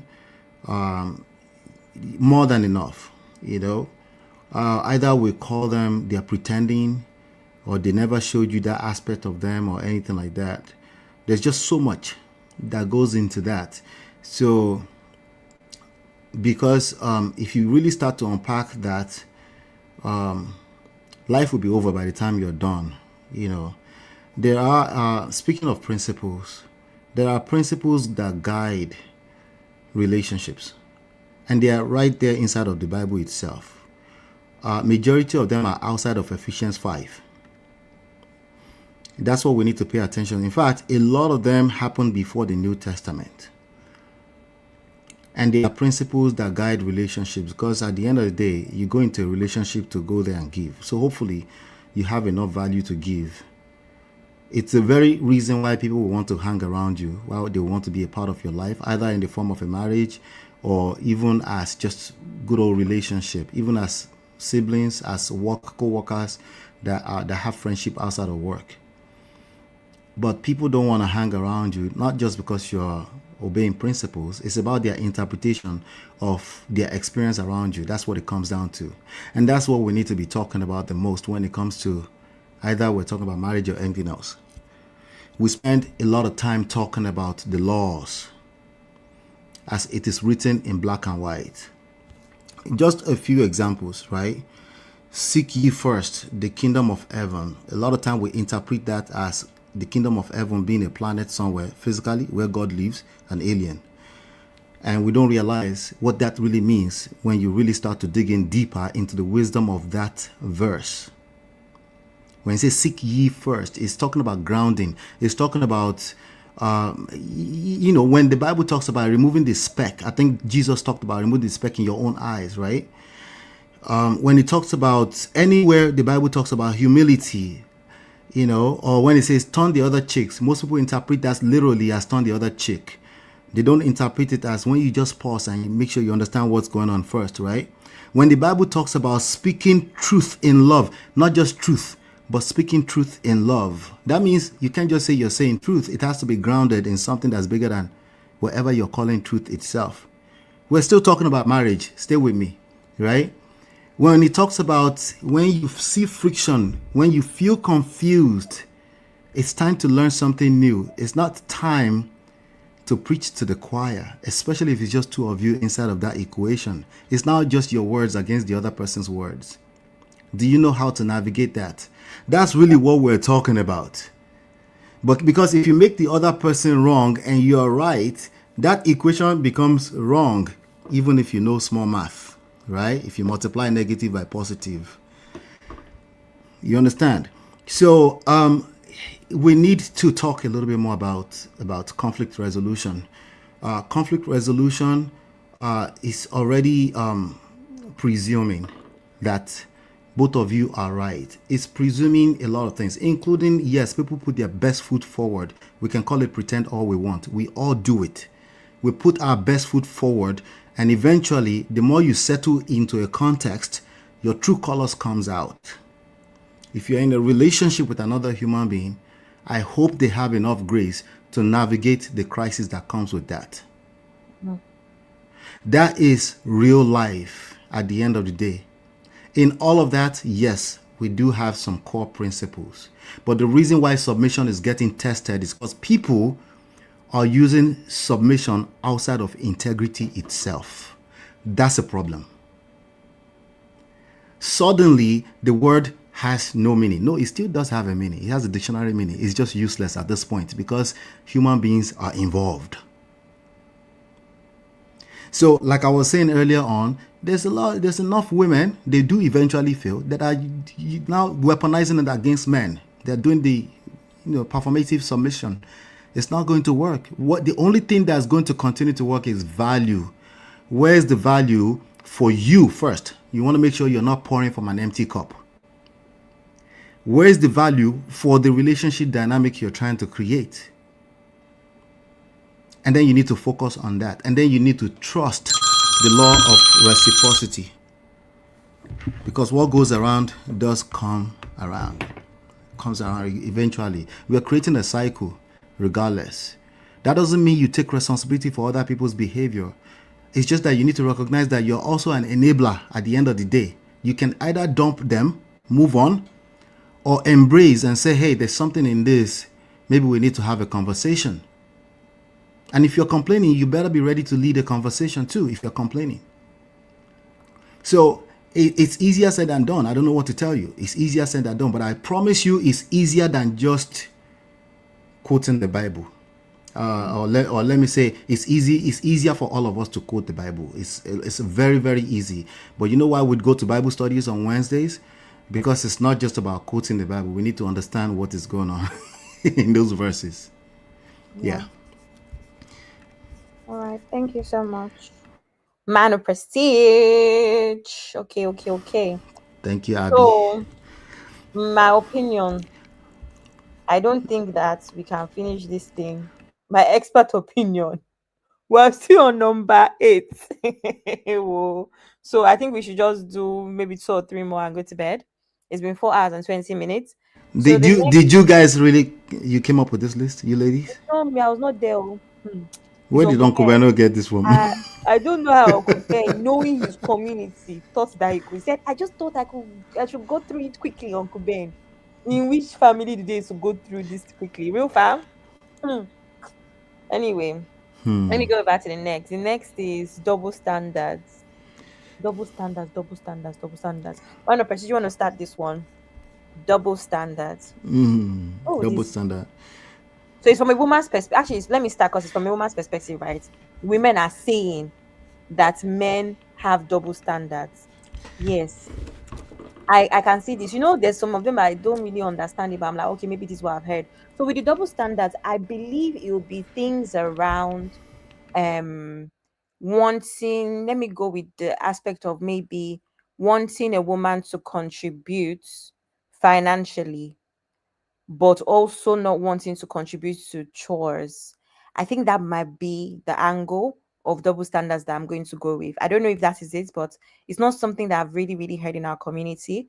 But if I had to guess, I would say it has to do with Uncle Ben, am I correct?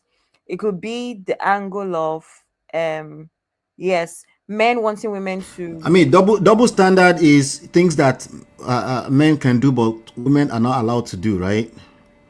Yeah, in a sense, but I don't know how to relate it to, because remember the topic or the context is the things that women are complaining about that Nigerian men are constantly doing.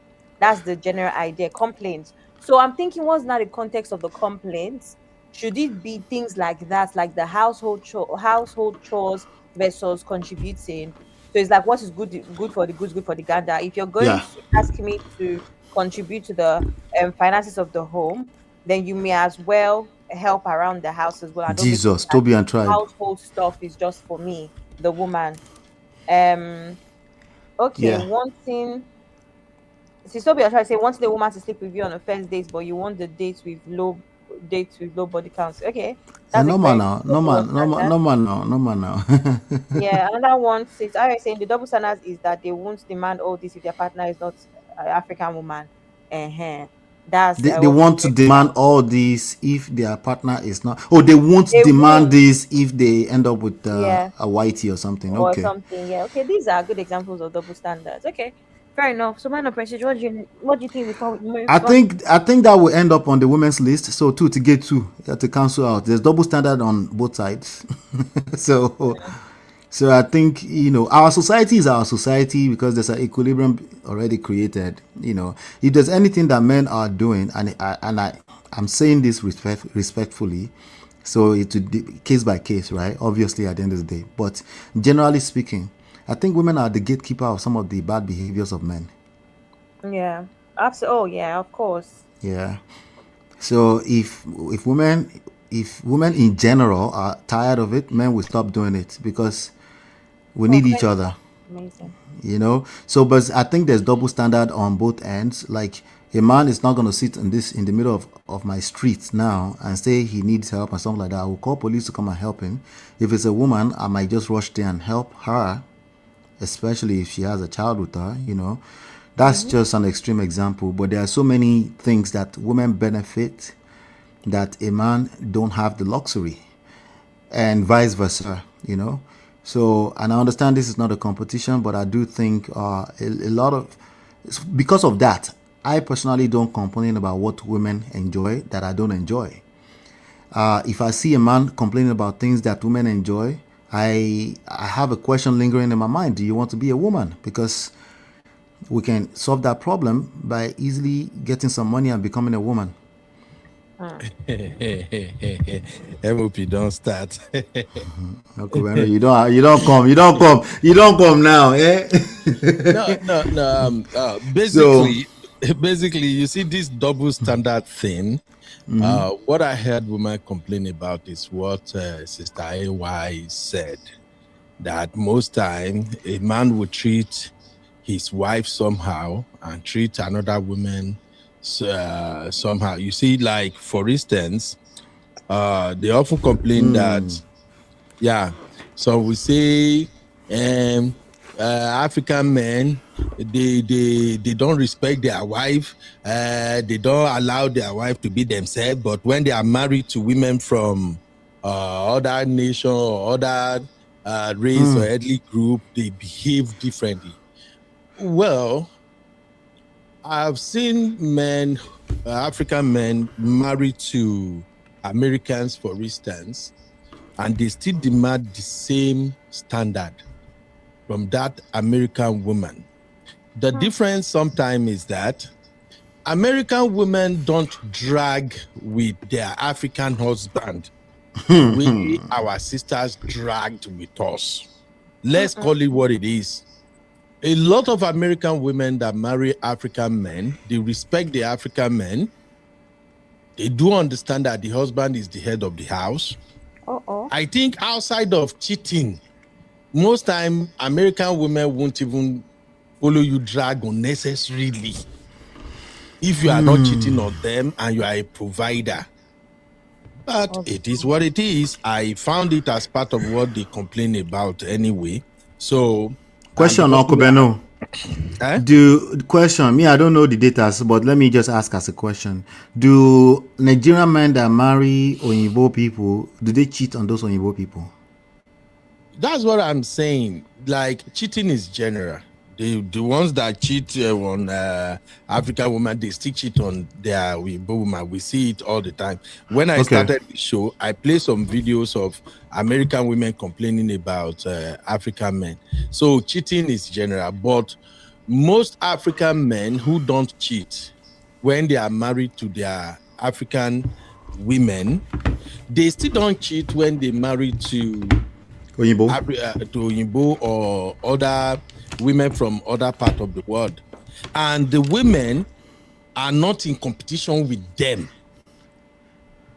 So that's the issue here. But I am not saying that women are not right. I think African men, we may say they are guilty as charged on this double standard thing, but I don't think the excuse our African sisters are giving are really justifiable, because many of them won't even do what the so-called American women would do in order to make their husband happy and all of that.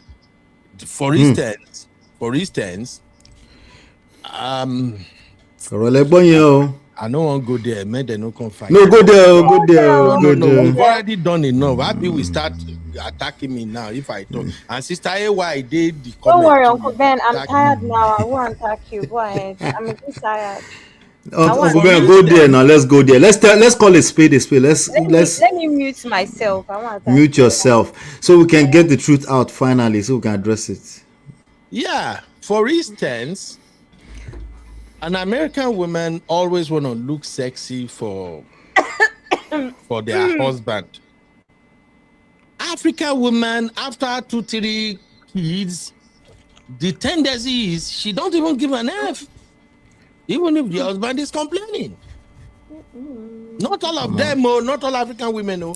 So that's why I said I don't think really that angle of double standard from where they are coming from, I really don't think is applicable like that, because a lot of American women always want to stay sexy, always attractive, always bringing the vibes, always understanding that the man also have some expectations that needed to be met. But in our community, I know so you know when they talk. Abi, you just the cough for nothing. Sister Toby, they cough in Spanish. Even if you cough in Japan, it is what it is. No, they should come and speak for themselves. All these women that are doing this, they should come and speak for themselves. Coffee now. I don't know why the sisters are coughing. No. Uncle Ben, you are going to the way you just. Ben, the way you just wrapped it up, and me, I can't relate. All those brothers and all those women would refuse to upgrade themselves. They should come and speak for themselves. Exactly. I don't know. Exactly. So yes, African men they do apply double standard, but the situation sometimes determines why they do that double standard. Abi, do you plan to lose yourself after 2 years if you get married? Absolutely not. And then we start to beg you, please stick that bonnet off on the internet. Jesus Christ. Do you plan to become that person, Abby? So we can address you up front right now. Okay, all right, no, good. I do not plan to, because I don't think there's any woman, honestly, Uncle Ben, the angle Them it's just that it's most of them is American as far as I know, but them they. No, that's not what I'm saying. Well, that's not what I'm saying, MOP. What I want to say is that I don't think there's any woman that plans up front that they are going to not care about their looks and all. And these are part of, I speak about this a lot. I speak about looks and all. I've spoken about it a lot. Even alternatives. I speak about alternatives to bonnets. I don't wear bonnets. I don't like bonnets. I wear nice silk scarves if I have to protect my hair, because I think bonnets are ugly. So I'm just even saying I've spoken here. Auntie Inkus and I had the real what do you call my show? A recap central one where we talk about even dressing to the airport. We know you're dressing for comfort, but still look the part and don't look like you just rolled out of bed because I'm traveling. But Uncle Ben, I feel like yes, Uncle Ben. She make I choke you small now. Make anybody no come now. Let me just talk first. No, let me just say this. I feel like no woman plans to, but we have bigger issues that we really need to address in our community, like having children, letting yourself go, the postpartum depression.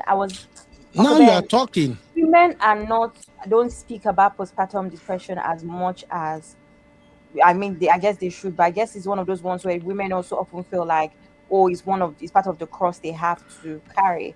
the fact that women genuinely don't like their bodies anymore after children because it just changes, Hmm.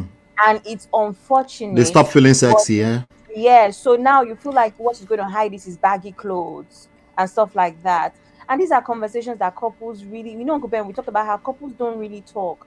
These are conversations that couples really need to have about even husbands saying that I You appreciate know, you with all of your fupa now and with your stretch marks, and then what can we do to make you better? It may never be perfect again, Abby, but now see Uncle Ben, how you go to the gym with my auntie? Even Things though like as men we that, love fupas, but go you ahead, know, Abby. things like that. So women don't feel as confident, and men need to give us grace.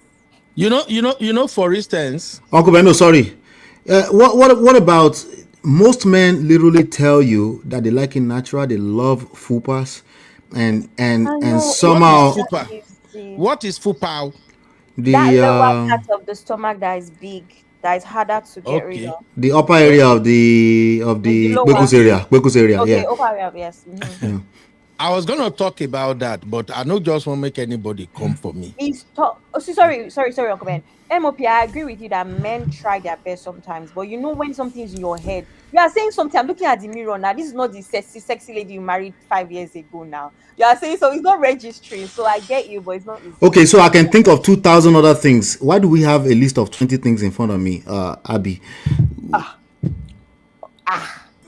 Okay. still on number 9. You are talking about 2000. MOP, I can think of 2,000 other things that let's I be managing. feel it might just be in the head of a woman, but the man now has to deal with it. Let's manage MOP. this one. For instance, now the fupa or something you guys are talking about. Did you know Oyibo or Black American women, if they discover they're having some extras, they won't hesitate to use Monjaro and many of these other means that can In help. my neighborhood, they are the same. I don't know about you, Uncle Beno. In my neighborhood, they are just as bad. If we're talking about this topic, Uncle Beno, but maybe in your area, the ones in your area, okay. No, I'm just saying that is them. But let's face reality here. A lot of women are beginning to see that you can actually work on your body if it's gonna make you feel more sexy. Yeah. But That's you true. recommend that to some African women right now, they will tell you, God forbid. You know that kind of thing. So Wait, you tell them that they can do something to feel sexier and they will say, God forbid. How does that work exactly? MOP, many of them will reject it. Let's call it what it is. I'm just saying this just to No, oh yeah, I mean, no. I'm trying to figure out why would you tell somebody they could do something to make them feel better, and then they just reject it. I'm trying to understand. I'm sure there's more to it, right? I'm not doubting that they don't do that. I'm saying, what is Abby is here with us. Maybe she can tell us why do women do this?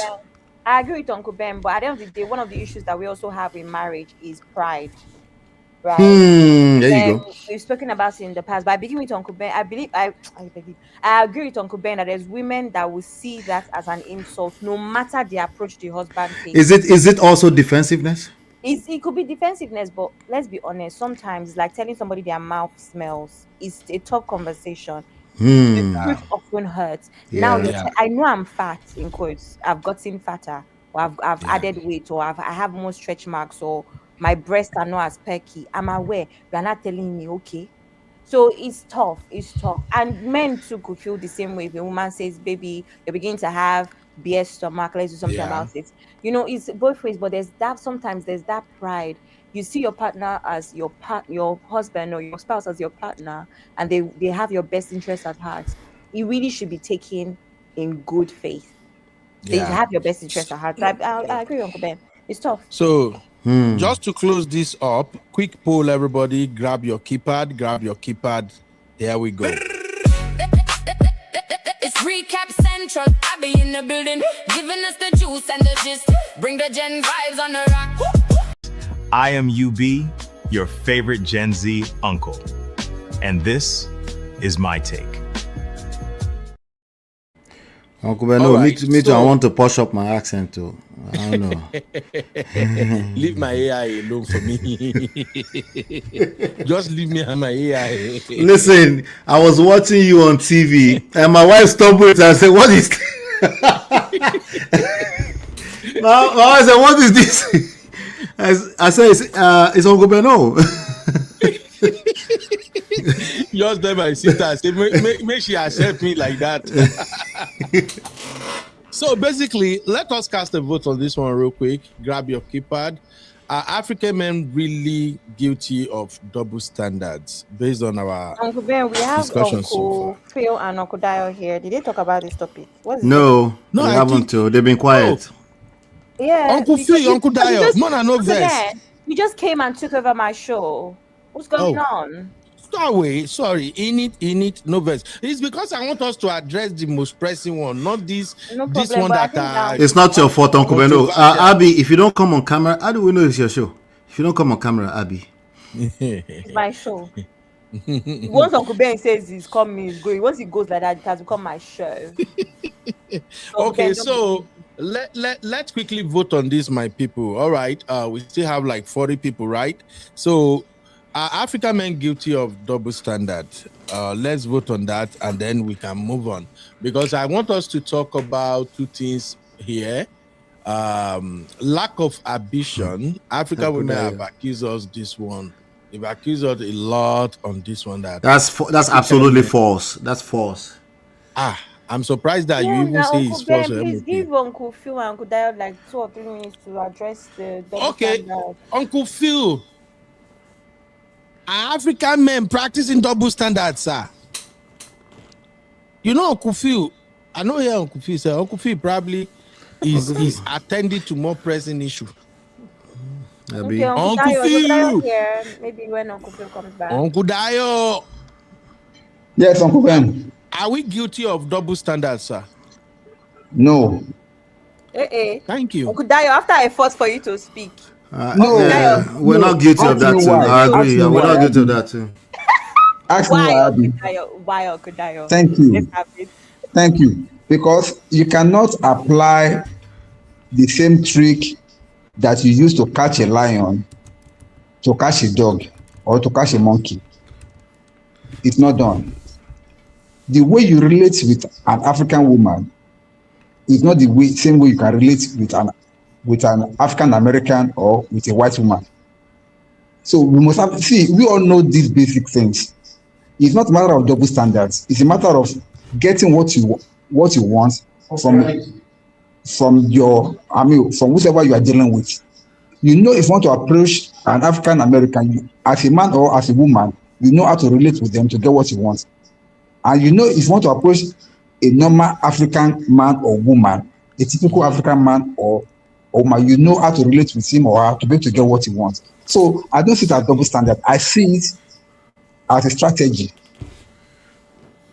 applied to get the end result. The end result is for you to be happy in your marriage. So if, for instance now, if African American women love PDA and you want that woman to be happy with you, you must embrace PDA. Exactly. I'm just using that one as an example. So it's not about double standard, it's about applying what works for everyone. That's just with me, I see it. Thank you. Interesting. No, fair enough.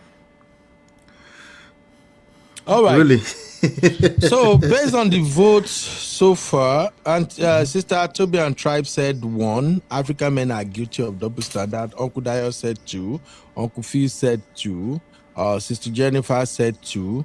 MOP, you vote, Abi, you just say 2 to get 4. 2 to get 2, I mean 1 I mean, yeah, Matt. Okay. If women are guilty of the same thing, that's a 1. Hello, this is not a Yoruba channel. Sorry. The rest of us, what are we going to do? Sorry. Yeah. So is that what said? Husband and wife will come back from work and the woman is expected to enter kitchen straight while man gets to unwind watching TV. These are old arguments now. We've put all of this to rest.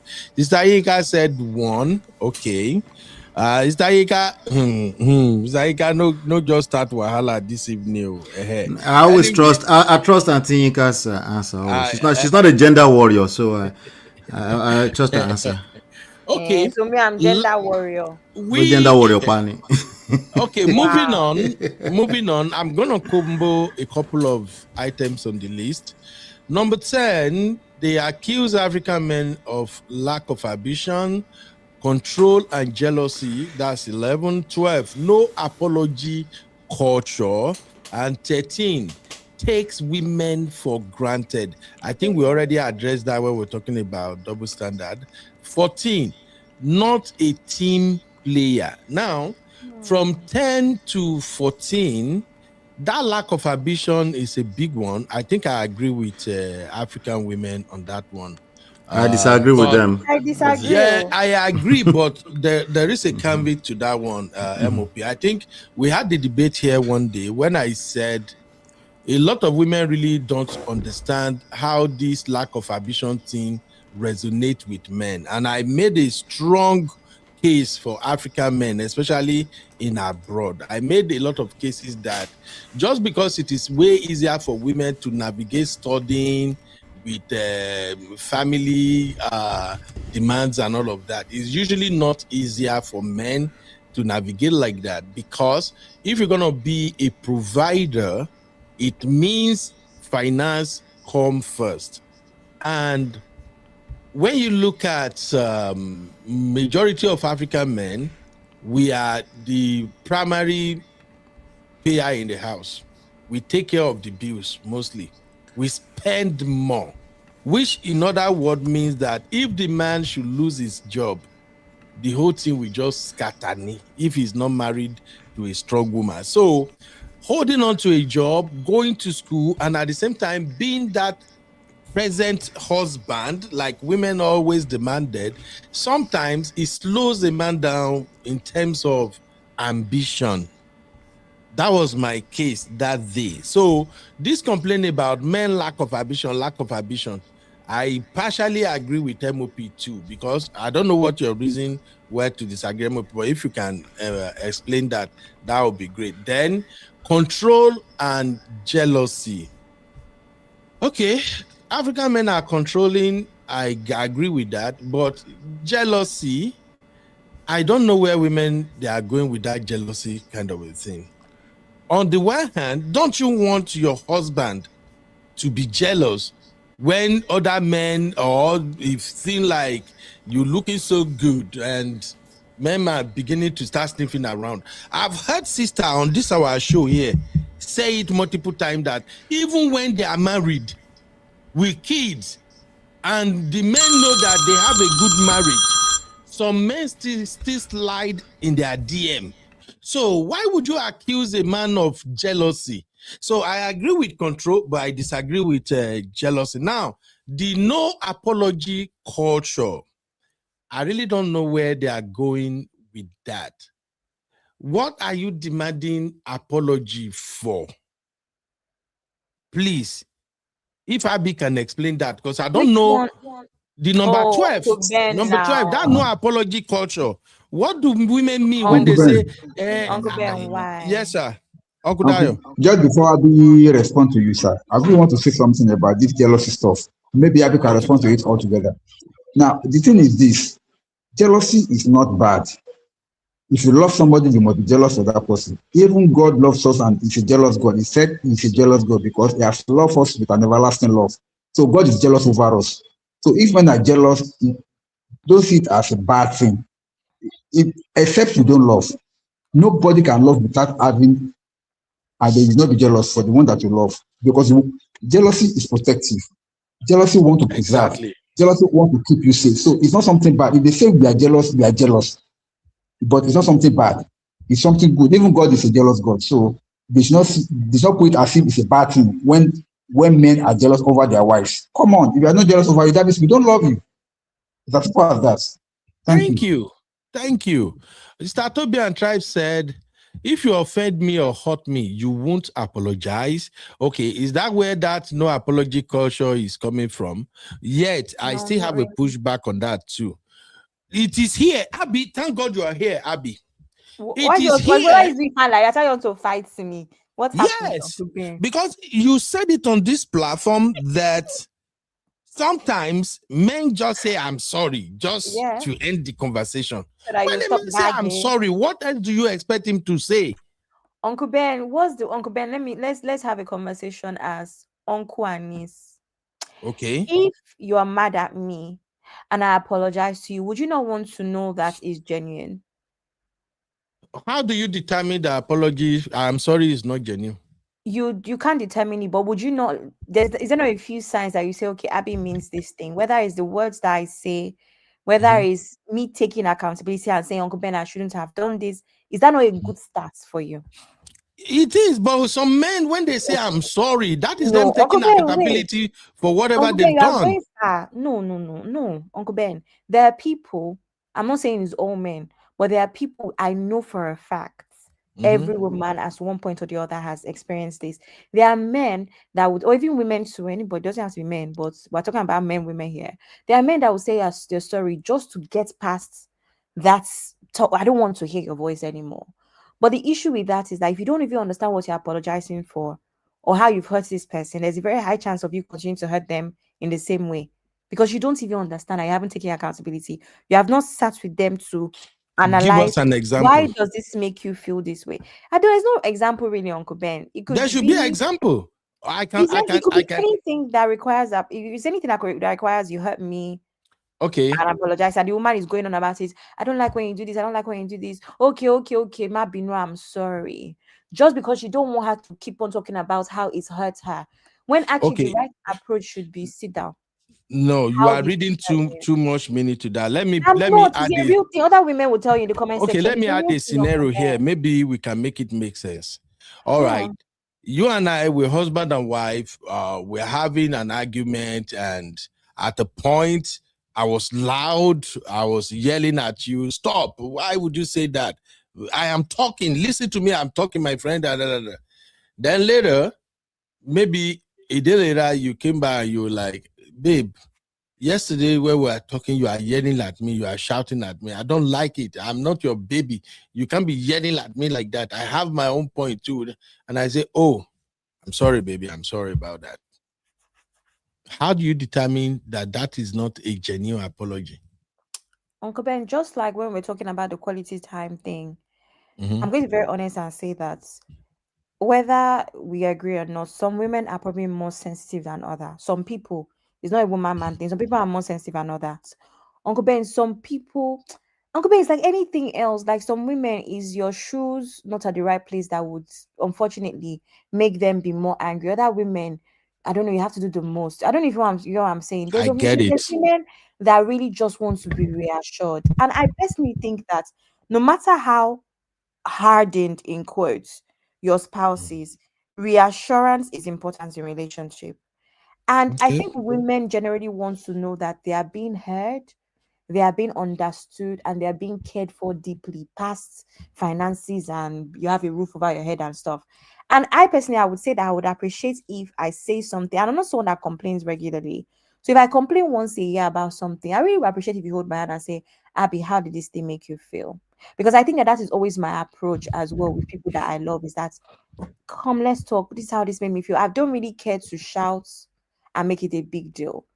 But there's people that don't care to even understand deeply why you feel the way that you feel, take it into account and apologize and work towards it. And I've had both ends. I've had a man rather that would write it down and say, Abby, we had a conversation yesterday. This is what I want to do to make things better. And I've had a man that say, okay, sorry. So I've tested both sides and I can see how the other one is very reassuring of men. And I think it would be nice Mm, for men to do that. I think so. And okay. women too. So Everybody. Yeah. taking women for granted, what's the rationale behind that complaint? Taking What women do for men granted. do? Yeah, Ah, what do men do that see showcases finish. him as taking women for granted? So many things, Uncle Ben. See E.g., finish. My wife will understand. So many. I don't know where to start from. My wife will understand. Uncle because Ben, the wife little will things. understand. Oh, Uncle Ben, just put your spouse Uncle first. Ben, no, not like that. Sorry, Oh. sorry, Uncle Ben. Let me just say one thing we talk about all the time. This thing that we even talked about. Oh God, Uncle Dayo, I forgot my trail of thoughts. Go ahead, sir. We talk about it all the time on What this. was the Sorry about question? that, What Abby. was the question? Women Sorry being about that, taken Abby. for I didn't mean to granted. derail your trail of thought. You don't, no, I sorry, it's just not your wanted to say fault. something. Go ahead, sir. I just Sorry, wanted to say what was the something that. question? Oh, go ahead, Uncle Dai. Go ahead. What women mean So by men taking taking them for granted? That's what it See was. finish ni. Yeah. Now, Sorry. what I'm trying to say is that when it comes to this issue of there was something that we're talking about before this one taking women for granted. I just want to say that it's cut across. It applies to both sexes. Women does it and men too does it. So it's not as if only men are guilty of it. Because Women most of does these it things the that we're talking most. about now, women too are guilty of it. So, but because we are not trying to see, women are not accusing men of them, and they too they are doing it in their own capacity also. That is not saying, not learning to apologize. Most women can keep malice till tomorrow. They know that they are wrong, yet they will not apologize, and they will wish it that you should just move on from there. Yeah. So it's cut across both sexes, both men and women. Exactly. So that's what I just want to bring out here. Thank you. All right, MOP, Uncle Phil. Uncle Phil, are you Yeah. still here? Uncle Phil. Uncle Phil don't busy. Oh, he's back. He's back. If I no call Uncle Phil like I be Uncle Phil, no go come. Hello, sir. Uncle Phil, you want Yes, to add sir. anything to this 10 to 13? Lack of ambition, control and jealousy, no apology culture, takes women for granted. Those are some of the complaints from women. Anything you want to highlight there, sir? That one is most of it are the ratio are not really far from each other, in my opinion.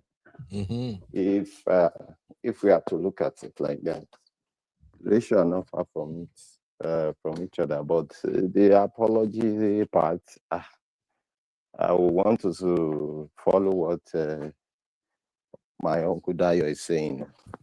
That one is very, very somehow with women. But I know God is helping us. Amen. Our women, sure. Amen. So, which other one again is there again?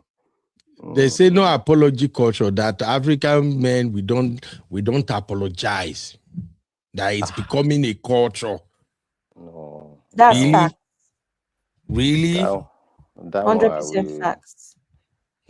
That one yes, there can be some numbers there, but if you want to compare it, the ratio is really high with the women, to be honest. I will But why are look we at it. comparing? Okay. Uncle Ben, you know that tomorrow you can do 20 complaints about African No women. problem. No Today is problem. men. Why I agree with you. comparing? There's that.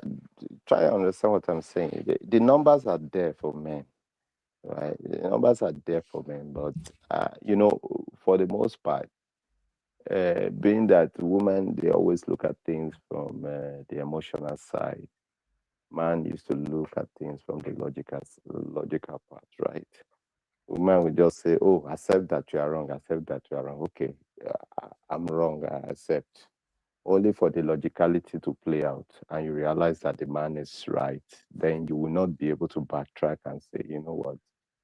For what happened day before yesterday, I now see now that now your logic is playing out. So for that, I'm sorry." Women will never come back like that. But that sorry part they want to get out of you, they will get it in advance. But coming down to that part, no, they can't backtrack. So, I mean, the numbers are there. I'm just saying it like as it is. But people have different experiences. People have witnessed so many things in different ways, and that can form their opinion. Well, I mean, if you look at it by and large, that's just what I'm saying. Absolutely. Absolutely. Thank you, sir. All right, MOP, 10 to 14. No, 10 to 13. Your thoughts? All right. Lack of ambition, I absolutely disagree. That's just personal experience. You may be with a husband who is not ambitious. I understand. But Nigerian men in general, there's nowhere in the world where they will agree with you that Nigerian people in general, including women, are not ambitious. I don't think there's anywhere in the world. If anything, our problem is leadership, and we don't know how to build systems. But ambition, we need to separate the two. Maybe we're not ambitious in building systems. Maybe we're not ambitious in having the maintenance culture, which is the problem we're having with marriages. People want to end up with a good wife and just say, thank you, Jesus, I have a good wife. They don't want to maintain the relationship. It's one of our core problems. So, but in terms of ambition, if we're thinking career, finances, maybe you're talking about a particular situation, which I do know that there are some lazy, people that are just, they're comfortable, they're comfortable in their not so ambitious role. Now, number 11, control and jealousy. Control for sure. Like Uncle Dayo said, jealousy is just it's a human trait. I'm not sure. But I think, to be fair, anybody who put this on this list, they're talking about the negative side of jealousy, the dark side of jealousy. They're talking about them being on the receiving end of the dark side of jealousy, right? So, for example, somebody, they can't dress a certain way, or they, very strict ways or anything like that, or they can't go hang out with a girlfriend at a spa on a Friday evening. That turns into jealousy and stuff like that. Even at that, I will still dig in deeper to what created that. But let's mix it together. Control and jealousy as one compound thing. Yes, Nigerian men are guilty of that. 12, no apology culture. I will treat this one the same way I treated number 11, which is this person who put this on this list is saying, I have a husband who never apologizes even when they're wrong. That's what they're talking about. Now, two truths can be truth at the same time, right? Two things can be true at the same time.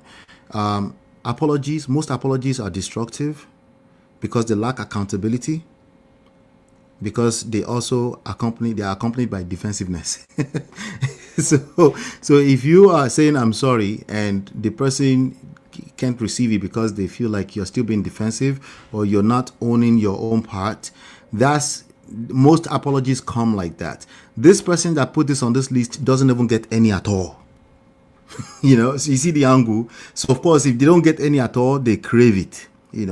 I think a lot of men are guilty of that, but not all men. Like I'm saying, some men over apologize. Some men actually they just tender fake apologies, and now they feel like I say I'm sorry and it's never good enough for her. That's another conversation entirely.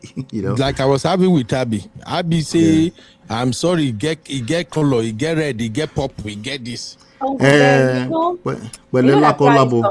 throughout this conversation, I've said that I don't have the experience. I'm not sure, but I'm guessing that this is where the sisters are coming from. That's all I've done here. All right, let's combo the rest of them. I have 13 and 14, right? Yeah. Okay. We have not even touched up on 14. We stopped at 13. I'll be quick. Take women for granted. Yes, they are guilty because every marriage they will enter, see, finish at some point. Complacency is real. So yes, we are guilty of that. But when I remind you that you're also guilty on the next show, don't come for me. But yes, men are guilty of taking their wives for granted. It's something that we have to actively work against. Number 14, not a team player. This is just generalization, I swear. Tell me the rest of your story, I beg. A lot of men, I see how women, African women can take African men as not being a team player. When you are trying to actively transplant 1960 methodology of being a husband into 2026, I'm not surprised that your wife doesn't see you as a team player. They don't even know where you put money. They don't know until you are ready to borrow money. They don't know where all your money goes. That's a big problem. So, and many other examples that I'm sure they will tell us. So being a team player means you're carrying them along. You have a united front. And a lot of men, they struggle with that. And some of them they have justifiable reasons, like, I don't want to be shamed by a woman, because anything they have against you, they use to shame you when argument lands, But nonetheless, what are you building? Why do you want to build a house that's divided against itself? Do you not know that it will not stand? Okay. Absolutely. I yield, yeah. Thank you. All right, let's move on to the last part of the show. Thank you, everybody. Welcome to UB Reactions, the place where we keep it real. Today, we've got some hot topics, so let's jump right in.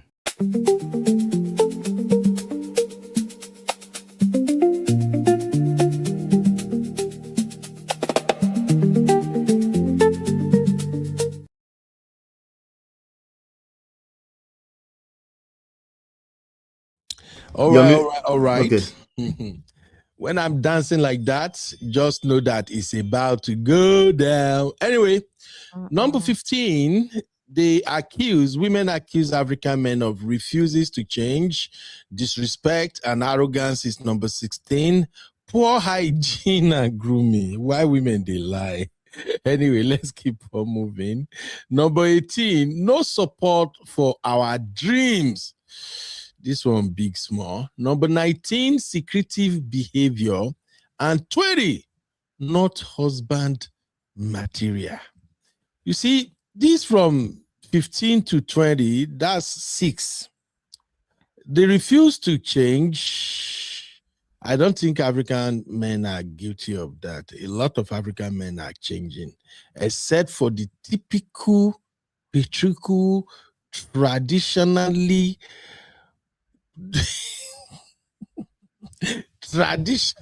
wicked ones. Many African men are changing for good. Disrespect and arrogance. Okay, I have issue with that one. I ain't gonna lie. So Abby refuse to change. Disrespect and arrogance. Let's even forget that poor hygiene. We all know that one is not right. That disrespect and arrogance, can you explain it? Disrespect and arrogance. Uncle Ben, it's self-explanatory now. We spoken. You mean African men are disrespectful to their wives and they are being arrogant? Uncle Ben, again, they can be. Anybody can be disrespectful, yellow, pink, whatever. But the topic is 20 complaints about African men. About African men. It's not about women, right? It's not about other races. Yeah, they can be. I think that we're also in an era. What people don't understand is when an era where we're absorbing people's thoughts and people's own experiences, it doesn't mean there's experiences of our own per se, right? But you see that arrogance. Uncle Ben, you and I know that if you meet 10 Nigerian, probably around 50% of them are arrogant, especially in what men. way? In what way to their wife? Do you know who I am? Behavior is very, very Nigerian. Now to their wife? Is Uncle Ben? No, I'm just saying generally as Nigerian. So I won't be surprised if it happens in marriages. So Uncle Ben, we touched on it a little bit earlier when I was talking about I'm a man. That is arrogance, right? Where you can't be spoken to, you can't be in quotes corrected, you can't be taught because you're a man. That is arrogance. Okay. That's arrogance. And I can see how it's going to happen with a lot of Nigerian men. Because ego is what a lot of Nigerian men use. That's the most important thing in their life is their ego. Okay. How about this? Abby, do you really think African men are guilty of poor hygiene and grooming? Let's just be fair. Uncle Ben, the same African men that claim that shaving is not manly, it's not masculine. Let's just make sure that that's on the list of women when the time comes. That's all. The same African men that claim that shaving is not masculine. You define trouble. The same African men that after they shower that once a day, they'll tell you it's cold, winter. Okay, it's not hot water I guess used to bathe. Are you talking about African men in the UK? And no, Europe? in general, on the internet, we're seeing this a lot. The same one where everybody that gets on public transport in Nigeria has a complaint about body odor. Oh, that's Jesus Christ! Jesus about body odor in Nigeria. Or you go to the bank, somebody opens their mouth. We're talking in marriage, women complain about husband. The people that are the boss, Uncle Ben, the people that are the boss, people's husband that they came open their mouth in your face. Do they have wife at home? Yes, sir, Uncle Dayo. I think what Abby saying, what she's saying is correct to an extent, but I don't want to sound the kind of like a male chauvinist. I think it boils down to the wife. Now, the thing is that some men don't know how to take care of themselves, and then you cannot really. They are like they get too overwhelmed. I've seen situations whereby a man comes back from work, instead of him to go through to the bedroom to go and have a shower, freshen up, and come back.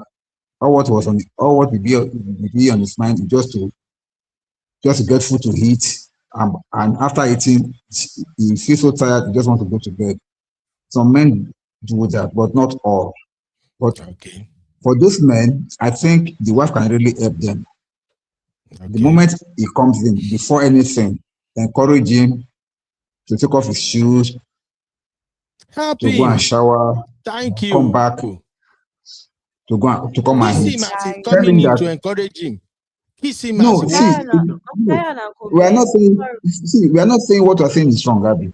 But we are just we are just trying to get solution to it because it happens. How can we be It happens to some men. How can we be having conversation and you bring it back to the woman helping a man? They are not. No, When I was having what you are saying. Uncle Ben I admitted what you are saying to be correct. Why am I doing that and for I my say yes. Some men are guilty.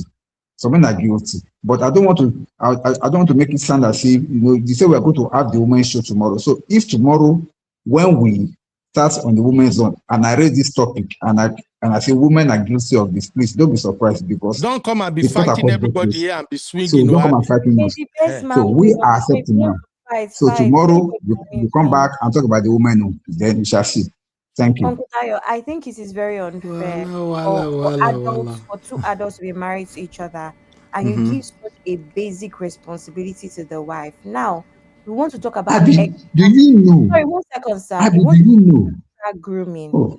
Tayo, hygiene is a basic responsibility that everybody. Abby, do you know that some women will be in the kitchen cook with the wrapper tied around their chest, sweating, and after that they come and serve their food? What are we talking about? Argument tomorrow, Uncle Dayo. Let's focus on now. Let's not go there now, please. Tomorrow we'll talk about it. Dayo, you can't say that is unfair. If you want to talk about extra stuff like changing wardrobe, oh babe, this shirt is dated, oh these shoes, your shoe don't open mouths. I will understand you that women play certain roles when it comes to upgrading a man in certain aspects. But you're telling me that hygiene should be the woman. Uncle Dayo, that's quite a responsibility. No, Abby, I'm not saying she be the woman. Don't see you are missing it up. I'm not saying she be the woman. What I'm just saying is simple. Abby, let me give this sample. Maybe you get it. Maybe you get this now. Let's have it. In fact, I have no issue. Uncle Dayo, me, I will have issue with Sister Yinka than Abby. Sister Yinka said his mommy did not teach him Abby. Am I his mommy? No. Okay, so. Let me bring it home. Please bring it, Uncle Dayo. Please bring it home. In fact, repeat what you said and then bring it home. Uncle Dayo is not going home. Going to the market. Abby, wait, calm down. Abby, see, it is like this. If a husband is like that, what I expect the wife to do is a simple thing. See, if you don't do something, that odor, that aroma that you don't like, will persist to be coming. And you cannot change your husband because he's dirty or maybe because he's smelly. So what you can do, see, this one is real life. I know a wife that the moment the husband comes, she will not hug the husband until the husband takes a shower. What does that tell you? She will not hug the husband until the husband takes a shower and then come back fresh, and then they will not hug, kiss, and then they will not have dinner. That one is not. She does that. She does that as a corrective measure for the man to say, first and let me even add this. Is that man a baby that has to correct Uncle Dayo, I think Abby did not get the scope of what we are saying now. What about a man went to work all day long, hard work, hard job. He came back, he was exhausted, and he just crashed on the couch. Are you not supposed to encourage him, help him, say, hey, baby? Or Uncle Beno, or he mistakenly cheats, and then you help him. You ask him how you can help him. MOP, no start trouble. Let's keep it moving. I want to sleep well this night. Uncle MOP, Ben, don't do this. you start Uncle Ben. If you want to talk about stuff like that, that's a one-off. It can happen to anybody. Baby, come and shower quickly. But we're not Yeah. talking about one-offs. Okay. We're talking about hygiene. Women are not going Okay, to I complain about agree. hygiene if it happens once or twice. We're talking, they will not complain about it. They're If complaining it's because persistent, it's a persistent exactly. bad like Yeah. this. And that's what I'm trying to explain to Uncle Dio. This ninja is just funky. You shouldn't put that on the wife in any capacity. Every human being that is an adult should know that this is how I look after myself. Women can come in with extra grooming, extra ideas, wardrobe. Ah, baby, this your shirt will be nicer. That's it. Not hygiene. Not hygiene. Abby, Hmm. your this one is what I find to be wrong. Nobody's putting it on the wife. It's like you're not getting the scope of what I'm talking about. I'm not saying it is the duty of the wife to make sure that he baths. No, it's not the duty of the wife. We are just talking about, see, there are some things that you don't need to say a word and you can correct it by your actions. But Uncle Dio, You don't don't you need to find even tell him anything. Just correct it by your let me actions. ask you a question. Don't you find it strange that I have a man in the house, and as a wife, when my husband comes back from work, I can't kiss him, I can't give him a quick hug because I'm It's not, correcting him? Is that not weird? God Are bless you you. a baby? God bless you, Abby. Are That you a should say baby? something to that man.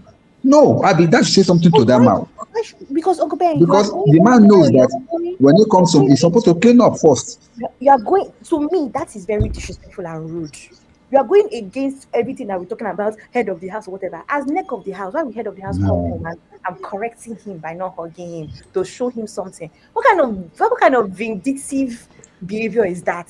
That's why, as a man, why are you smelling that your wife has to correct you like he's a 2-year-old that she's correcting? Uncle Dayo, that is very No, weird. no, no, no, no, no, no, no, no. No, but You we are don't changing, you have. are changing the narrative. But Uncle Dayo, the reality is that the question that Abby is asking, we do not have answers for it. That man smells. Period. We don't have me, Uncle Dayo, Uncle Beno. We don't smell. We use, and we just don't have the answers.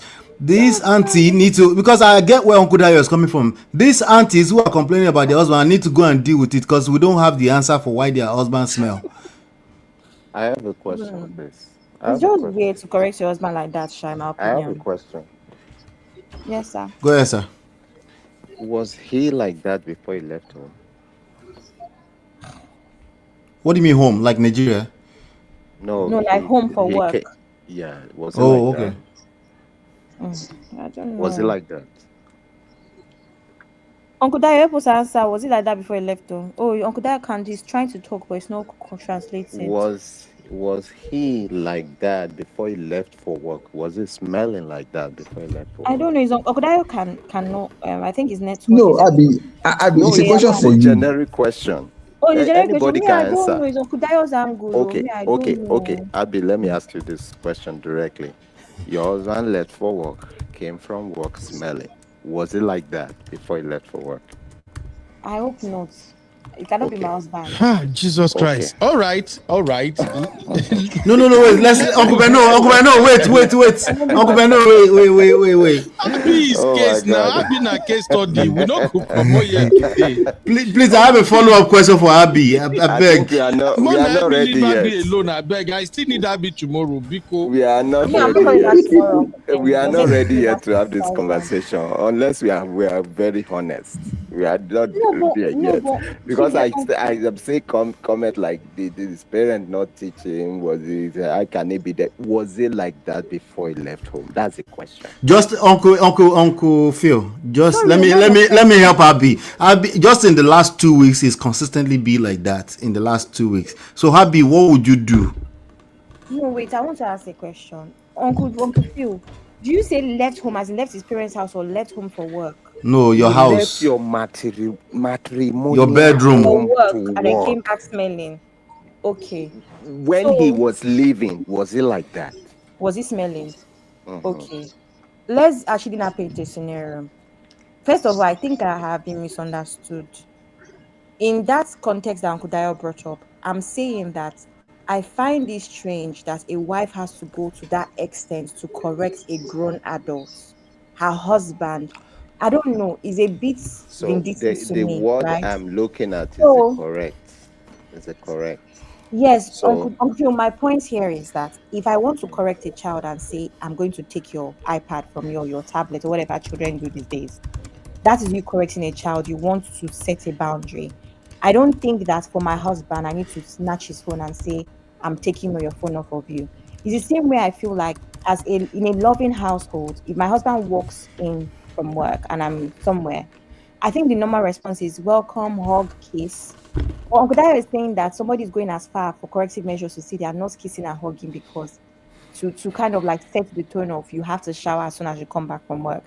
And I'm like, is that a routine in the family based off of maybe general hygiene? You know how some people, for instance, in my house, you don't get in bed with outside clothes and things like that. Is that a general rule in the family? That's different. But let to me say answer that it that is question. punishment or it is a Let bit me extreme for me. So my thing is that what kind of smell is somebody smelling? Where do you need touch-up wipes? Do you need to have deodorant in your car? So these are things that women can help with. Baby, I okay. think it's a good idea to have Happy. deodorant in your car. Okay, That's Happy, let it. me let's answer it. Let me answer in a very short and simple way. Submit one to another, serve one another. For instance, your husband is going to work. Oh, he's trying to fix his tie. You jump in there. Oh, let me, while you're doing that, you're fixing his tie. Cleaning some stuff away from the corner of his eyes. I mean, making sure brushing his shoulder and all that. Okay, bye, honey, and all that. He comes back with his suit not on his shoulder. Oh, honey, welcome. You're okay. Your food is ready, but you have to shower first. I know you're tired and all that. That is not deregulating you to certain level. I mean, these things will just make it so look like one person is coming here to use you to scrub the floor. That's what Uncle Dayo is saying. This is my wife. You come back. Okay, let me lose your lace, the lace of your high heels. Sit down. Let me rub your feet. I think you need to take a shower. Encourage one another. That's what he's saying. This thing is beautiful if you look at it in the right Uncle Phil, that's not what context. Uncle Dayo said though. Uncle Dayo said that the wife does not, as to set the tone, she does not agree to hug him until he has had a shower. That's what I'm okay. saying. No, All right, let's before I move said on, that please, earlier, because of time. We don't already try That's what today, I'm I pushing beg. back on. Uncle Phil, you're Abi, going you on your don't get tangent it and at all. Let's Uncle Phil, move I think on, I explain it to please. you. I just said that Uncle I Phil, don't if I see any explain it to wife you. to be telling they're not hugging their husband because it's smelling. What kind of smell are No, you? the reason why I said so is that after talking to the man and the man refused to change, you cannot apply that. The man will get the message. That's still very See, weird. if you see anything wrong in your marriage, talk to Yeah. your partner. You Talk to have your to be partner. But you creative. were Just saying be that no, creative. the wife cannot do that Just be because it's not the creative. role I'm of the wife. sure if you are No, doing that in the So presence of I your want to understand friend, the, your friend the will be uncles on like, this okay, why platform. are you a servant? Are you running around? But it is you. It's your No, home. no, no. Make I it don't know. beautiful. We're misconstruing things. I want to ask now, are the uncles on this platform telling me that they support vindictiveness, vindictive behavior? Your husband Ibola to does not Jassy, agree right? to the Ah, tone. hey, Thierry Concon, No, Abi go no, follow that's the what I'm drag here. today. Please, no, I'm not Okay, crazy. we That's what don't I'm agree. hearing. May we move on? Your I want husband end does that not agree beg. to the tone, so you're going to punish Jesus him. I will not Christ, hug you women until you matter, shower. eh? That's Okay, very we agree. Ooh. We weird, agree. weird We agree. tactic. It's okay. We That's a very agree. weird Women tactic from matter, marriage. women matter, women. We Everything that Okay, agree. the uncles I on this think platform preach, they've gone against it today with that one statement. I'm sorry. I think it's what it shall make we tell our brothers no they wear the same boxer the following day. That's all. absolutely. Who says that? Let me just close it up with this one here. On this hygiene thing, I think I love what Sister Jennifer said there. Sister Jennifer said, one, they don't wash bathroom after use. Men are guilty of that. Only few men realizes that part of you being clean is also cleaning the bedroom. Me as a man personally, I even hate it when I step in the bathroom and I can see a drop of your pee on the seat. It irritates me. Even as a man, it irritates me. So that cleaning the bathroom after used, please, brother, is very, very important. And if you ever find your wife complaining about that, that is a legit complaint. Please. Mind you, Please. Uncle Ben, part of your hygiene for that part of your body also determines if you're going to throw off your woman's pH balance and all sorts. Oh, Just Jesus by the Christ. way. Abby, don't take us to this. No, it's true because Again, if now to person your are women are glory. complaining, and rightfully so, Okay. because you're messing up women's pH balance because you cannot have a shower, and somebody All has to be right. telling you to have a shower at your big age. Okay. It's embarrassing. I'll go back to mommy's house. Sister Jennifer also said they shave and leave for wife to clean. That is another disgusting behavior as a man. That thing can be super irritating. What does it mean to say they? Is she saying from her No, that multiple is, experience, or that is how everybody no, does? we are talking about what women generally complain about okay. African men. So that's why she's using they, So they shave and leave wife to clean. That is terrible. Please, my brothers, if you get to watch to this point, all these things are very, very important. Even we as men, a lot of clean men will tell you it's disgusting for you to shave, do all of that, and then you just feel like, hey, I've cleaned. No, take your time to clean and even sweep. My madam will literally, she can unalive you if she come back and find your baby is hiding under somewhere. So I know a lot of women really don't like that, and that's correct. Sister Jennifer, thank you. She also said, number 3, they eat and dump plates for wife to return and wash. Okay, that one, I would not agree 100% with that one. Now, for some decent men, as soon as they finish eating, they taking their plate to the kitchen, they can watch it. But some men will drop me. If I finish eating, I have things doing, I don't care. I'm dropping the plate in the sink. I have daughters and I have wife. Wow. I'm confessing on live this You thing now. don't have slave too. So that one, if I finish eating, I'm in a good mood, I watch it. But if that is none of my thing, I finish eating, I drop the plate in the sink. I have daughters, grown daughters, and I have wife. You people should sort it out.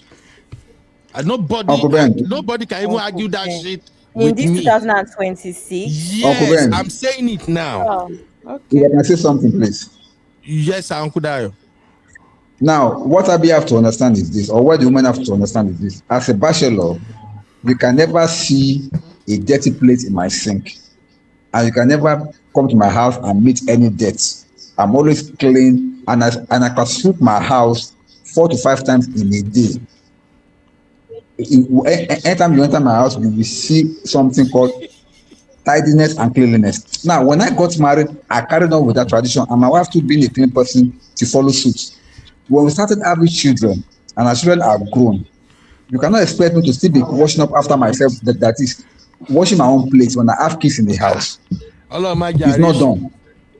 It's not done. Now, then again, when it comes to the use of bathroom and all, I can never use a dirty. In fact, this is one thing about me and my wife that I love so much. My toilet, because even before I got married, I used to say the cleanest place in my house is my toilet and my kitchen, because I maintain that hygiene so much in those areas, because those are the areas that can easily pick up infections. So I make sure that place is always the cleanest place in my own house. But I don't know why some men don't see reason behind cleaning up after themselves. I cannot use a toilet. That's why I'm always careful to use public toilet. I cannot use a toilet with any sign of urine, as Uncle Ben has said. Not talk of my own house. My own house, I wash my toilet almost every time after use, because I like to see my toilet sparkling clean. And that's one thing that I love about my wife too. She maintained that hygiene with me, and we are good with that. So it's not about, but you cannot expect me to have children in the house and I'll still be washing my own plates. And when you're talking about women shave, when I shave, my sink is, I wash my sink immediately. You cannot even know that something, somebody uses. What's thing that I normally do is that whatever I'm doing as a toiletries, you can never know that somebody has used it. And I normally make sure that it is cleaner than when I left it. I mean, when I met it. So these are the issues that one can easily resolve, except someone that is dirty in the house. But there are some things that you will just outgrow it. For the man that has children, you must have outgrow washing phone when plates. they do 90-70 ringtone. I think it's man of prestige. I love it like that. It's money. It's money calling. I know. Anyway, that's just my take for now. Thank you. Thank you, Uncle Ben, I Uncle want to Dial. make So, one statement, please. yes, ma'am. I think that parents need to learn how to serve their children too. It can set them up when it comes to giving expectation of partners. Serve their children in terms of what? In so many things, even this plate washing we're talking about. I think that Wash plate for your children, right? I think you can wash plates sometimes. It doesn't take away no, from parents should wash plate Uncle for Ben, their let me- children. I think if I want to make one statement, Abi, no provoke me. Abi, you already know what you are trying to do with that what I statement. want to say. I think, and I'm speaking from my experience, I think that parents should serve their children sometimes. It doesn't take away anything from home training because they know what it is. And I'm saying this because even for me, for instance, it set me up nicely for the expectations that I have of a partner and what it looks like for a partner to be supportive and caring and be there through every kind of season. Nobody's saying that father will just pack plate and start washing. But occasionally you can tell your children it's okay. I'm going to wash this one. I want to wash my hand. I'm going to wash your plate. Show that you can cook, help their mother out. Those are the sort of things that dates will understand that this is kind of husband, especially girls that I want to marry. Because this one is very strange to me. Growing up, there was times when my dad would leave the plate. Other times he would say, no, don't worry. I even want to wash my hand. I'll take my plate myself. There's other times where before you look left and right, even now, I said it before, if my father is coming to London next week, if my sister is graduating, my father is going to cook, he's going to do this, going to do that. Before I open my eye and whatever, oh, is this dirty clothes you want to wash? I don't know, but I feel like you need to serve your Abby, you are lucky with that one, but that's not a good Let me advice just to give to finish. parents. Sorry. I'm not giving advice to parents. I'm saying things from my perspective as a child. Why would I give advice to parents? I think that it is nice for your children to see you serve them. They serve you too. Not, you can also give and no, take. I don't And for agree. someone, and Uncle Ben, please let me finish, please. Okay, just And for land it someone because like you don't me invest me already. no problem. You always get so worked up for opinions. My own opinion.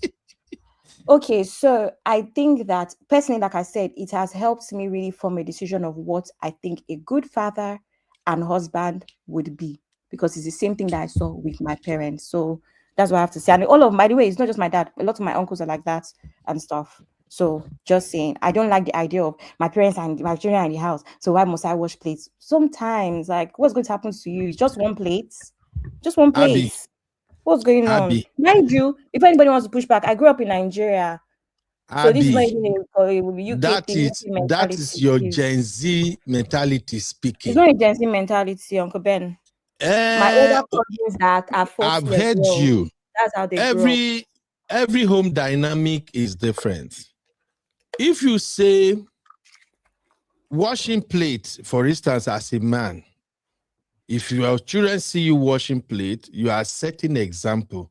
I agree with that one, 100%. Like I've said on our platform here multiple times, I wash plate in my home. It's nothing. I go to work, I come back, I can bet you for free. If anybody no use plate between 7 and 10 p.m., my son will use plate. I can bet you that one. I'm making noodles. My son will always use plate. I will meet that plate when I come.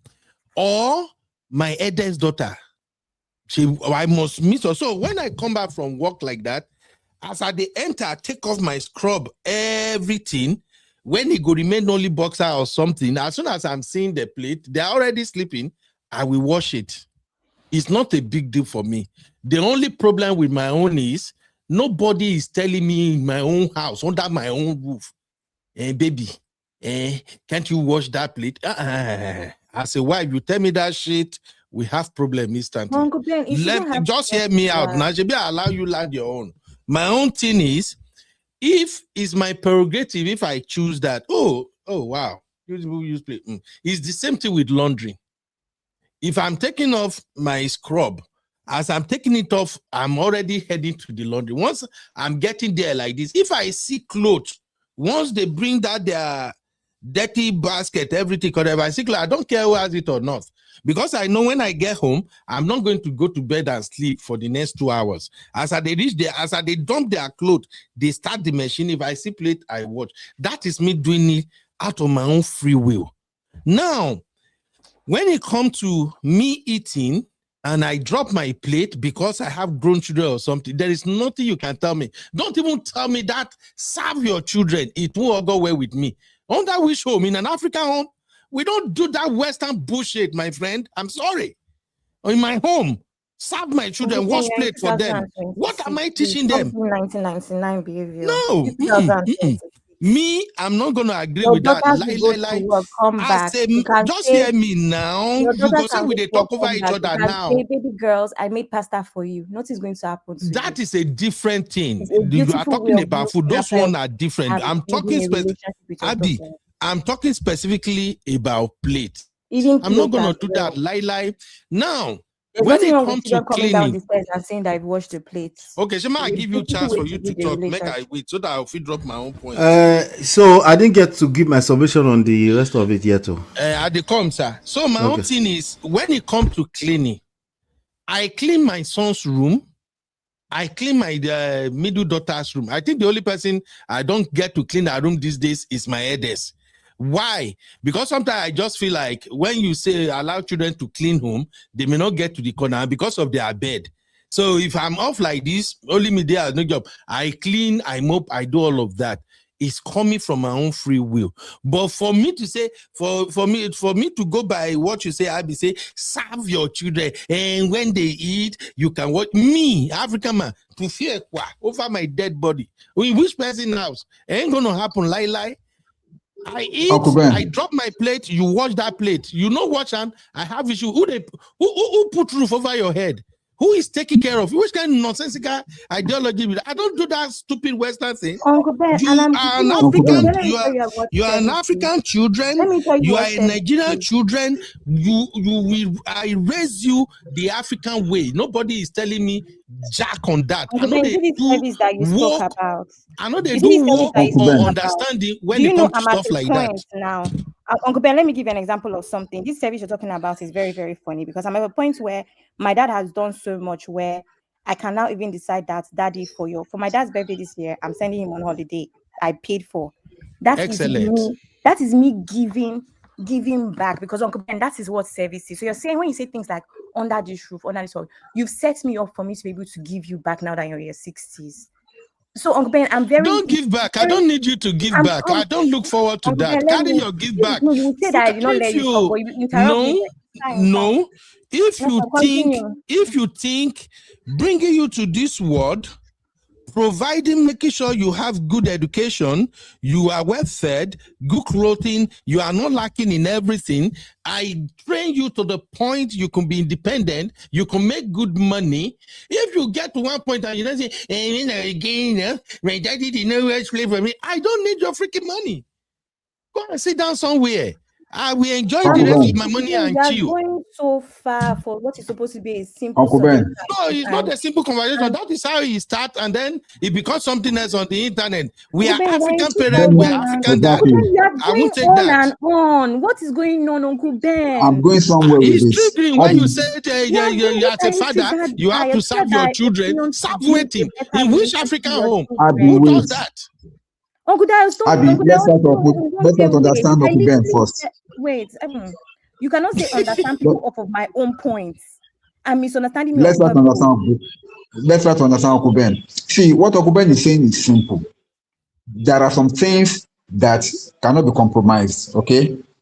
The reason why we are having some untrained and some uncultured children nowadays growing into adults, not knowing their right hand from their left hand, these are part of the reasons. Because in the home, they're not allowed to do anything. The parent does everything for them. So they grow up, they don't know how to wash plates, how to clean themselves, how to clean their room, because their parents have been doing it for them. It is un-African. And then when I'm talking, I'm not talking about patriarchal African. I'm talking about normal ways of life. There is a stage that your parents, your father and your mother will clean up for you all over the world. But it will get to the stage that you yourself have to learn to clean up for yourself. Learn to pick up things for yourself. Even in the Western world there, a child that always messes up his room, is a time will come when the parent will be telling him or her, pick up after yourself. Don't drop your stuff there. Don't drop your socks there. You must learn it. Your parent cannot do everything for you. Where you are coming from is from a place whereby you want to spoil a child. By the time he now grows up or maybe grows older, he will not be able to clean up after himself or herself. It's not done. It's not because you care for that child or maybe because you love that child too much. You will spoil that child. You spoil that child. There's nothing wrong. Wait.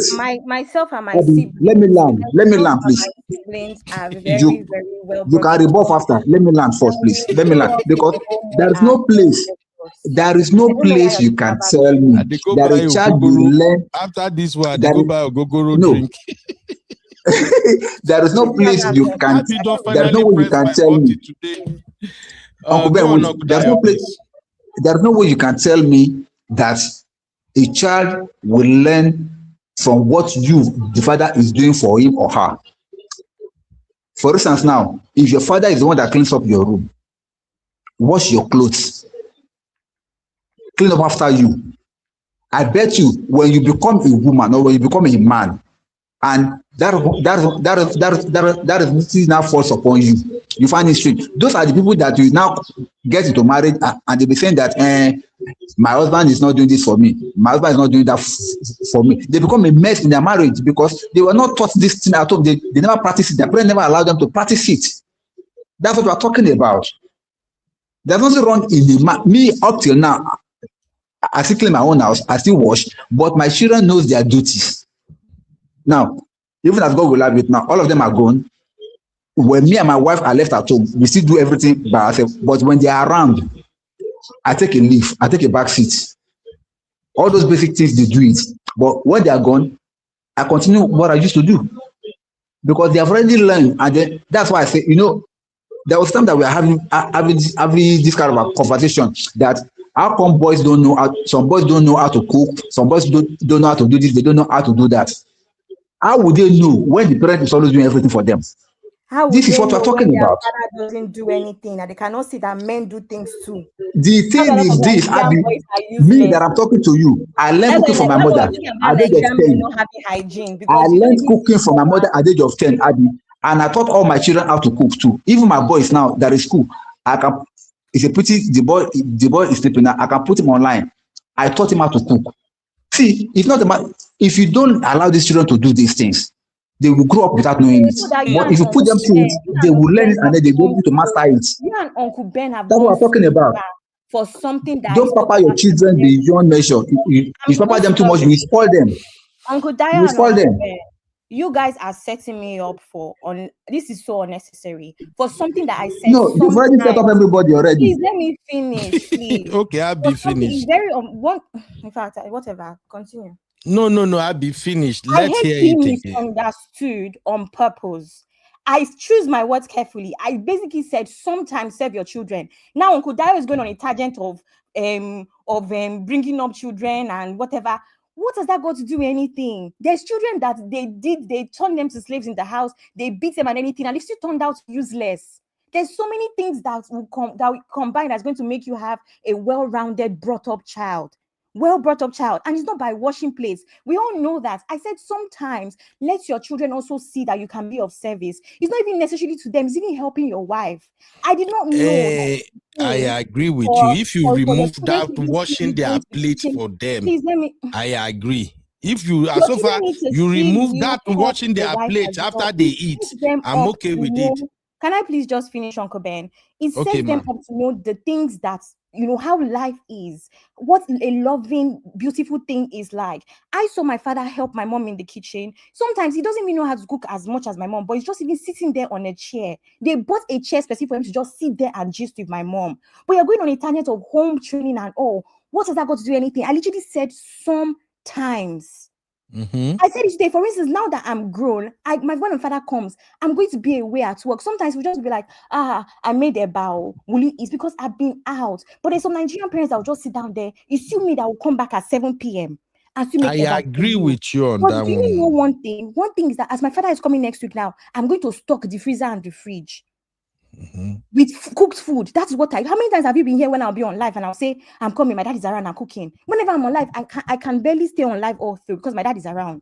Everybody knows this. But Uncle Dai, why are you going on these tangents? It's not even necessary.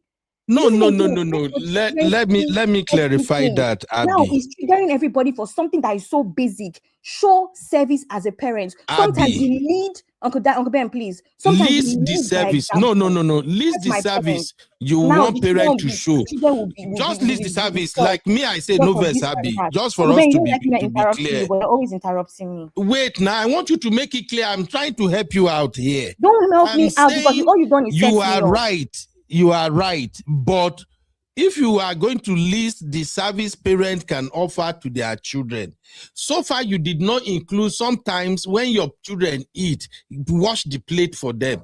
I'm okay with it. Uncle Now that one Ben, I say it Uncle Ben, triggered let me. me give you a very simple scenario. Uncle Ben, you see, Okay. one thing I know about a lot of Nigerian children, I spoke about it earlier, and trauma is because of even little things like this, where Uncle Ben, you'll be surprised that there's paying school fees, there's paying house rent, and there's something called unconditional love. You can never do it by paying school fees and house rent. It is often in Okay. little things. Uncle Ben, let me give you an example. I grew up in a home where my mother cannot see one spoon in the sink. It is a problem for her. So the sink is always empty.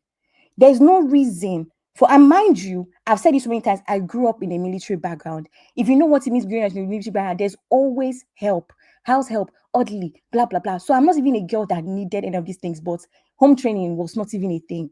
My parents did not joke about home training. My father can go to the sink now.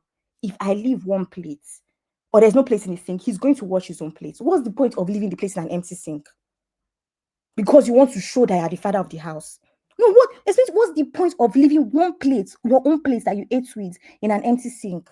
There's no reason. Now, if you Father see should wash. You have not cleared that. if you see Just your take that daughters back. Once you take it back, that father okay, I'm not should taking it not back. wash I'm plate saying for their every children when they eat. Every single other time thing you I say is see 1000% spot every on. single Now time that one, I say it triggered me. every I'm not single against time I everything you said. speak for myself and my experience. I said anybody wants to argue with me that I'm not a well brought up child, then go for it. But let me tell you one thing, Uncle Ben. It will not take anything from you for your daughter to come back to the kitchen and say that daddy washed my one place in the sink. That's once in a year or twice in Daddy a year. washed her plate she used to eat. Like, what is it going to take? It's going to make you less of a dad. Uncle Ben, as I said, You are just making this thing complicated. no We've problem. all Let's move on agreed to the here, next all the topic. men here, We're different. we We're all different. agree that men do wash plate. I told you, even me, I what's know now they the even counter me that tangent? I Why wash are you plate. not a Is it tangent not of children that do you it? don't do I that? said the word I heard that triggered me is when you say sometimes when the children eat, you just wash the plate. I said never. What is wrong Over with my that? dead body, my child will eat, you bring the plate to me to watch. Where are they doing that? I said once you remove that, you are 100% right. Someone that hears Uncle Most Ben men and Uncle Dayo wash would think plate. that They sweep, they I do did so not grow many up in things, Nigeria. but not Not only for did you I to grow up do in it that Nigeria, I your grew up on child a eat, he barrack. brought You plate to think you to say, watch. I Say beg what did they Uncle happen Ben, no now? problem. For once, I will tear the pikin slap. For All right. once. Let's try and Hey, be. Let's try and you be. eat Let's try and finish, you be. carry plate, Let's come try give and me. be. Let's To try and who be born you? fair. Who This is born you? Now your that's mama how give you the wish. this is You not chop nice finish, to carry see. plate. Hey, Anyway, daddy, can you wash my plate? Who are you? Who born you? Uncle Beno. Not an insult. I never said your That's daughter just should what come to I you and said, say, my dear. Daddy, can you wash Every my other plate? thing, I'm Uncle with you Beno. 100%. But for that plate, serving your kid, they eat finish, they bring plate. Daddy, can you wash my plate? Mada ain't baju. Yeah, go need them. Anyway, let me just bust everybody's bubble. Knowing how to wash plates does not help you stay married. Just everybody know. Let's just know this and know peace. Okay. Are we covering 15, 16, 17, 18? Which one? The All rest the way of to it. 20. From It's just my baby always like to bring bass bush. from I didn't 15 I from didn't even 15. bring Baz Bulls. I said something and you got Yeah. triggered and started talking about home training and going on a tangent that does not even matter. in the context. Saying I'm Abby, using you that. will pay me for every minute. You will pay me $20 into my Agreed. No. Make it 100. Refuses to change. I think a lot of men are coconut heads. Yes. Sustain disrespect and arrogance. I want to know what they mean by that, But pride is not necessarily a bad thing. It's mismanaged pride that we have problems with, or mismanaged ego. Pride is probably why you got attracted to that man in the first place. So let's get to some specifics on that. When it was prideful to other people, you liked it. You thought it was an alpha male. So now you don't like it anymore. Let's get the rest of the story. Poor hygiene and grooming. Yes, a lot of men can do better on this. I don't think we can preach that enough, actually. Because, breath smelling, boxer smelling, ball smelling, those is actually very rampant, to be honest, No support for our dreams. Oh yeah, African man is definitely guilty of that, for sure. 19, secretive behavior. yes. 20, not husband material. I will always disagree with a husband that you already married that you are calling not husband material, or a wife that you already married that you're not calling them not a wife material. Okay, first of all, I didn't marry them, you married them, so I will always disagree with that. And what I mean by that is that you need to tell us the rest of the story. A lot of people just lack self-accountability, to be honest with you, and they call it victim shaming when it gets down to the conversation. So since we're just talking in generals, because this is all generals, why don't you talk to a therapist?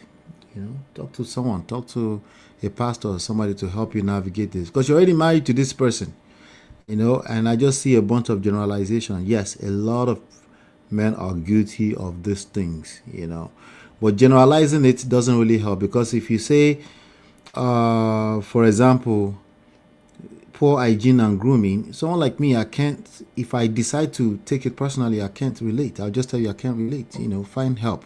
And then you'll be like, okay, can't his mother find him help? I'm like, okay, are you asking me? I don't even know his mother, but okay. This thing is even blocking this thing.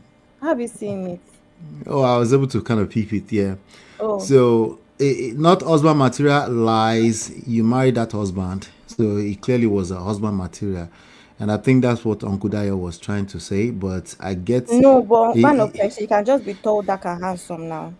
No, the thing is that I was hearing... The thing is that, Abby, I was hearing what you were hearing in the form of Toyosi's husband saying they should pray for a cheater. I could hear what you were hearing, but I get where it was coming from as well, which is you're married to this person. At what point, I think Uncle Phil was asking that same question as well.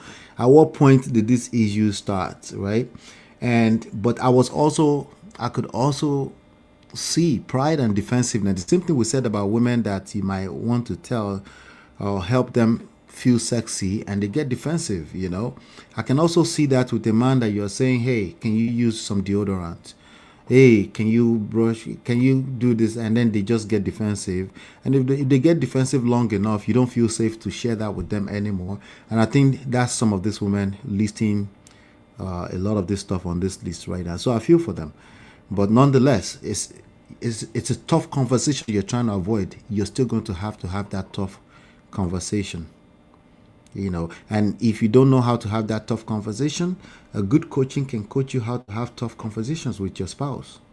It goes a long way, because then you'll be able to use that skills over and over again. But defensiveness is one of the 4 predictors of divorce. So I get it. That's all I have to say. After I'm done. So again, let me repeat myself. Just because you know how to wash plates doesn't mean you can stay inside of a marriage. Just so you know. I yield. I submit. Thank you, MOP.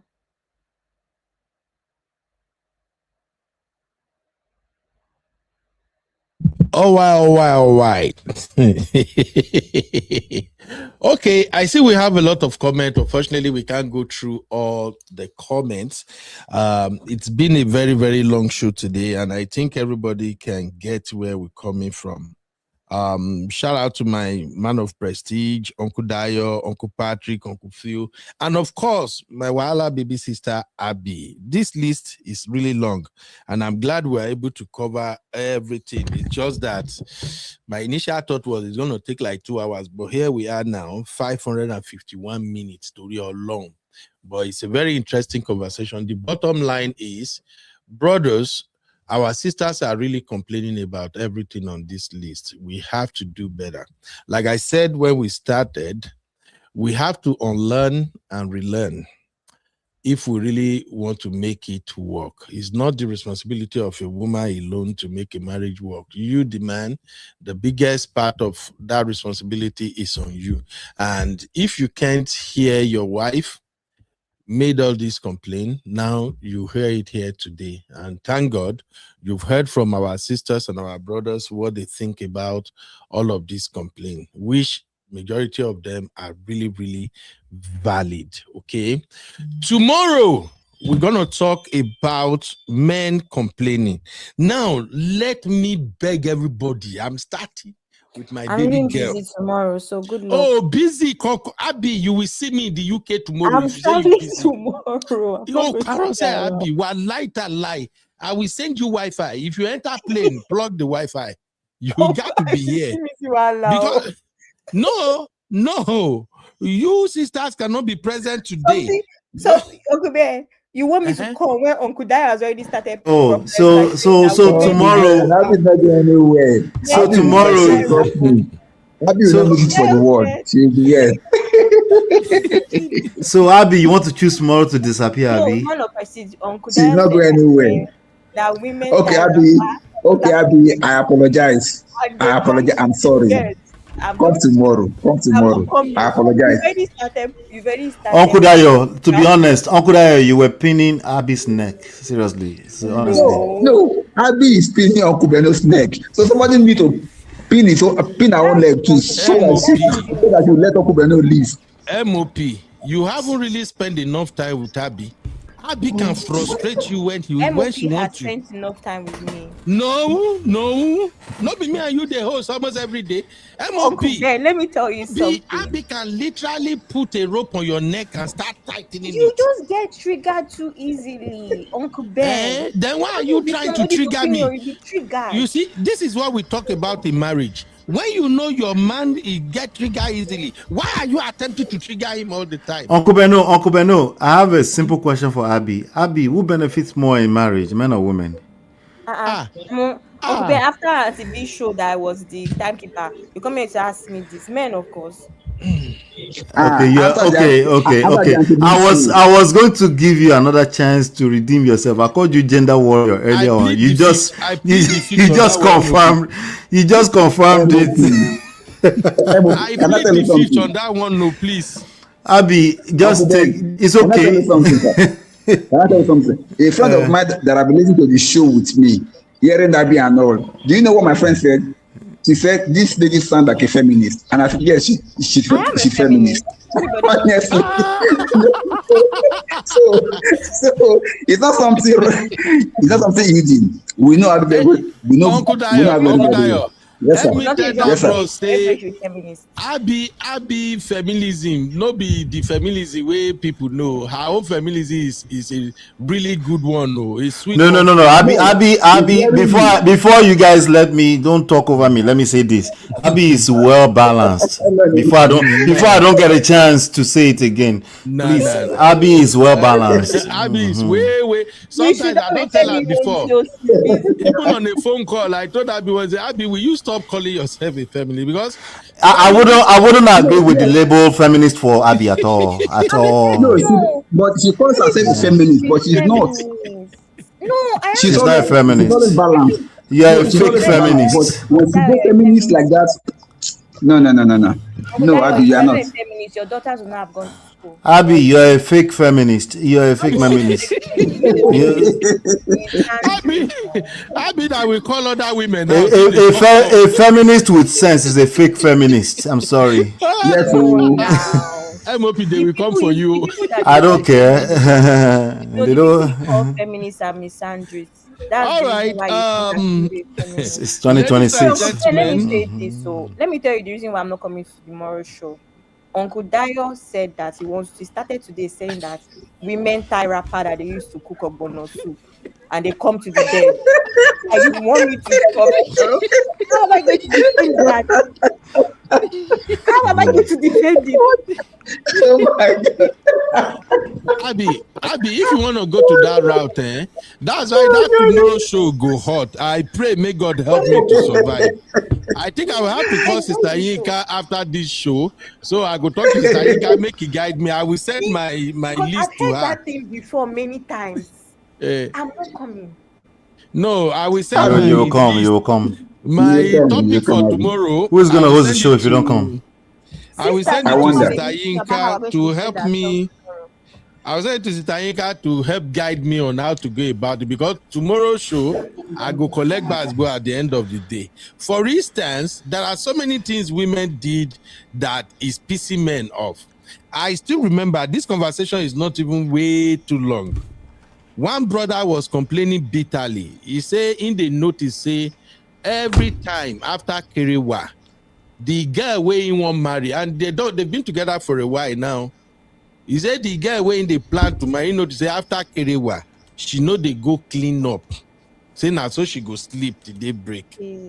Jesus. But Uncle Yes. Beata Kerewa, are you not supposed to So cuddle and smell all the juices? That's not how it works. It Uncle Ben. depends, oh. Jesus Obaye. Uncle Ben. God, I beg, Uncle oh. Ben. my hand not Uncle this one, Ben. I I beg can't go. stand that too. I can't stand it. I can't stand it, Uncle Ben. Sorry. I cannot stand that. I have a question for the I'm sorry. uncles on the platform.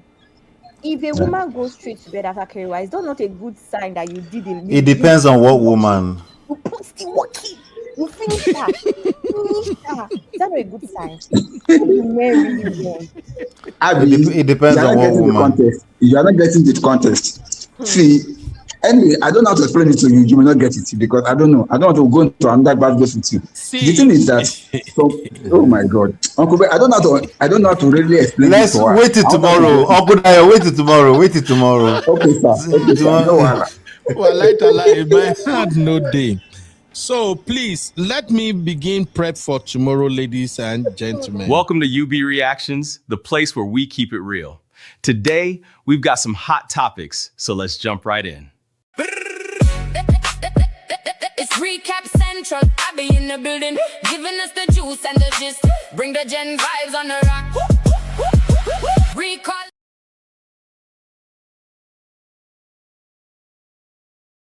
Sorry. All right. So tomorrow we're gonna talk about men and their own complaint about women. 20 complaints about African women. Real men, real talk, unfiltered truth. It's going to be tough. God. Please let me beg you, my sisters, ahead of time. Uncle Ben, let me If beg you know, to change this picture. Abby. Change these pictures now. Use other men. Number 11 says excessive jealousy. Excessive. MOP don't start unless you know more come on here. MOP, please don't even start at all. Zero loyalty. No wonder. Jesus Obaye. Somebody let me call Sister Lola. I beg MOP. Sister Lola need to go carry you come on here. Don't start, Baba. Let me warn our community before tomorrow, please, aunties. If you know you can't stand a show where men are unfiltered and they actually highlight what women are doing wrong, I don't think tomorrow's show is for you, please. Today now, you see how calm we are. All the men today, even in the chat, shout out to my brother, King Wonder. Shout out to you, man. You see how we are calm? We listen to all the complaint. We explain ourselves and we have a peaceful show for almost 6 hours. Uncle Ben, you literally antagonize me. What do you mean? Tomorrow now. I know what you are doing. I've just seen one point on this thing that I know is for me. Quick to break up. Who are you shading with quick to break up? Who are you shading with that Abby, you know these two ladies on TikTok, they call them TikTokers.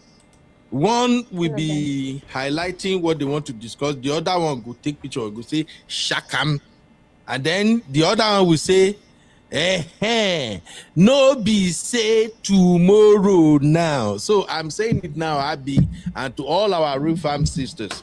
No be say tomorrow now. When men start talking about what women are doing that is getting to us, I know one make una come they fight tomorrow.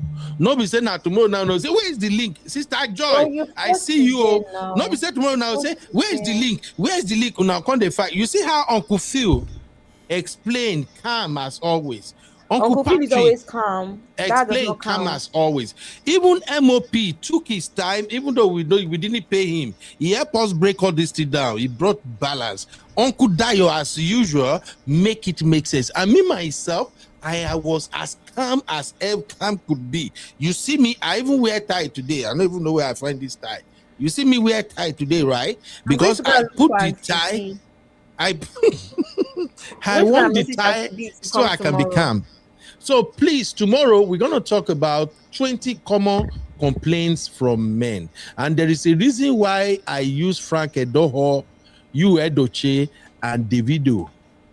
Just like we had the sister May Edochie and Toke Makinwa today. There is a reason behind that. So we're going to really lay it out tomorrow. Women has been pressing our neck for far too long. And we're going to tell you what you were doing and how we feel about it, so you guys can make changes. Do you agree with me on that one, Abby? Uncle Ben, Uncle Ben, let's just wait until tomorrow. My own is that I just want to tell you that the way life is, there's already bias. And the bias is that you're a man and you're hosting the show. That is the problem. No, tomorrow we actually want women to be the guest tomorrow. Yes, women can be the guest. That's not guaranteed, and you know why it's not guaranteed. It's because your sisters are not agreeing to come up and be the guest now. But sometimes they're busy and doing other things, Uncle Ben. It's not guaranteed, and you know what you are doing. So there's already bias because you're the one hosting the show. You want to spoil the show now by already preempting what it's going to look like, Abby. There's no bias there. That is going to be shading me. I've seen points. I already use this No, Abby, it's not about you at all. It's about us exacting, some lessons from all this. Remember. You see, let me tell you, this is number 10, quick to break up. I know that Uncle Ben put that one because of me. I know.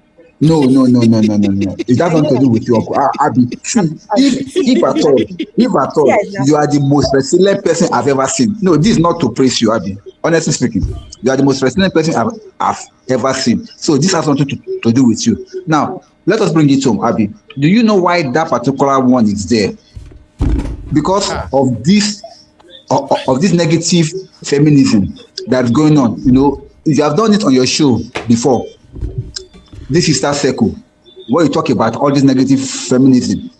Yeah. Some girls have caught up on that, and they were like, they can just unpick any man and then dump him anyhow.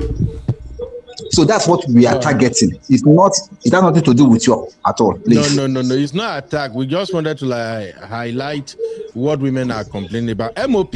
I guess you already see the number 1 to 3 MOP. Should you don't see them already, Baba? I don't see him.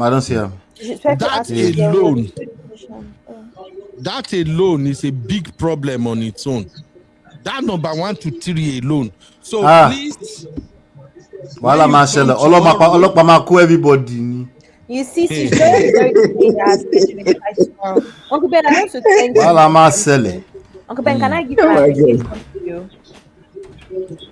You say what? Thank you I appreciate you for putting this out here, so at least I can prepare.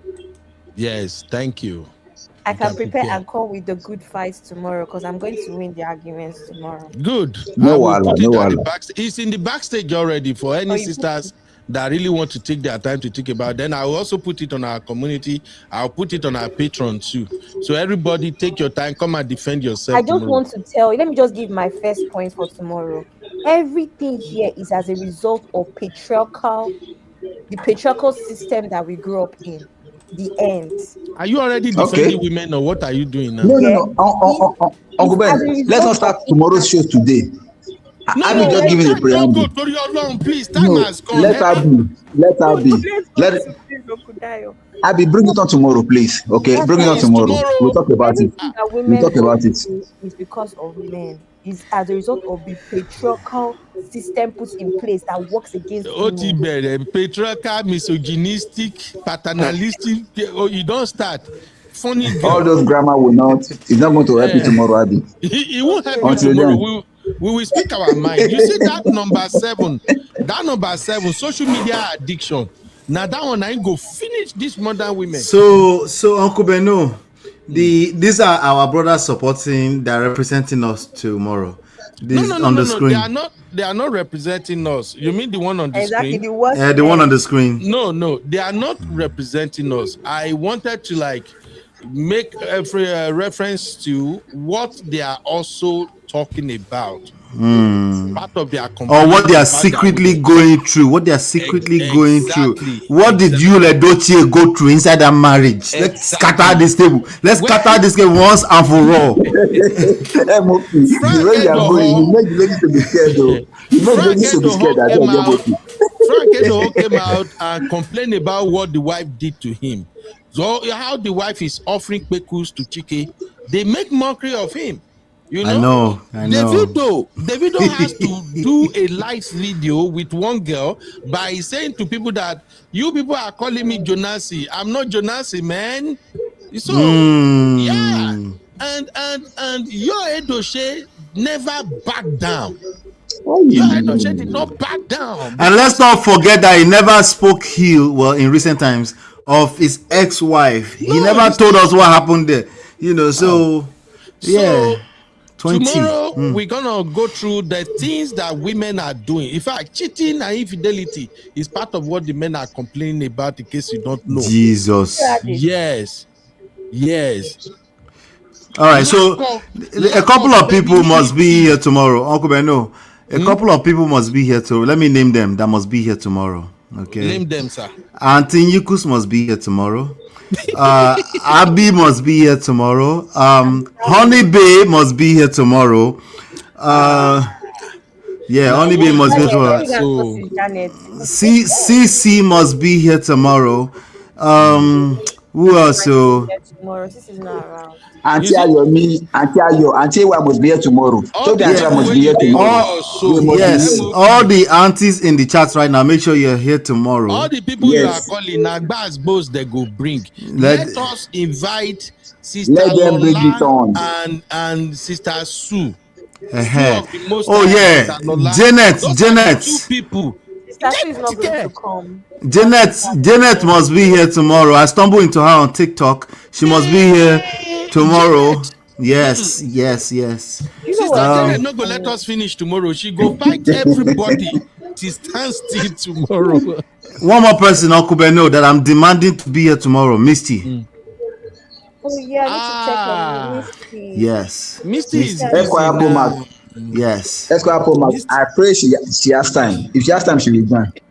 So if you notice, I have a good mix there. Some are gender warriors, some are not gender warriors. I'll let you wonder who is a gender warrior. You do have Busy is asking what time tomorrow. It's gonna be 12 Central Standard Time. That will be like 11 at Man of Prestige place. It will be 6 for those in the UK and Nigeria. Canada, I can never figure out those Canadians. I don't know what time it will be for them. Canada spread between about 5 hours. East Coast -1 and then West Coast +1. Sister, you say I do balance the topic, and you know that. Wow, I support men whenever you are. I know, Sister AY, but sometimes once you start yelling, where is Abby? That is you trying to do. Sorry, is it Sister Ayo that say men? When I asked that question earlier in the chat, is it her? Somebody's okay, I don't know, Auntie Ayo, I don't know if you can say you're not gender warrior. I'm sorry. Let me look if I can find. And she's my namesake, my lovely namesake, but still. Anyway, thank you everybody. So tomorrow, if for the early birds, if you turn up early tomorrow, we're gonna start with this issue. MOP want us to address this issue, but because we are kind of busy, we were unable to address it. I don't know if you all have seen this video from this girl. So for the early birds tomorrow, we're gonna start with this. This guy made a lot of complaint about her parents' marriage and all of that. And like I said, MOP, I really don't fancy this girl, and I have my reason. Everything coming out of her mouth, I don't even give an F Which about girl it. is this? This is the girl that run her mouth all the time. It's like, whose mother is this? Yeah, she run her mouth all the time. Oh, this is the only and first time I've ever seen her. Oh, really? Oh, I've seen her multiple times. She's those American wannabe Nigerian. Why does it say Olaman of Prestige reposted? Jesus Christ. It says Olaman of Prestige reposted on it. Because I think I probably reposted. Yeah, when you know. I share it. No, on your screen now. On your screen it says Olaman of Prestige reposted. Because I click on it from the link you From sent. me, okay, yeah, but I think I reposted it. I said tread carefully. It's advising women now. Yeah. So the guy, she even when she come out now talking about her family, my mom never enjoyed my I've seen the guy. I don't watch a couple of her videos. I just feel like no, this is one of those American wannabe girls. Although she made a lot of points in this particular video, I won't deny that. But where she's coming from, she's coming from a place of a prodigal daughter. I'm sorry.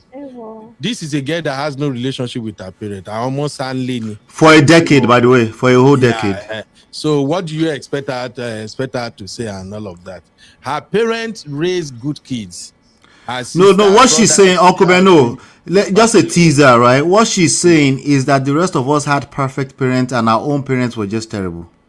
Don't mind her. So that's why I don't really buy into all of that. You know, one thing I notice about these American children, when they get to that age, 18 all the way to 22, and they start being misbehaving, and you as parent, you are trying to guide them, what they do is sometimes they cut you off. Say, oh, I'm older now, I can do my thing. So when they cut you off, and then you call their bluff, like, okay, you don't need me, go ahead, it's America, go live your life. By the time life can begin, they life them. That anger and everything, they will be looking for where to drop all the toxicity in them. That's just what I see. Although in this particular video, she make a lot of sense. I think a lot of women were in the comments saying, yeah. I just feel like I don't know anything. Did she tell you how she probably made her parents' life difficult herself? So, but tomorrow is a teaser. This woman is on only. I heard she's on OnlyFans. Somebody told me so. So if you come tomorrow, we're going to have this teaser. Listen briefly. Yeah. My mom about marriage and about relationship when her marriage to my father is a failure. She's only in the marriage for optics. A lot of your moms give you advice on being married when they are not in a happy marriage. A lot of you want to listen to your mom and want to get married because you see your mom and dad's marriage and you see that it's not shit. Why would you listen to your fucking mom about marriage when you know that your father isn't shit? Now, you can already see where she made a lot of mistakes. So for those who are going to be that here beginning, she didn't lie though. Hey, that's what most of them are saying in the comment. They said, but is it not the truth though? Did she tell any lie? Did she tell when she's no. I actually disagree with her, to be frank. If she said because your mom, I'll be sorry, no verse. If she said because your mom stay with your dad and in an unhappy marriage, therefore your mom is not the right person to take advice from. How would you agree with that? In fact, your mom is the right person to tell you, say, look, when you see this behavior, is that behavior run? No, avoid it. So no, Uncle Ben, sorry. You've missed the context though. What's the context? The context, because she's not the only person that said that. This is a running conversation. The context is not that your mothers are advising you of the red flags. Though. Mothers often advise that it's okay to suffer. These mothers that she's referring to often advise that it's okay to suffer. These are the same mothers that when you tell them talk about cheating, they will tell you forgive cheating as long as he pays the bills. Mothers don't advise that it's okay to suffer. Not my mothers, Uncle Ben. A lot of aunties and older. Abby and Uncle Ben. Abby and Uncle Ben. Okay. Here's one guarantee I have for you. True. This type of people, they don't tell lies. That's the guarantee I have for you. it's not even about lying now. On man of pension, we grew up in Nigeria. Now this is a running thing with the older ones and cheating and Wait now. maltreatment. I'm telling you that Yeah. we need to be looking for other things, not the idea that she's telling lies. She's not telling any lies. You understand? We need to look, when we watch this video tomorrow, we need to be paying attention to other things outside of the idea that she's telling lies. No, if she was telling a lie, it will not go viral. It went viral because a lot of people can relate. Can relate to it. So now, with that being said, since we all agree to that, there are other things that we need to pay attention to when we do listen to it tomorrow. All right. Thank you, ladies and gentlemen. Also, just for us to wrap up and leave for tonight, let me leave you with this one, and then we can say goodbye. And tomorrow we will convene. Uncle Beno, Oku for the 3 minutes. Oku for the 3 minutes. No, Otire, maybe she will buy. So this one right here. The reason I want to play this video is because I'm one of the proponents of don't listen to single people when they are giving some core marital advice on social media. I've been saying that forever, that sometimes when it comes to men in particular, single men give terrible advice on relationship matters. I've been always saying that. Have I not been consistent with that? Single I've men. always been consistent to saying that you're not right on that. Okay. Single men. That's fair. Mostly single men give terrible advice when it comes to marriage and relationship. Mostly single men, they will be, I don't even know, the ones you have nowadays, I don't know. So let us wrap up with this MOP and everybody. Wait, Uncle Ben, can I ask you a please, question? now we have to go No, to let the me other. ask You want to just start one something again. Uncle Ben, Okay. just one question. Do you think that sometimes people, married or not, that are outside your marriage can see things that you can't see because you are wearing rose-colored glasses? I agreed. 100%. That's a fact. All right. I agree 100%. Because you know that's Vivian Okeze's story. From her YouTube videos that she posted with her husband, people were telling her, why did your husband look at you like that? Why did your husband snap at you like that? And now, 2 years later, the truth is out. Her fans have been telling her since. I know her fans have been telling her since in the comment section because of little things that the man would say in the video.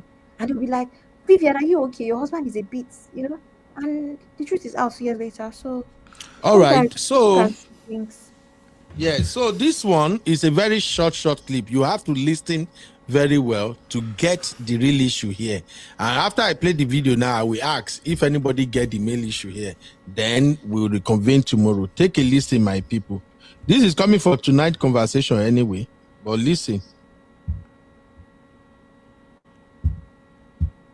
Is it normal for a married man to retreat to solitude when conversations get tough for months? What's happening in that solitude? He will go into the basement. And you'll have no interaction during that No, time? not even 2 words. The only place I can hide in the house with a woman I no longer want to be married to is in my basement. Period. You ready? Is it normal for a married man to retreat to solitude when conversations get tough for months? What's happening in that solitude? He will go into the basement. And you'll have no interaction during that No, time? not even 2 words. The only place I can hide in the house with a woman I no longer want to be married to is in my basement. Okay. Period. Uncle Beno. You ready? Is it 2 things. 2 things. Okay. normal? Sorry. Go ahead. 2 things. She's saying normal, right? I want to understand what she means by normal. The second thing is that man said hide. You understand? He's hiding from what? From his wife? But he did say from somebody he no longer wants to be with. But then a third bonus thing, for months, right?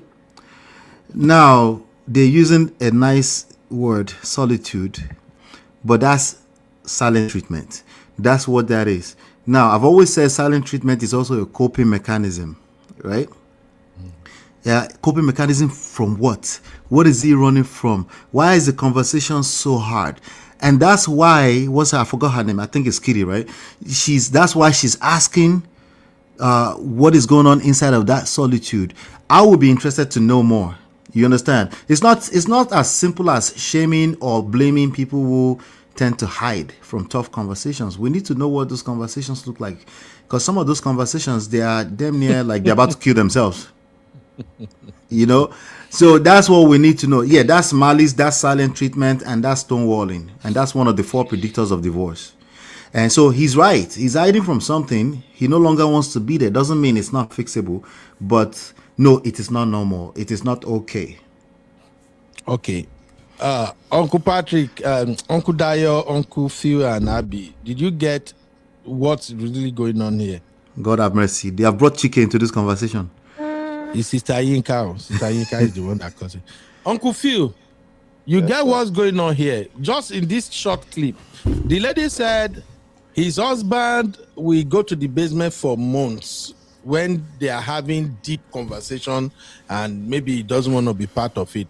And he said, well, a man going into solitude. And then Kitty was asking, going to solitude, like what is inside of the solitude? Mm-hmm. Then Ace said, a man who don't want to be with you anymore will always go to the basement. Uncle Phil, you get what I'm pointing out there? Of most of the people on that panel, Ace is single. He's a single guy. You see he's thinking. Kitty is a married woman and a very good judge of character too. But Uncle Phil, what are your thoughts, sir? We don't know her husband, Sha, but go ahead. What did Kitty say as a response? We don't know her husband because her husband is not a social media person and she don't flirt him here and there. So I like that for her. What did Kitty say as a response? She's asking for more. She's asking for more. She's not jumping to conclusion. Okay, more. Okay. Mm-hmm. Uncle Phil, sir. Okay, sir. Yes, I think that woman is asking a question, right? Well, from what I can judge from what she's saying is whatever sent the man on a wall like that, if I can use that word, is not just a singular thing. It could that may be something that is on a series, like when you're watching a series movie and it never ends. It could be something it's telling you about, and instead for you to now just face the fact and understand where it's coming from, you are bringing other stuff that are not related to just deflect away from his concern, right?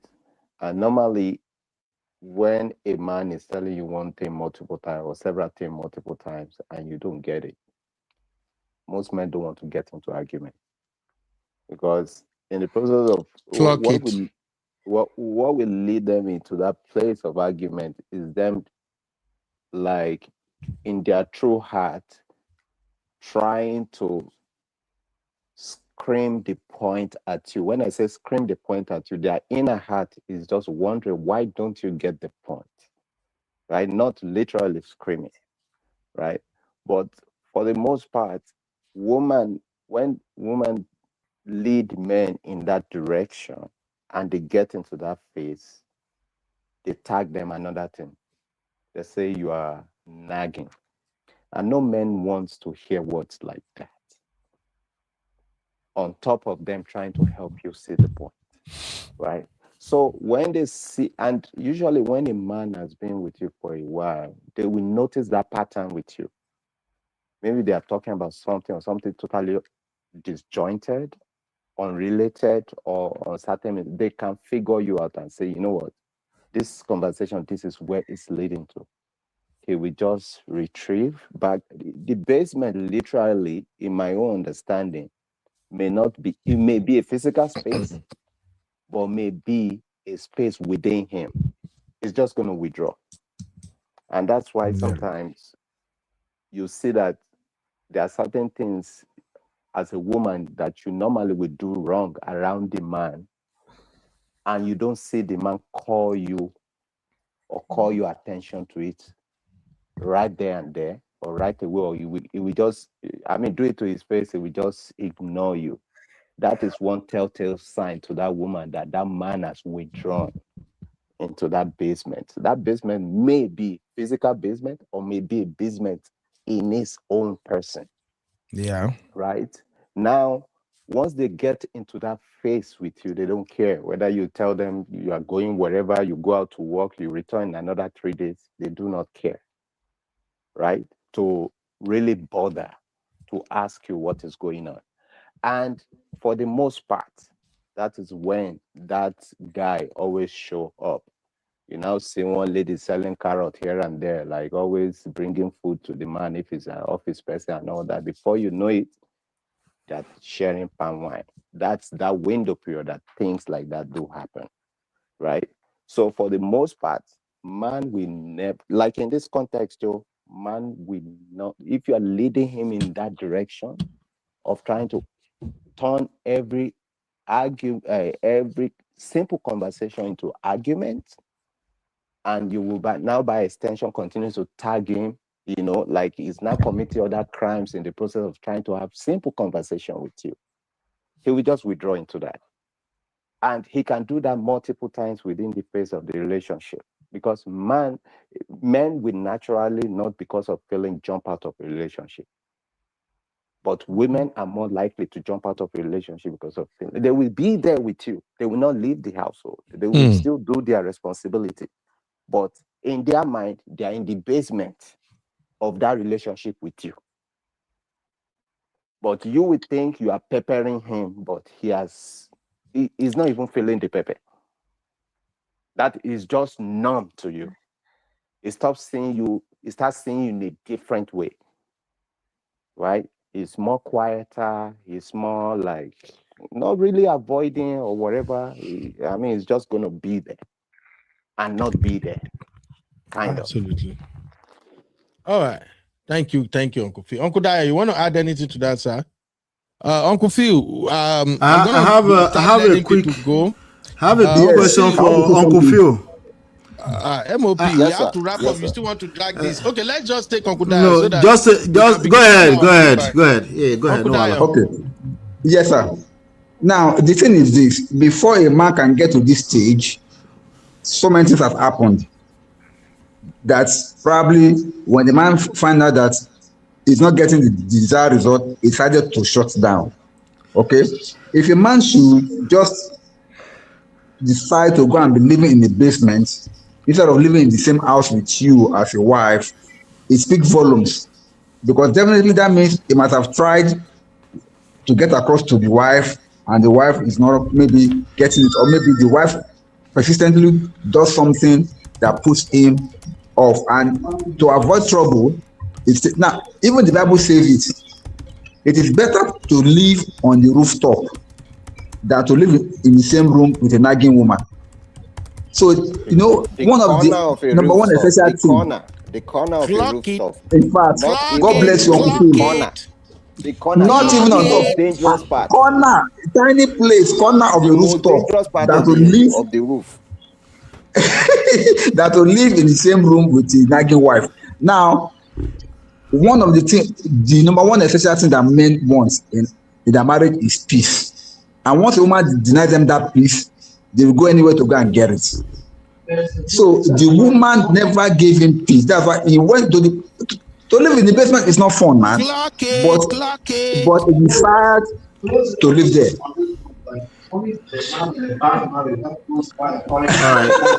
let me. My friend said something. My friend said that it's only a man in a bad marriage that knows why that man is in the basement. Uncle Dayo, give your friend phone. I beg. May we Hold on. Real quick. Say something. Good evening. Thank you, bros. How are you all today? We are good, sir. Good evening, sir. Good. My late father told me something, and I think I can share it here today. He said, it is the man in a bad marriage that knows why the toilet is also called the restroom. That's a fact. Good night. Oh man, I'm writing this one down. Oh my God. A restroom indeed. Wow. Seriously, Anyway, sometimes that's, restroom can be peaceful. of course, that's why I call it restroom. You escape there to go and rest. So funny. Oh my, Oh oh my my. god.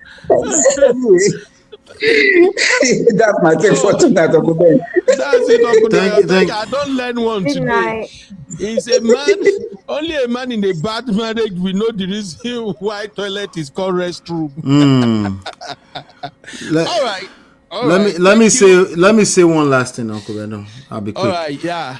So you can drop me off after this one. No problem. Go ahead, Baba. You see, we cannot look at it one-sided. Like I said, yes, it's a coping mechanism for some people. However, it's a bad behavior for some people that they've always done. They did it with their siblings. They hate anything that looks like a hard conversation.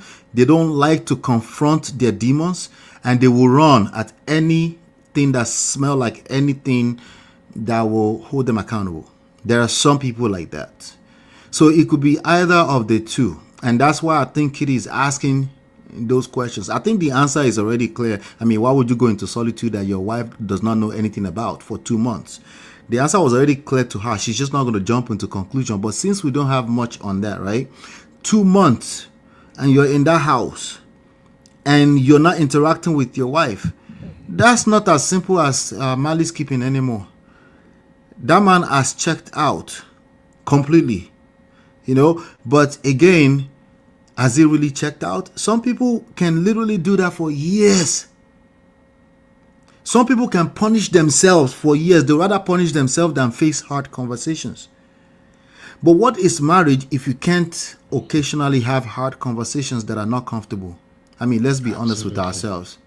So there's a balance in this conversation that's needed. We need to call it out for what it is. Stonewalling is bad behavior, but also we need to understand that it's a coping mechanism. If your mouth is too lethal, some people will rather deal with the pain of making a bathroom a restroom than having to deal with that. That's also the reality of many people too. But I personally would not live in the basement of my house for 2 months. That's my house. I will have to figure out what is going on. But then I might end up with a partner who also like to shut down every time, So it's not it's easier said than done. It's a difficult place to be, but that doesn't mean we should sit there. We can't sit there and no, we can't afford to justify men who think stonewalling is justifiable. It is not. Because I can only see one end to it. Your whole empire will come down. That's it, Uncle Beno. So what should the man do? Go out and beg her? No, you need to go and seek help personally. First of all, with what? How did he end up in a place where he's not able to lead his household anymore? That's a good question. Is the problem? The person that he seek help with will be able to tell him that. He'll be able to express himself. He'll be able to tell the person, this is what I'm going through. My wife is a nag. She talks too much. This happened. And they'll be able to help him navigate that and then help him get back to a better place. Even if that means he has to leave. Who? With himself? With himself. With himself first. He cannot help his wife and his family if he doesn't get himself together. He's an incompetency as a husband doesn't mean you're a bad person. It just means you don't know what you're doing. That's all it means. You understand? You ended up with a wife that you don't know what to do with. Can we say it that way? You don't know what you're doing. So you need someone to help you with that. It can be as simple as the elders. They can help you navigate this so you can get some clarity on this. You might be going through something that is not really unique to you. Other men might have gone through it before and they can help you. They can shed some light on it. Like even Abby said earlier on, people can see what is going on inside of your marriage sometimes from outside better than you. That's real life. Like a lantern cannot see his own butt. You understand? So sometimes you need other people to help you see what is going on as opposed to living in a funk, in a basement, in your own house. What do you want me to make out of that? That you are innocent? No, I'm sorry. That's not how that works. Okay. MOP, I don't know how you're going to do it. I think there is a topic we were supposed to handle together. I just see it now when Sister Joy put it up. Help with therapy. You know how we talk, Nigerian men don't like going to therapy and things like that. I think we need to have that open conversation. Maybe after this series we on now, However we're going to do it, if we have to link all the community together so we can have that, we should have it. I've seen people offer therapy, and I really don't agree with all the situations where they are offering therapy. So I think we have to discuss that. Now, coming back to the issue under discussion here, yes, I agree with you that one of the poor decisions a man can make is to go and hide in the toilet and call it restroom, like Okuda, your friend, said. For 2 months, so for a day is fine. Sometimes you have to cool off, right? For a little while it's fine, you know. For a couple of hours it's fine, but for 2 months, no, something else is wrong. For in the case of this man now on this short clip, he ran to his basement in order to completely avoid the woman. Now, the woman is here now telling the whole world, he went into solitude for 6 months, for 3 months. We ain't talking.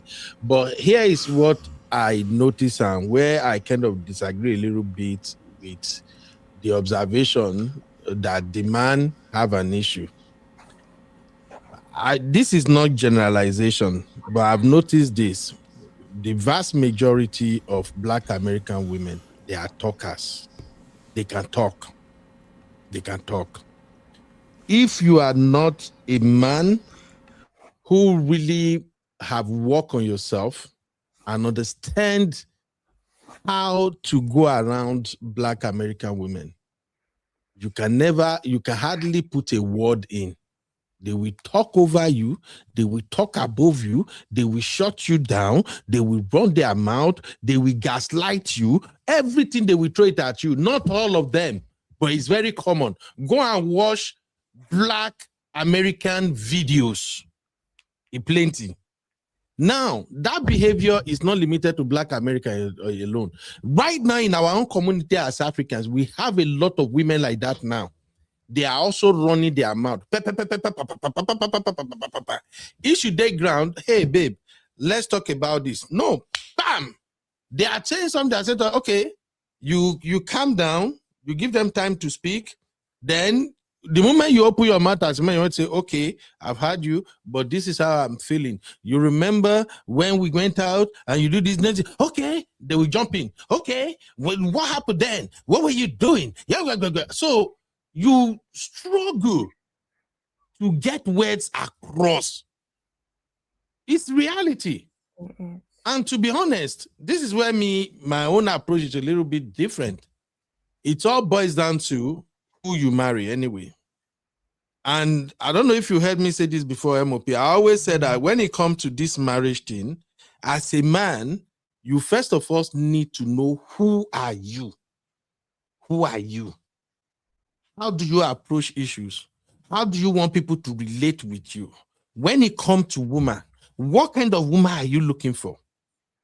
In my own case, God knows, the one set of women where we say, no matter the beauty and money they have, if you carry them and give me for free, I will reject.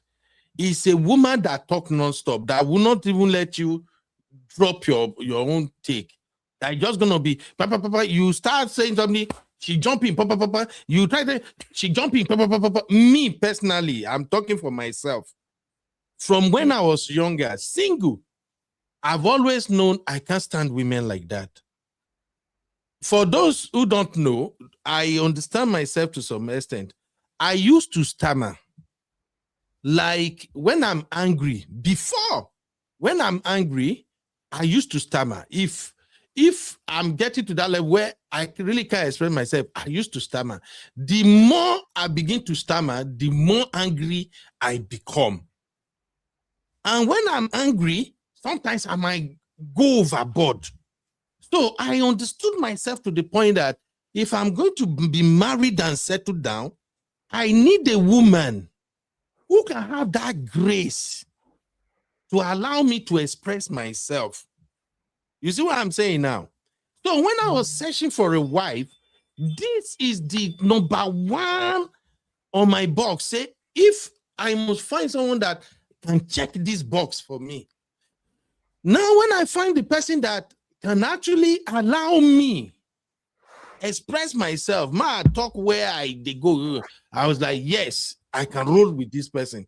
So when I see men who knows they can't stand women that run their mouth, and they still went ahead and married that woman, believing, oh, I love her. Yeah, we married. She gonna submit. She got, bro. You already failed, because the woman that don't allow you to talk when you are dating, you already see it with her friends. You've seen it when she's having argument with other people. You've seen it when she's talking among her siblings and everything. And you believe you are a golden man. When she marry you, finish, she go allow you talk. You are lying. Because in this case now, I can see a man who on multiple occasions was struggling to get across to this woman, until he get to that point where he feel like, you know what, let me just sit on my basement. I just need peace.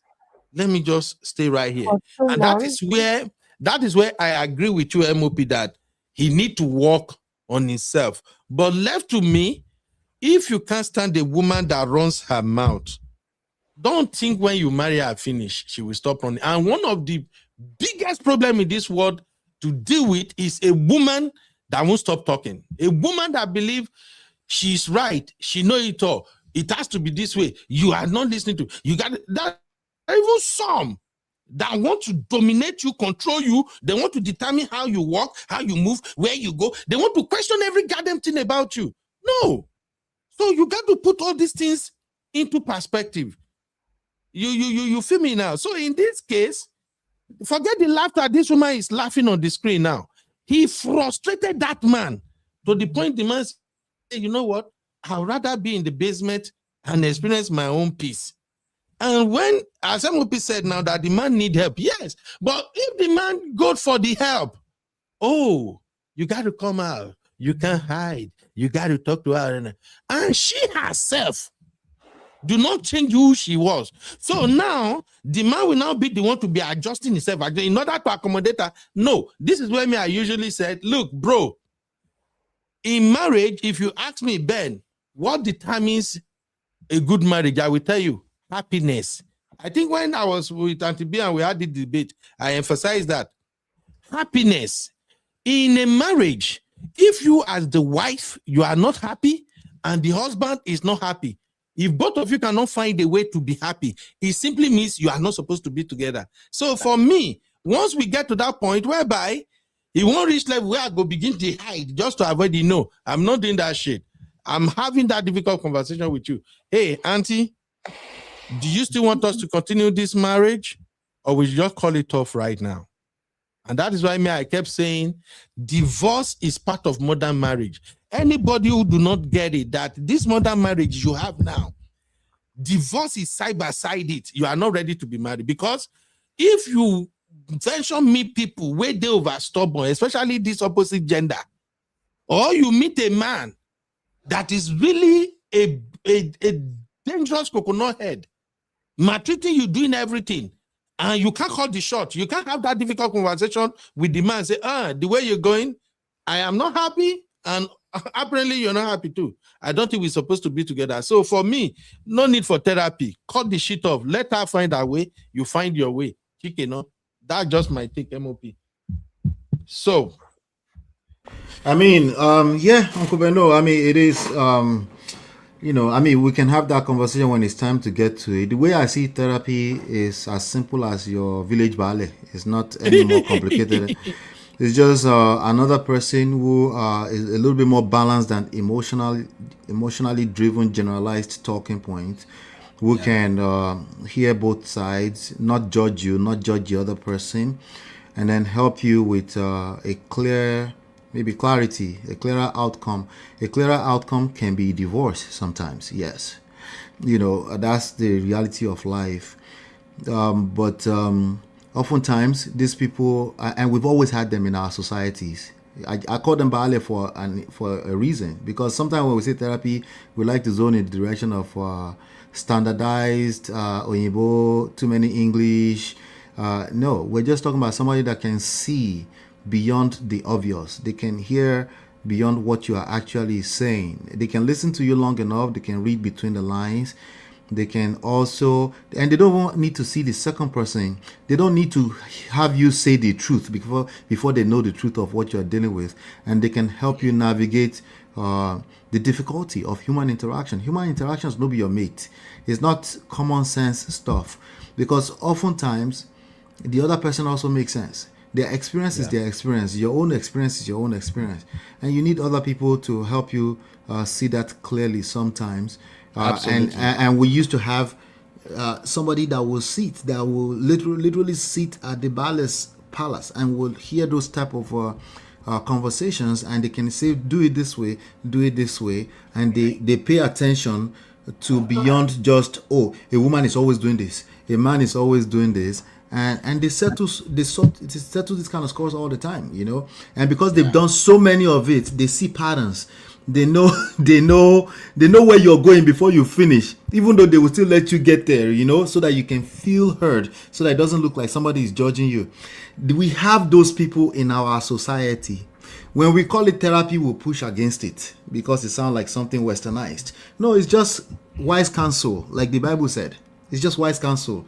That's all it is. And a lot of people, they're too prideful to even share with somebody that can help them. I tell my brother sometimes, hey, we need to, as brothers, let's share your stuff. I share my stuff with you. There's nothing new under the sun. Nobody has it perfect anywhere. Absolutely. Some of us have gone through what you are going through, but because you are prideful, you don't want to share that aspect of it. Now you think your woman is the devil. Maybe, but maybe not. You just don't want to conclude so soon. Right, but somebody hiding in their basement for me, that is a man for 2 months. That is a man who is confused at best. Yeah. Thank you, MOP. Thank you, everybody. This is really, really a wonderful take. God. When are we going to be doing 2-hour show? I thought this is going to be 2 hours. I promise. I promised you 7 hours, so I delivered. It's okay. It's all good. MOP, I blame you. I blame Abby. Abby is the reason we did longer hour today. We were just going to go. When we started, we were just doing pam, pam, pam, pam, pam. Until Abby feel like, oh, these my uncles are too comfortable. Let me start. Somebody was saying in the chat, yes, that woman's face, I'm scanning through her face. She's probably a troublemaker. I closed one of my eye, I'm side eyeing her. So she's probably a troublemaker. You could just tell. But hey, we can't, we just have to, and all these people, you're right. Majority of them are single, and they're making. I mean, a lot of stuff they're saying, they are common sense based. They're often not wrong. They can see things.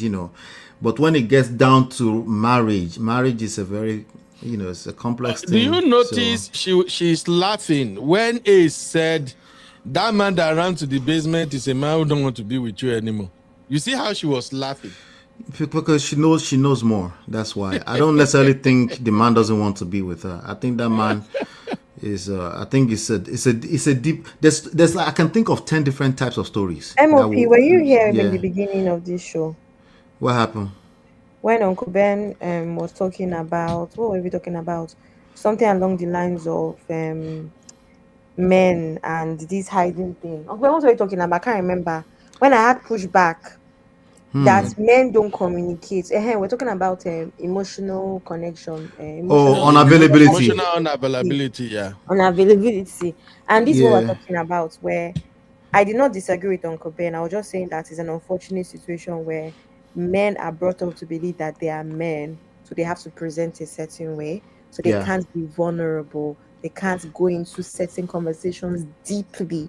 It's sad, but it's problematic, right? And I understand why Nigerian men are in that situation, right? They have to be a man, but it can be problematic. So what if that's what's happened to his brother?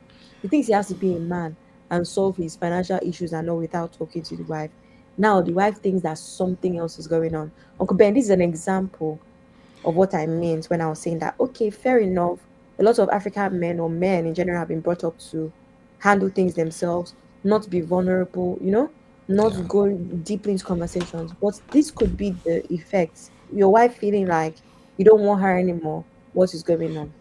So this is a Yeah, perfect yeah, yeah. That's part of the confusion that comes with a typical woman. She might be the one to push you away, but if you go for days and you're now on a strike, she can start to feel unwanted, and God helps you. There's a chike in our text message somewhere. Why are you Well, mentioning chicken now? well, whatever it is, you know, Man of prestige. it's so funny. It's so funny. Yes, Like, why will MOP. I mean the truth is It's when we treat Uncle Dayo, 1 second, sir. Uncle Phil is speaking. yeah Uncle yeah Phil voice sorry. is so So low. when you trigger something this much and you're bringing the matter up and Of chike. you're finding it funny while you're saying it, this is a serious matter to him. Obviously, she has forgotten where she triggered the man to be in this state. And now she's going to turn around and say he's emotionally absent. Now she's feeling, why is this still in the basement? So the thing is this, people like this, you know, the best way they can, you can really help them to solve their issue is for them to say it from where it started, right? Where did the issue start from? That is what you're supposed to say. Okay, well, this is how it started. This happened and led to this. Then that puts more context. But when you say it broadly like that, you are putting the spotlight where it shouldn't be. Well, you know, Uncle Phil, let me say this. In these conversations, when it's public like this, we don't really have a choice than to take what they said on surface value. What she said is that we have to make assumptions, unfortunately. What she said is that her man is on solitude in the basement for 2 months. If we go just by that, granted, there's more to that story. It's bad behavior. A chike will sleep with your wife. That is not even a joke. MKO, no the MOP. We won't go sleep. No, they mention Chike. No, that's we ban that name Chike on this platform. Okay, sorry, not Chike. It's a flavor. Well, what I'm saying is that women. We know that women they want attention. I don't understand it. Only God understands it. But you decide to punish her with that attention because you are punishing her. Then it was intended. I don't the think man don't even care if he shake it in the corner. I don't think it was He doesn't care. What I'm saying is 2 months is a long time. Can we all admit to that? 2 months. Because the man does not care anymore. Go make the divorce fast. No, but we're making assumptions, and that's fine. I'm making an assumption that man is stonewalling his wife. That's what she said.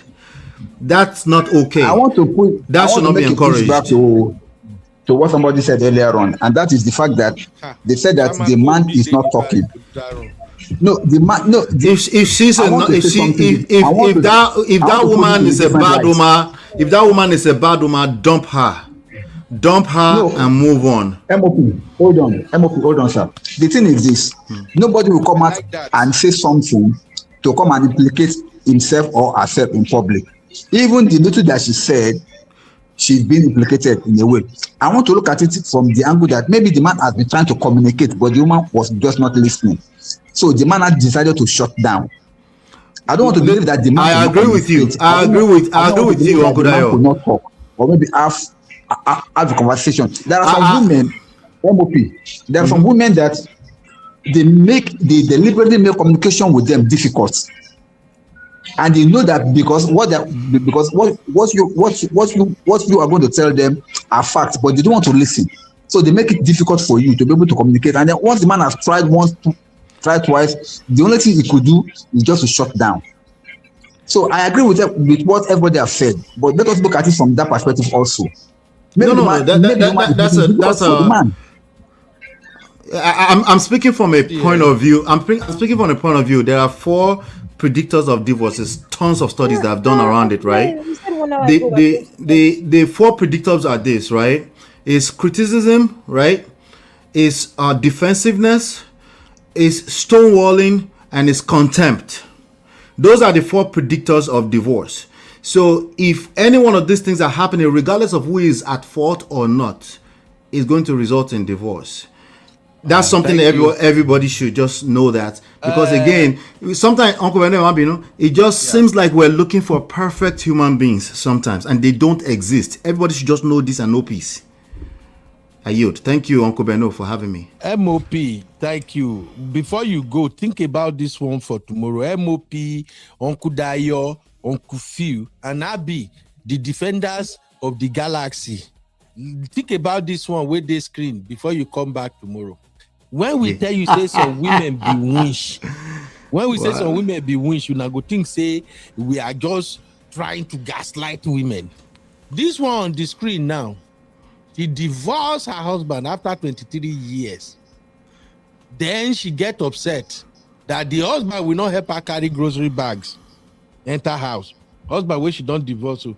Listen to her yourself. 23 years, and tell me why. I was in the garage unloading the groceries, and my ex had pulled up to drop off the twins. And he sees me unloading the groceries. Did he offer to help? Absolutely not. He stood and he watched though.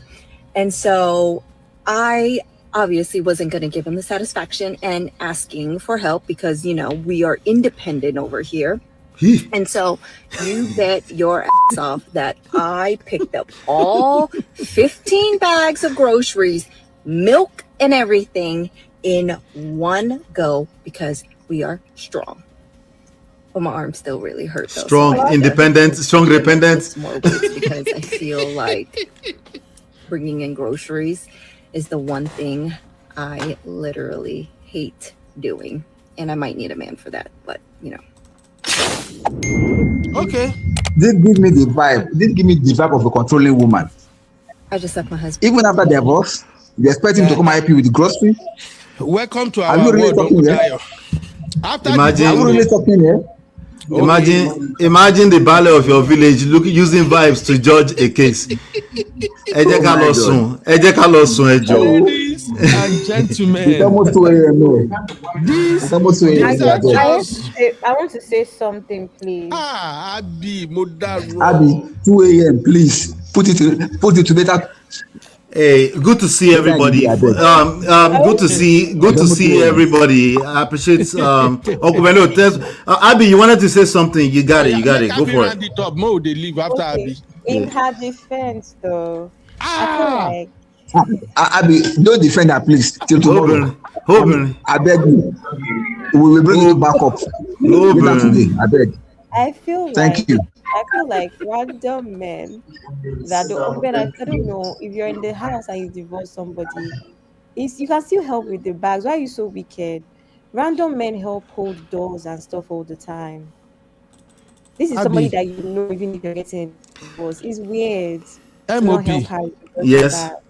I'm so glad that you witnessed this one. When I tell you, say Abby know how to press people's neck. You were defending her earlier.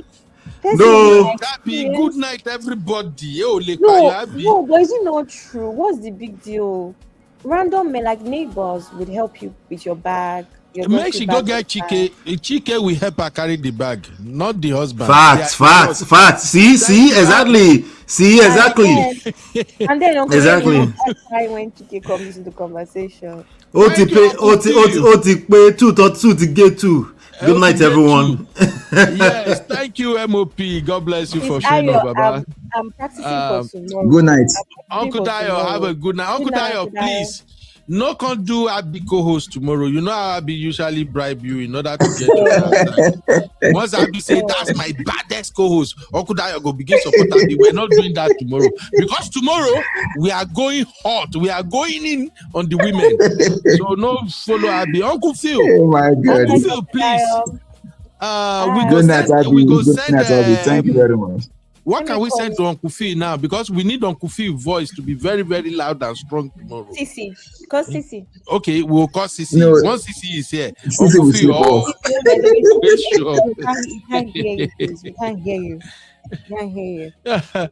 Thank you, Abby. Thank you, everybody. It's been a fantastic one. I really appreciate you. A decent human being. God bless you.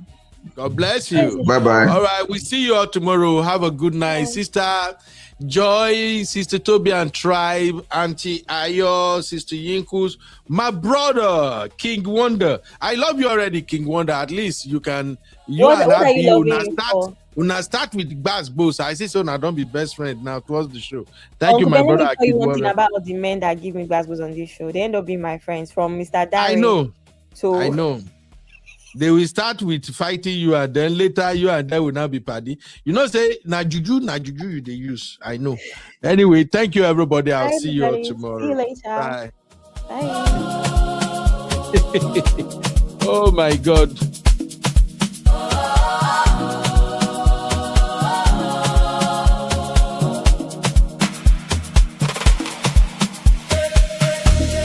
Why is Uncle Ben wearing tie? Leave me alone.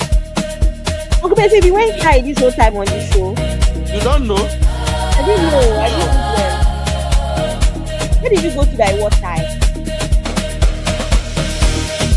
I do interview this morning. So, I have a meeting. I had a business meeting this morning. Okay. See